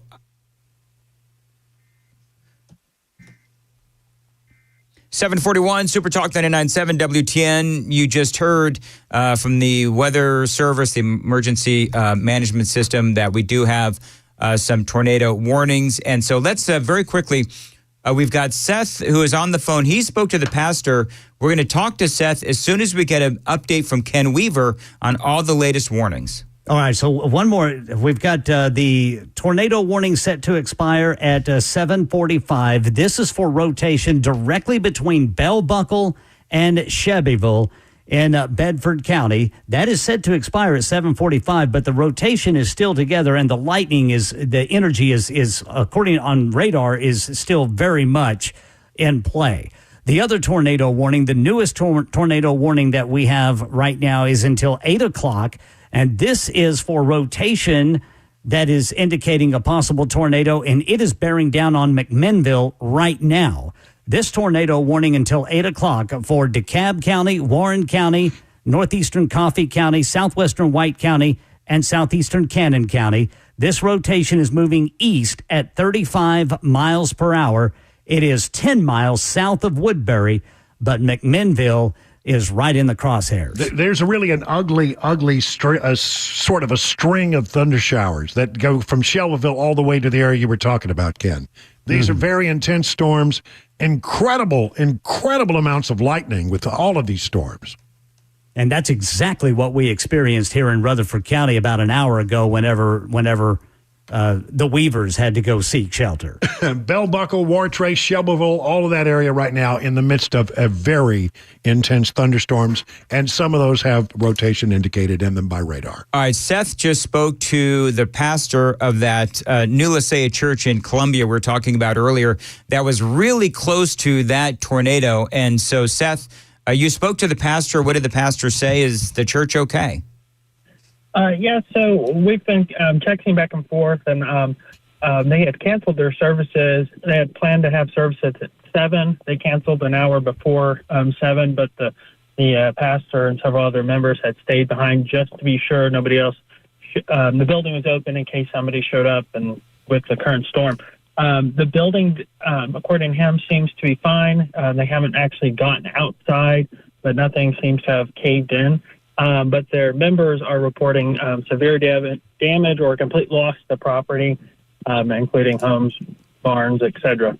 So the building seems to be fine. It just seems like the members of church of their property has been pretty well damaged. All right, Seth, thank you very much. I appreciate it. And it looks like, guys, they're looking at rotation right near 41A. Heading towards Normandy That's east of Shelbyville. East of Shelbyville, and they've got a new timeline as well. 742 Caldwell, War Trace at 746, 750 Normandy, 802 Manchester, 804 is PM is Westwood Homes. And I mean, I'm looking at the arrows. I'm looking at the rotation. It's hard to tell. Yep, that's east of Shelbyville. And what else are you guys seeing on that? That's exactly what I'm seeing. And we've got about 16 more minutes before this thing expires. This is the tornado warning that we've been talking about until 8 o'clock. Going back to Murray County and what Seth was talking about, members of that church, the church apparently intact, members letting the pastor know what's going on elsewhere. Remember, we do have the report from Murray Regional Health, according to Channel 2, that at least one person was killed. We have 4 injured. One of those 4 is in critical condition. And it's interesting that all of that emergency vehicle traffic was headed up toward the New Lycea Church of Christ. Mm-hmm. And if the Church of Christ is okay or largely intact, that's great news. I'm very curious as to what happened at this little subdivision, which is just up the road, just north of the church, called Ryan Homes at Quail Run Meadows. It's a new division. It looks like not very big, but these are obviously fairly new homes in there. What I'm concerned about trying to find out is we keep hearing that heavy equipment and emergency vehicles. I mean, gosh, one of our callers called in and it was like every 3 seconds there was another siren screaming by. Right. There's a lot of activity there, heavy equipment, first responders, reports of people trapped in buildings, and we really, we're quite frankly, we're a little frustrated. We can't bear down on where people are trapped in buildings, but there obviously are these reports. And so we're doing 2 things. We're telling you what we know about the damage, but also trying to keep an eye on the places where we still have very active weather. And Billy is in Shelbyville, where we do have some active weather going on. Billy, you're on WTN. What are you seeing? So it cleared up about 15 minutes ago, and then all of a sudden the skies turned extremely black. I'm outside right now, and it's like a whole bunch of lightning just everywhere. So where are you? Looking really rough. Where are you in Shelbyville? Up by the Walmart, north side of Shelbyville, towards the airport. And you're seeing just dark skies. Have you seen any hail? Is the wind blowing? Oh, the wind's crazy. I've not seen any hail. I've been out on the porch quite a bit, but there's no hail, just extremely heavy winds, lots of lightning, and pitch black skies. All right, Billy, stay safe. And if anything happens, call us back. And, Brian and Ken, you look at Shelbyville and where this rotation seems to be, and you do have a lot of restaurants. You have, a lot of stores. I mean, this is Shelbyville is small, but it's a populated area. Well, and we have a new tornado warning. And this is in the Shelbyville area. This is a tornado warning now until 8:15. This is for southeastern Rutherford County, Warren County, Coffee County, Bedford County, which is Shelbyville, and southwestern Cannon County in Middle Tennessee. This is until 8:15. This is radar indicated rotation, and this is part of a thunderstorm. They say capable of producing a tornado over Shelbyville, moving to the east at 50 miles per hour.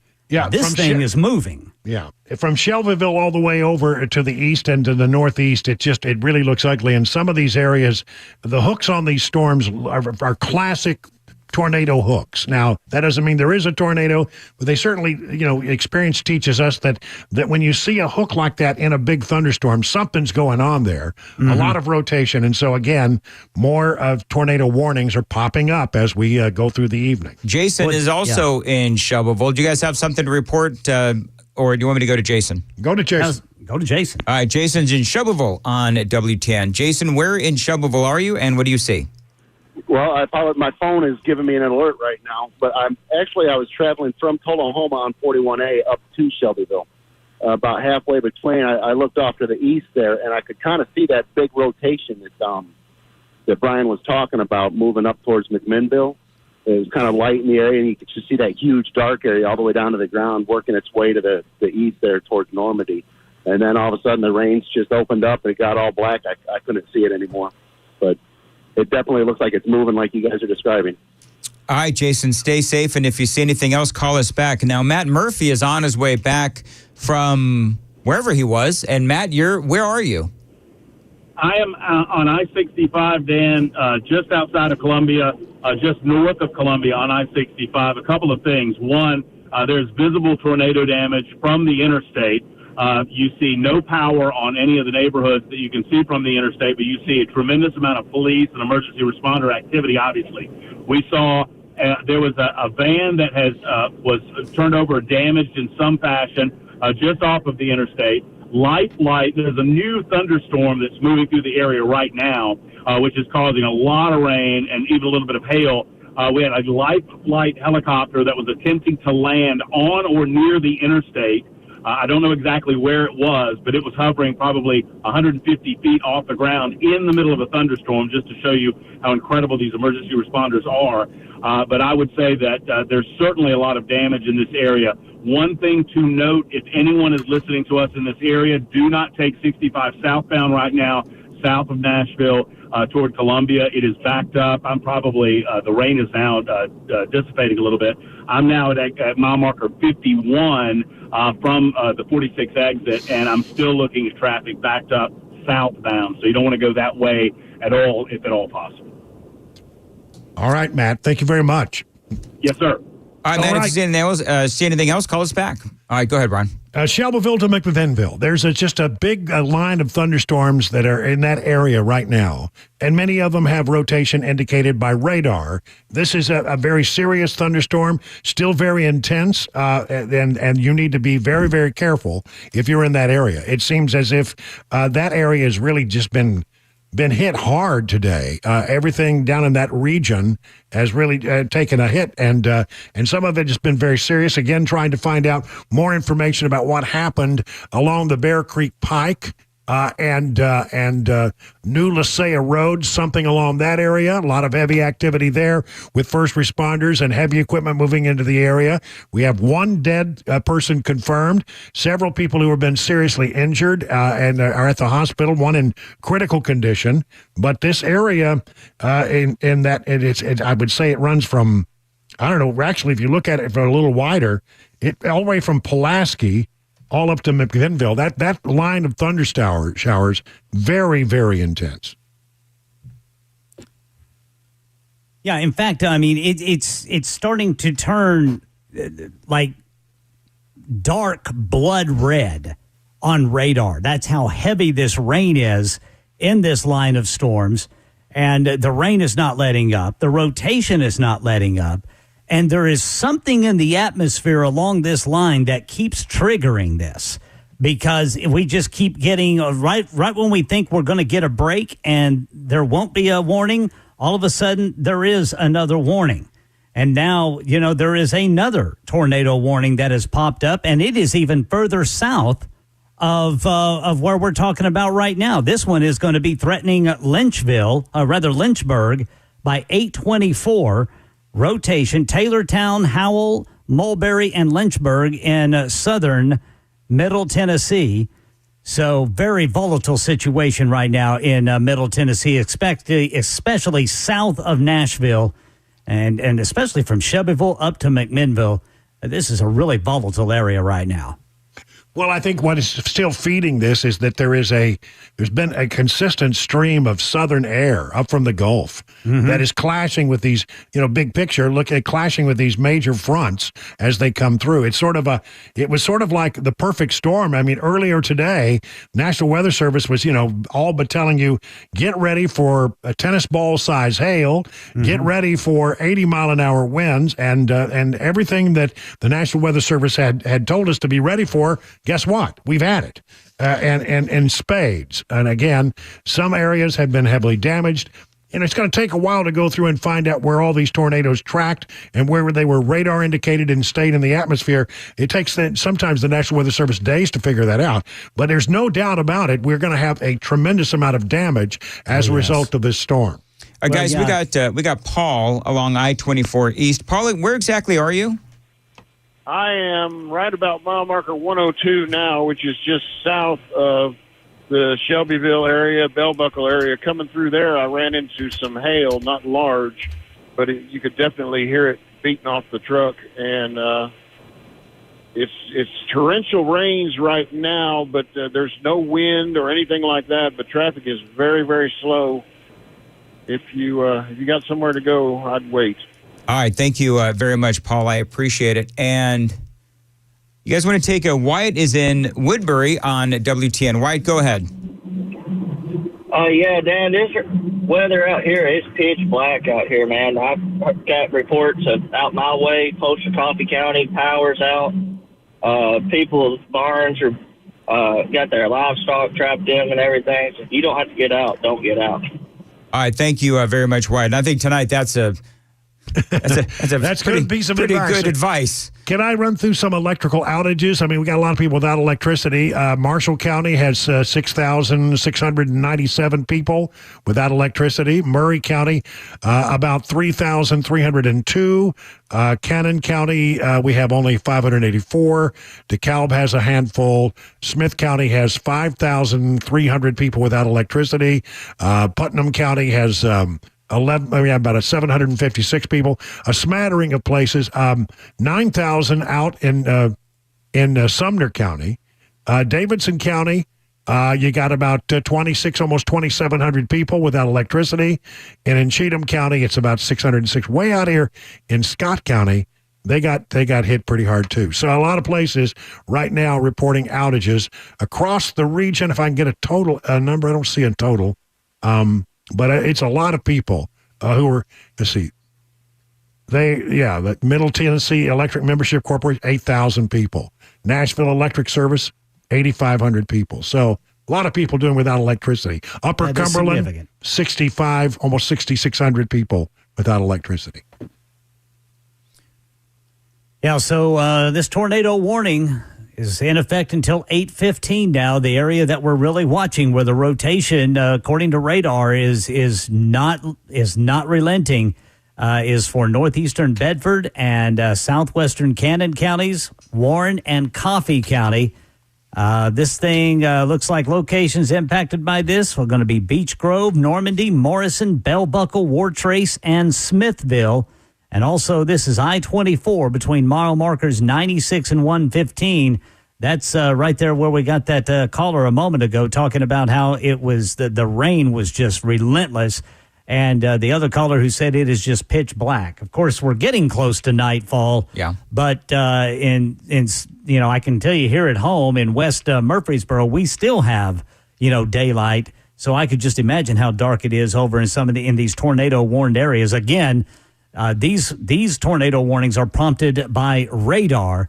These are not spotter tornadoes. This is just rotation, but still they're packing 60-mile-per-hour winds, and that's enough to do some damage.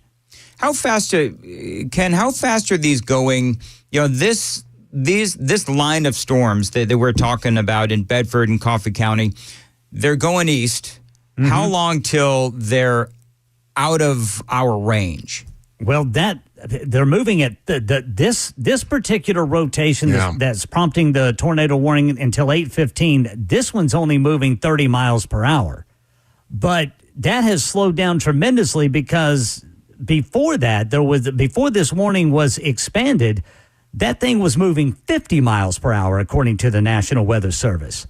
So this is one of those very, very dangerous, cruel line of storms to where they're just not moving very fast. And with this heavy rain, it's just sitting there. And of course, that's just going to add to the problems with flooding. Right now, we're not even focused on the flooding that may be going on in these areas because we have this rotation that we have to focus on and tell people about so they can get to safety. I'm reading on the Murray County Office of Emergency Management Facebook page, and they say that Bear Creek Pike between the Tom J. Hitch Parkway and I-65 is closed due to emergency personnel and utility companies working in the area. So that seems to be ground zero for the heaviest damage there in Murray County. Bear Creek Pike between Tom J. Hitch Pikeway and I-65. we've got emergency personnel and utility companies trying to get things up and running. So again, we've been getting calls from that area, and it sounds like it has been pretty hectic in those particular areas. And that was when we first heard about a mass casualty event. So far, only one dead person reported out of that particularly bad part of the storm, and one person in critical condition, others in the hospital with more minor injuries. Yeah, you never really know. We've all covered storms for many years, and we always hear, the worst news first, and then, usually it as time goes on, the casualty event doesn't seem as bad. Sometimes it's like 5, 4. It turns out to be only 1. Hopefully that is the case here. And we're still waiting for some sort of an official word from, someone from EAS or whoever, the emergency management folks in each of these different counties to find out exactly what's going on. But apparently so far, very busy because I am just getting voicemail. So, yeah, I've made a few calls myself, and it's going straight to voicemail, and we're not getting a lot of info because they're obviously busy, and that. Well, that's the most important priority is making sure that lives are saved if they need to be saved. Absolutely. And informing the media because we're curious can come a little later. Yes, sir. There are videos now. It's been long enough. There's videos coming in of these tornadoes, and I know that Brian, you were looking at these earlier. These are large, wide tornadoes. And you said earlier the tornado that you saw, Brian, you said you thought that maybe it might be an F3? It probably, I don't know. I'm looking at it now. Maybe it was a very substantial tornado. I know it was an F2. It had to be at least an F2. But I think it could be larger than that. And it's hard to tell because you don't know how far away it was. But I mean, it was not an insubstantial tornado. It was one that, it would be very terrifying if it was bearing down on your particular community.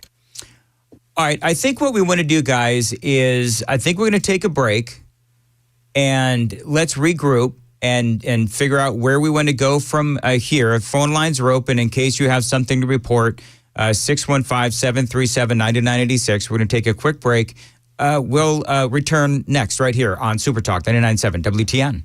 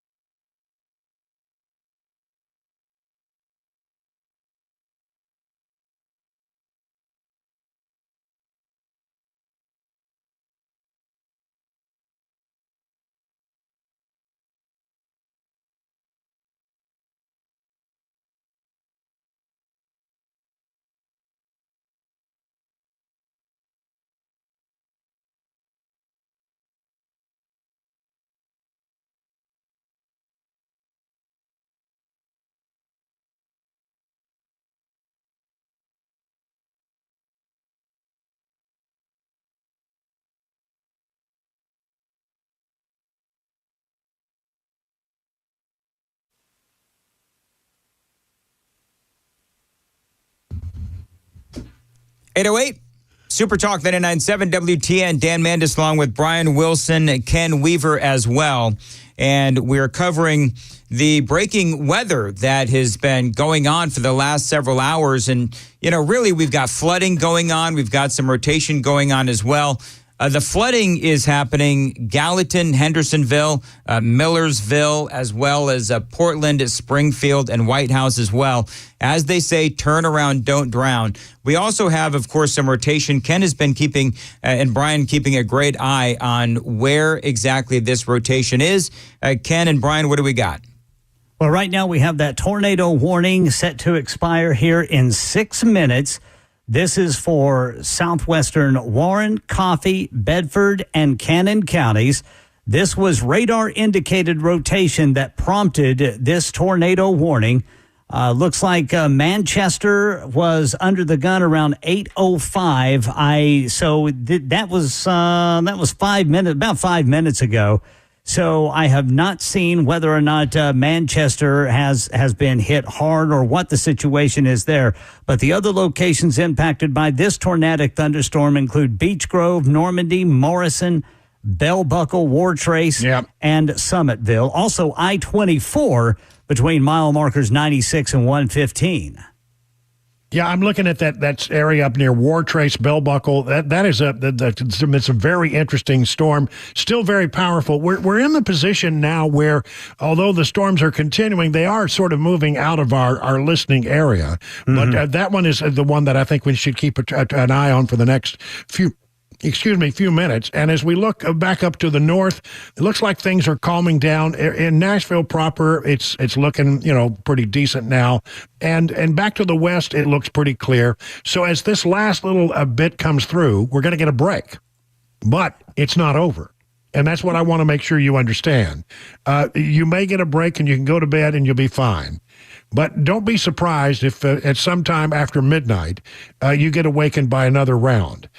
There is a line of thunder showers that's, it's still a lot off to our west. It may be, I would guess, if I were just throwing a wild guess there, I'd say it probably wouldn't reach our area until maybe 3 o'clock in the morning or so. But it is a very distinct line of thunder showers that's running right now from St. Louis all the way down to Dallas, and it's moving east. Now, it could be 3, could be 4, but it's coming our way, and if it holds together, and there's no reason to suggest that anything in the atmosphere right now has stabilized, I think we're probably in for another round before we hit morning. And guys, we're getting some calls. Of course, we know we've been talking about this for the last several hours of damage in Columbia, and that is where Dwayne is, and he's calling in right now on line 1. Dwayne, thanks for calling in. Go ahead. Yeah, can you guys hear me now? Yeah, I got you. Go ahead. Yeah, so my name's Dwayne Barnett. I live down in Murray County, or did. I recently moved to Hohenwald, Tennessee, in Lewis County, but my dad lives in a little town called Riley Hill up in Murray County, and it's right beside the Lassia Road area, Kedron area.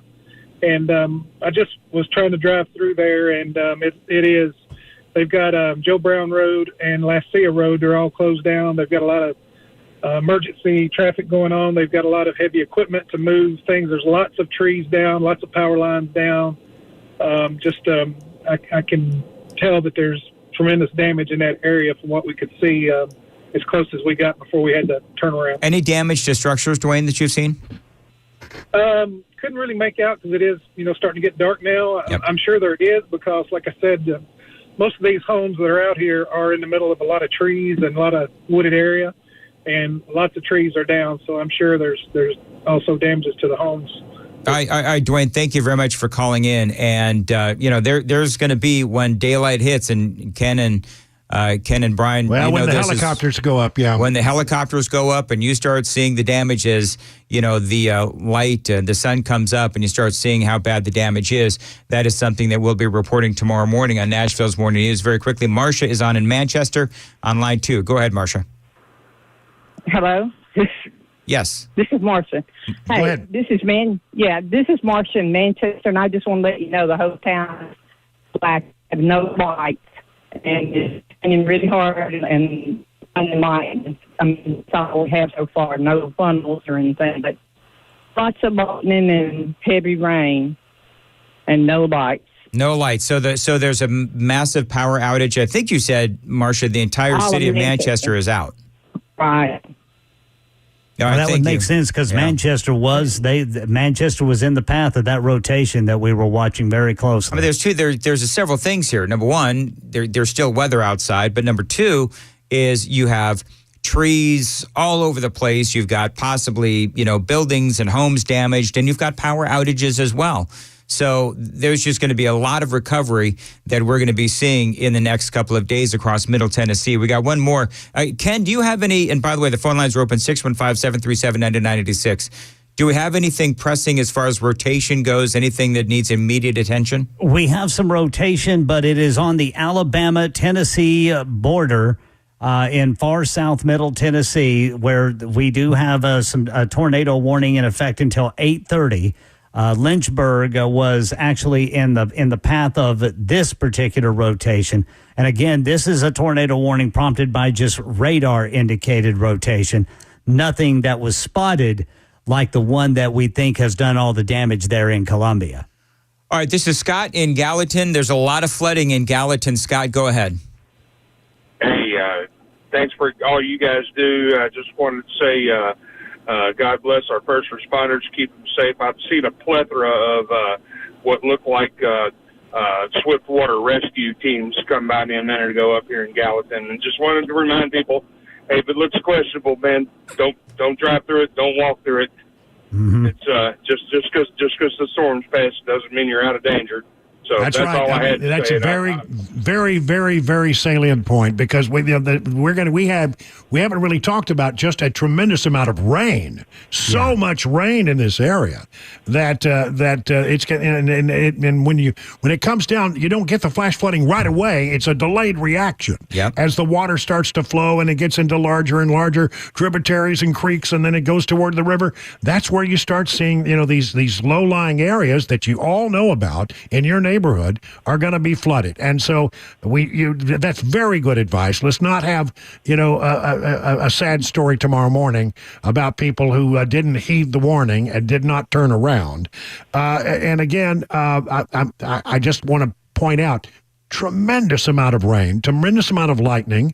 We do have a lot of people without electricity right now, and we have a tornado watch now in effect basically until 3 a.m. So it seems as if, Dan, what is happening is our area of concern, which is our area of responsibility, is sort of moving out of our area right now.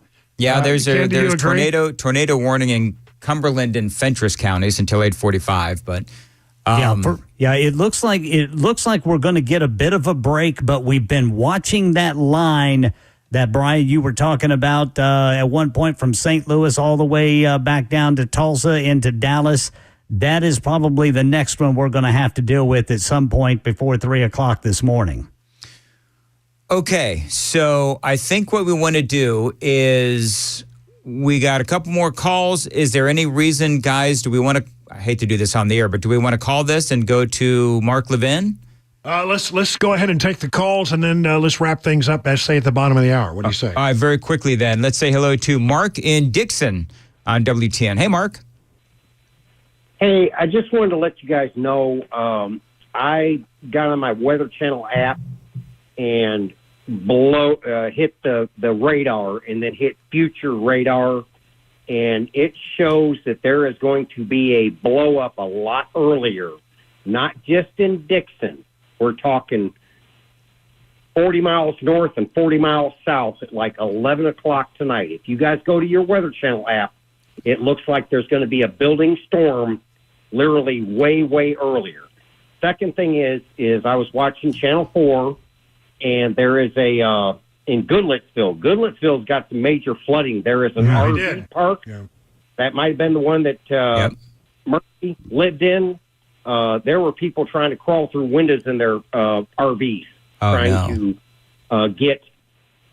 to get to the inside of their RVs. So Goodlettsville, bad flooding. And this flooding, what it's going to look like, the National Weather Service and the Weather Channel is predicting that we are in a flood emergency right now. I just wanted to stress that. All right, Mark, thank you. I'm looking very quickly. I'm looking at a picture of the tornado that went through Murray County, and it looks to be coming through like a subdivision that's under construction. I think this is the area where we've been focusing all of our attention. The base of that it's a substantial tornado as it came through that area. Mm-hmm. I'm going to give up on trying to guess what EF it is, but it's a big one. And you see a lot of the big power towers, not just the local power lines, but the power towers were hit hard in that area. And it's an area where there is a lot of apparently new construction. And the base of that thing, I would say easily at least a half-mile wide. All right, Deanna is in Franklin, and she's may have some word on some damage. Deanna, thanks for calling WTN. Sure, glad to call in. I've got some information from the Williamson County Dispatch that 8 houses on Clara Mathers Road were hit very hard, if not totally wiped out. This is down in the Spring Hill, Bear Creek area. Mm-hmm. Do you know, did they say if anyone hurt, and are the homes damaged or are they totaled? From the information I got is they're hit very hard, if not totally wiped out, but I have no information about any injuries. Okay. Thank you very much, Deanna. I appreciate it. And let's do one more. This is Mary in Winchester on Correct. Super Talk 99.7. Hey, Mary. Good afternoon or good evening. And you have many listeners here in Franklin County and Fayetteville also, which is Lincoln County. We have been issued a tornado warning. Mm-hmm. Our tornadoes come to us out of Madison County, Alabama, generally, and you have not mentioned us. So I just thought we'd let the world know that Franklin County and Lincoln County are also under tornado warnings. All right, thank you, very Mary. much. We appreciate Yeah, that's it. until, let's see, Lincoln County and more counties, that is until 8:30.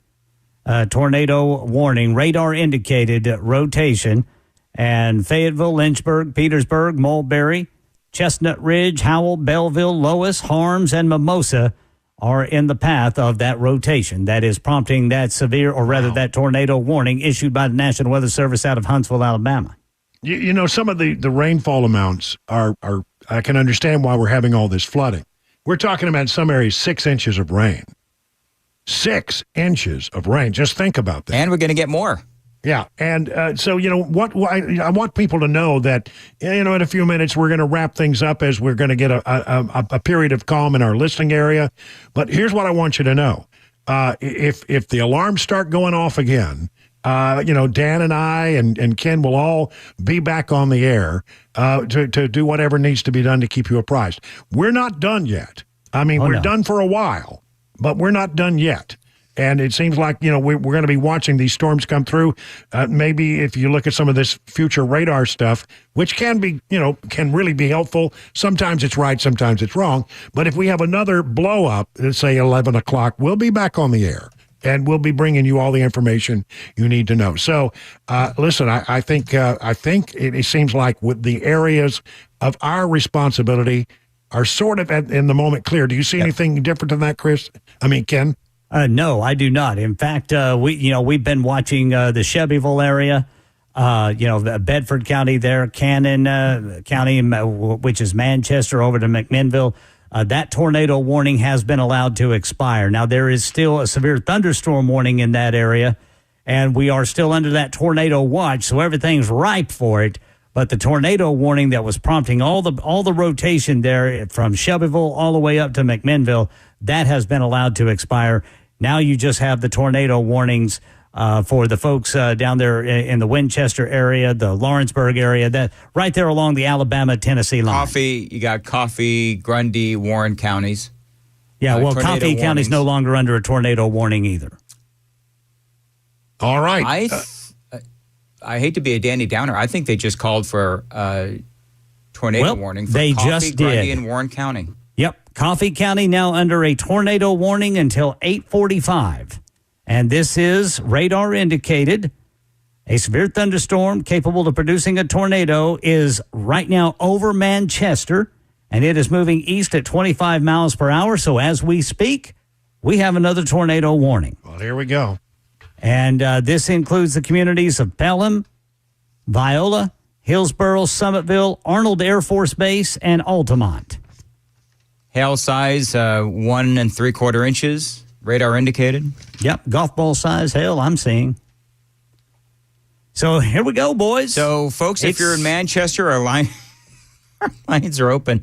What is it about that particular? I'm telling you, that particular part of Tennessee it's like a matchstick. Yeah, it is getting absolutely hammered, and I'm trying to pull up a map of Manchester on my computer here just to kind of see what's in the area there, because you're right, and I don't know. Ken, you and I were talking off the air about how I don't. It's been a long time since I've seen all of these tornadoes that have just been popping up like they have. I mean, it is, Brian. Is this reminiscent of you and I on the air in March 2020? Yeah, it sort of feels that way. It does. Doesn't It feels like that. Except that I wasn't a victim this time, thank God. But Yes. I'll tell you, there is a pretty good substantial line of thunder showers, which is developing from Huntsville on a diagonal all the way up to to the northern border of Tennessee. It's still coming through at a pretty good rate. And now, again, with these storms that have just been called, radar indicated. But, I mean, look, there's still a lot of activity out there. It just is that the vast majority of our listening area is now largely in the clear. Not completely in the clear, but largely in the clear. And it looks like that, as we look down the pathway, that we're going to be talking about some more activity before we get maybe to midnight, but certainly before we get to 3 a.m. Nashville Weather Service just put this out. The new tornado watch extends from the Arkansas-Oklahoma border to Knoxville. Wow. Yeah, that's okay. So that's part of that line that you were talking about, Brian, that was stretching from Indiana all the way back through Tulsa and down into Dallas. That's it. But there may be something that pops up in between there. I mean, that's always a possibility. Certainly could be the case. But I mean, I'm looking back toward, toward the Memphis area. It's largely clear at the moment. And as I look back, Kentucky Lake area, that's in the clear. Nashville, there's some activity, just north of Nashville. But it looks like it's mostly just a rain event. I would say that Cookeville just got hit pretty hard. With a good shower. There's certainly activity down real McMinnville in the Winchester area down there. There's a lot of activity. So, we're not completely out of the woods, but again, it seems that most of our area, can take at least a short respite and take a deep breath that if they got through this one, well, that's one. Let's see what the 1-2 punch is all about later tonight. By the way, talking about 65 South, can you see the traffic on 65 South? Oh, my. Yeah. I mean, it is heading into White House on southbound 65. It is absolutely just stopped from Highway 25 all the way down to White House. And it just doesn't look like people are moving. No, they're not. If they are, they're crawling along. And this is because of the damage there in Bedford County, correct? No, Murray County. I'm sorry, Murray County. The tornado that went from Columbia all the way, all the way, across 65 there in Murray County. That is from all of the apparatus, emergency vehicles that are trying to get to where the damage is there between 65 and Columbia along Bear Creek Pike. And it doesn't look like it's going to improve anytime soon. All right, it is 8:27, not on Nashville's Morning News, 8:27 on Super Talk 99.7. Put a quarter in the jar. Yeah, that's exactly right. That's exactly right. All right. I'm looking at the television, and it looks like near Fayetteville in Blanche. Are you guys seeing this? Yeah, this is rotation. I'm not sure what warning this one is about. It looks like it's over a mostly very rural area. Yeah. From what I'm looking at. I do know, we've got the tornado warning until 8:45. That is for Coffee County, Grundy County, and Warren County. We've got a tornado warning that should be expiring any moment now. And I have not, actually, I think it has already expired. So I'm not, it looks like it's just the Coffee County tornado warning that we're watching now, that it goes until 8:45. So that must be where that rotation is. This is in the Manchester area, right? I think so. Yeah, I'm looking at Channel 2's radar, and that storm does have, the classic hook look to it, just south of Manchester. A tremendous amount of lightning, a tremendous amount of rain, but also, I can understand why they're concerned about that storm, because it does have that wraparound sort of look to it, almost like a horseshoe in one point. And that's the one that I think they're watching. Again, a lot of these are radar indicated, but that doesn't mean you shouldn't take them seriously. Christiana is getting hit again with another pretty good round of rain, and that storm's moving in the Christiana-Bradyville area. Chapel Hill's got a lot of activity down there. Bell Buckle, you just got through a bunch of rain, but it's that area near Manchester that I think is the area of concern at the moment. Okay, so hold on one second. Can you? I shouldn't do this on the air. I got a text. Ryan Hall with NOAA reported about 15 to 20 minutes ago that Murray County has declared a mass casualty event and has deployed rescue teams to multiple locations. That would make sense. That's all I know. But we had somebody call in on that, an hour and a half, 2 hours ago now, something like that? Yes. Well, having seen some of the pictures that are now coming in of that tornado, I can believe it because it was a pretty substantial tornado. Yeah, that thing was wide. Yes. We just had a caller call in and say that Wilson County schools are going to be closed tomorrow due to flooding. I'm sure there's going to be a lot of schools closed tomorrow. I think it's safe to assume most of the schools are going to be closed tomorrow. The good news is, of course, is that the school systems have systems set up, and you'll know about it before we will, promise you. They'll send out the bulletins and the phone alerts, and you'll know all about that. But look, that's going to be a problem. You can't drive buses through areas where there's low-level flooding. You just can't. No. So, it's more that, I think, probably than other things that are going to cause a lot of schools to be delayed. But, it's going to happen. Brian, in your experience, what is defined, I don't know this, what is defined as a mass casualty event? Well, I don't know. It means different things in different places. Mass means many. Oh, wait. I'm sorry. Keep going. Mass means many. Casualty means injuries. Not necessarily deaths. So that's what I would read it to be, that they have a lot of places where I think there are people who are hurt, maybe even some of these homes. I keep looking at this. I know it's this New Lycia Church. We were talking about that earlier. Yeah. And then the church is fine. But if what I saw a moment ago was any indication, it looks like this Ryan Homes at Quail Run Meadows was right in the dead center of it looks like new construction.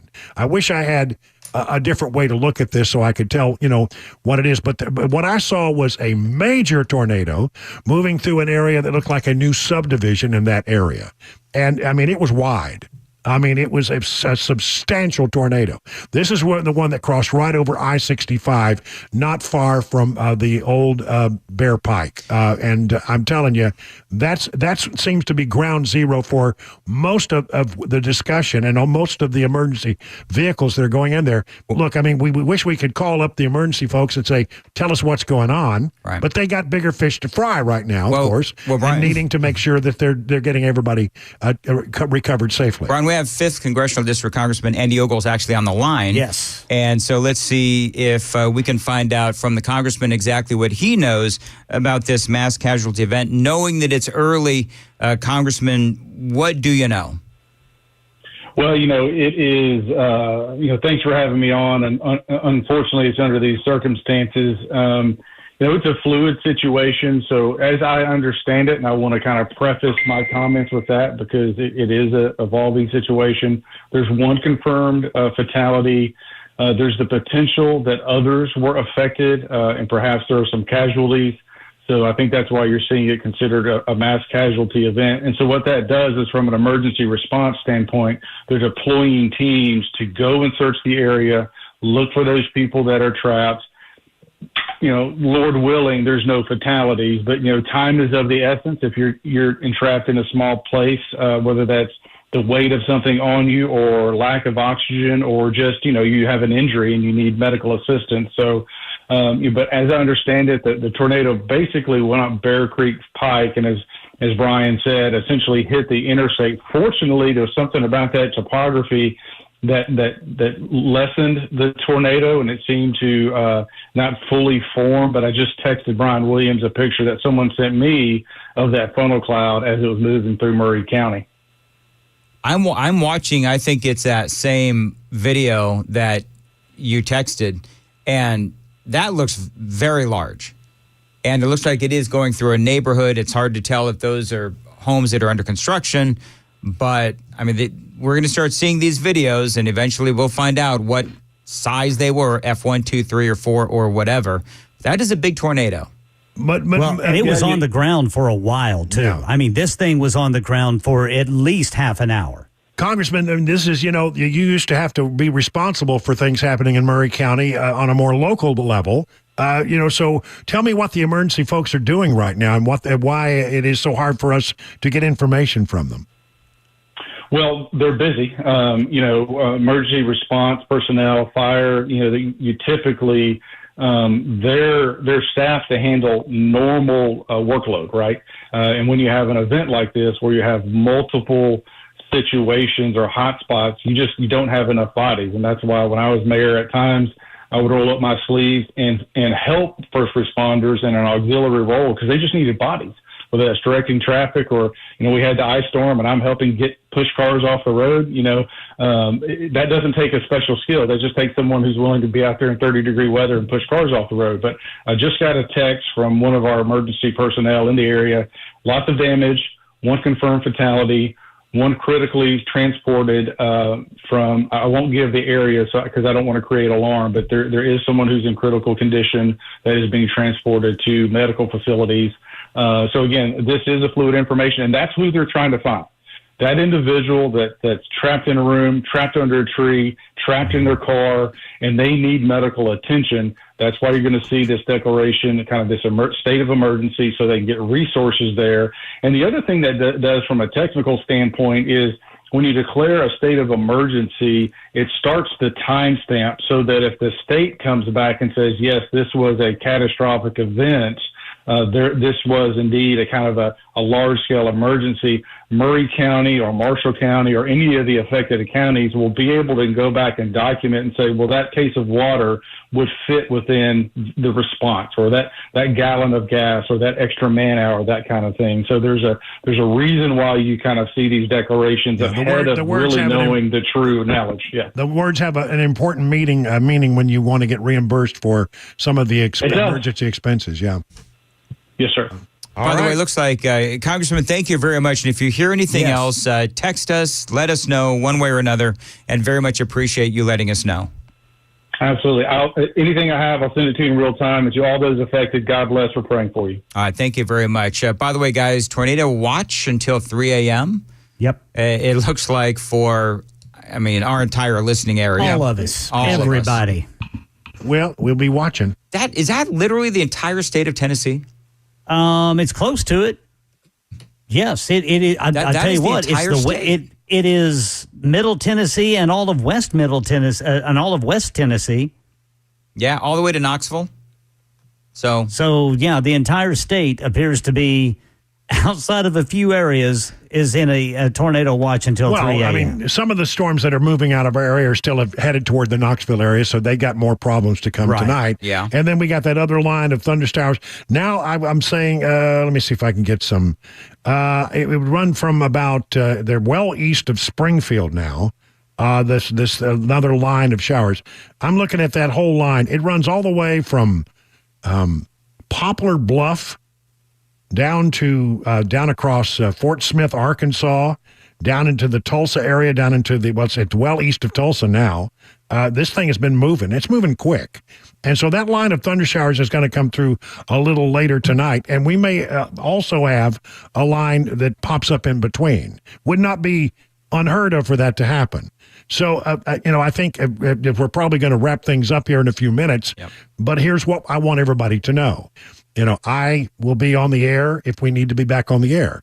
Dan, well, he got a hotel room right across the street from the station. Yeah. And Ken Weaver you couldn't keep him away from tornado coverage with a bunch of wild horses. So we are prepared to come back at any time and bring you more information.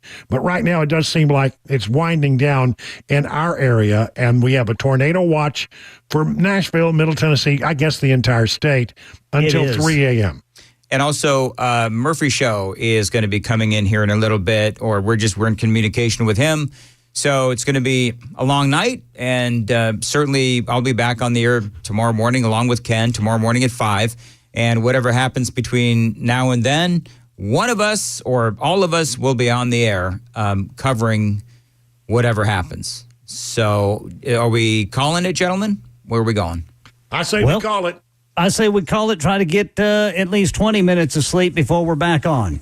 There you go. All right, very good. Belle, you want to take a couple of commercials, then we'll go to Mark Levin, and then we'll stay safe, everybody, and thanks for listening to We'll Super be back Talk. if needed. Yep.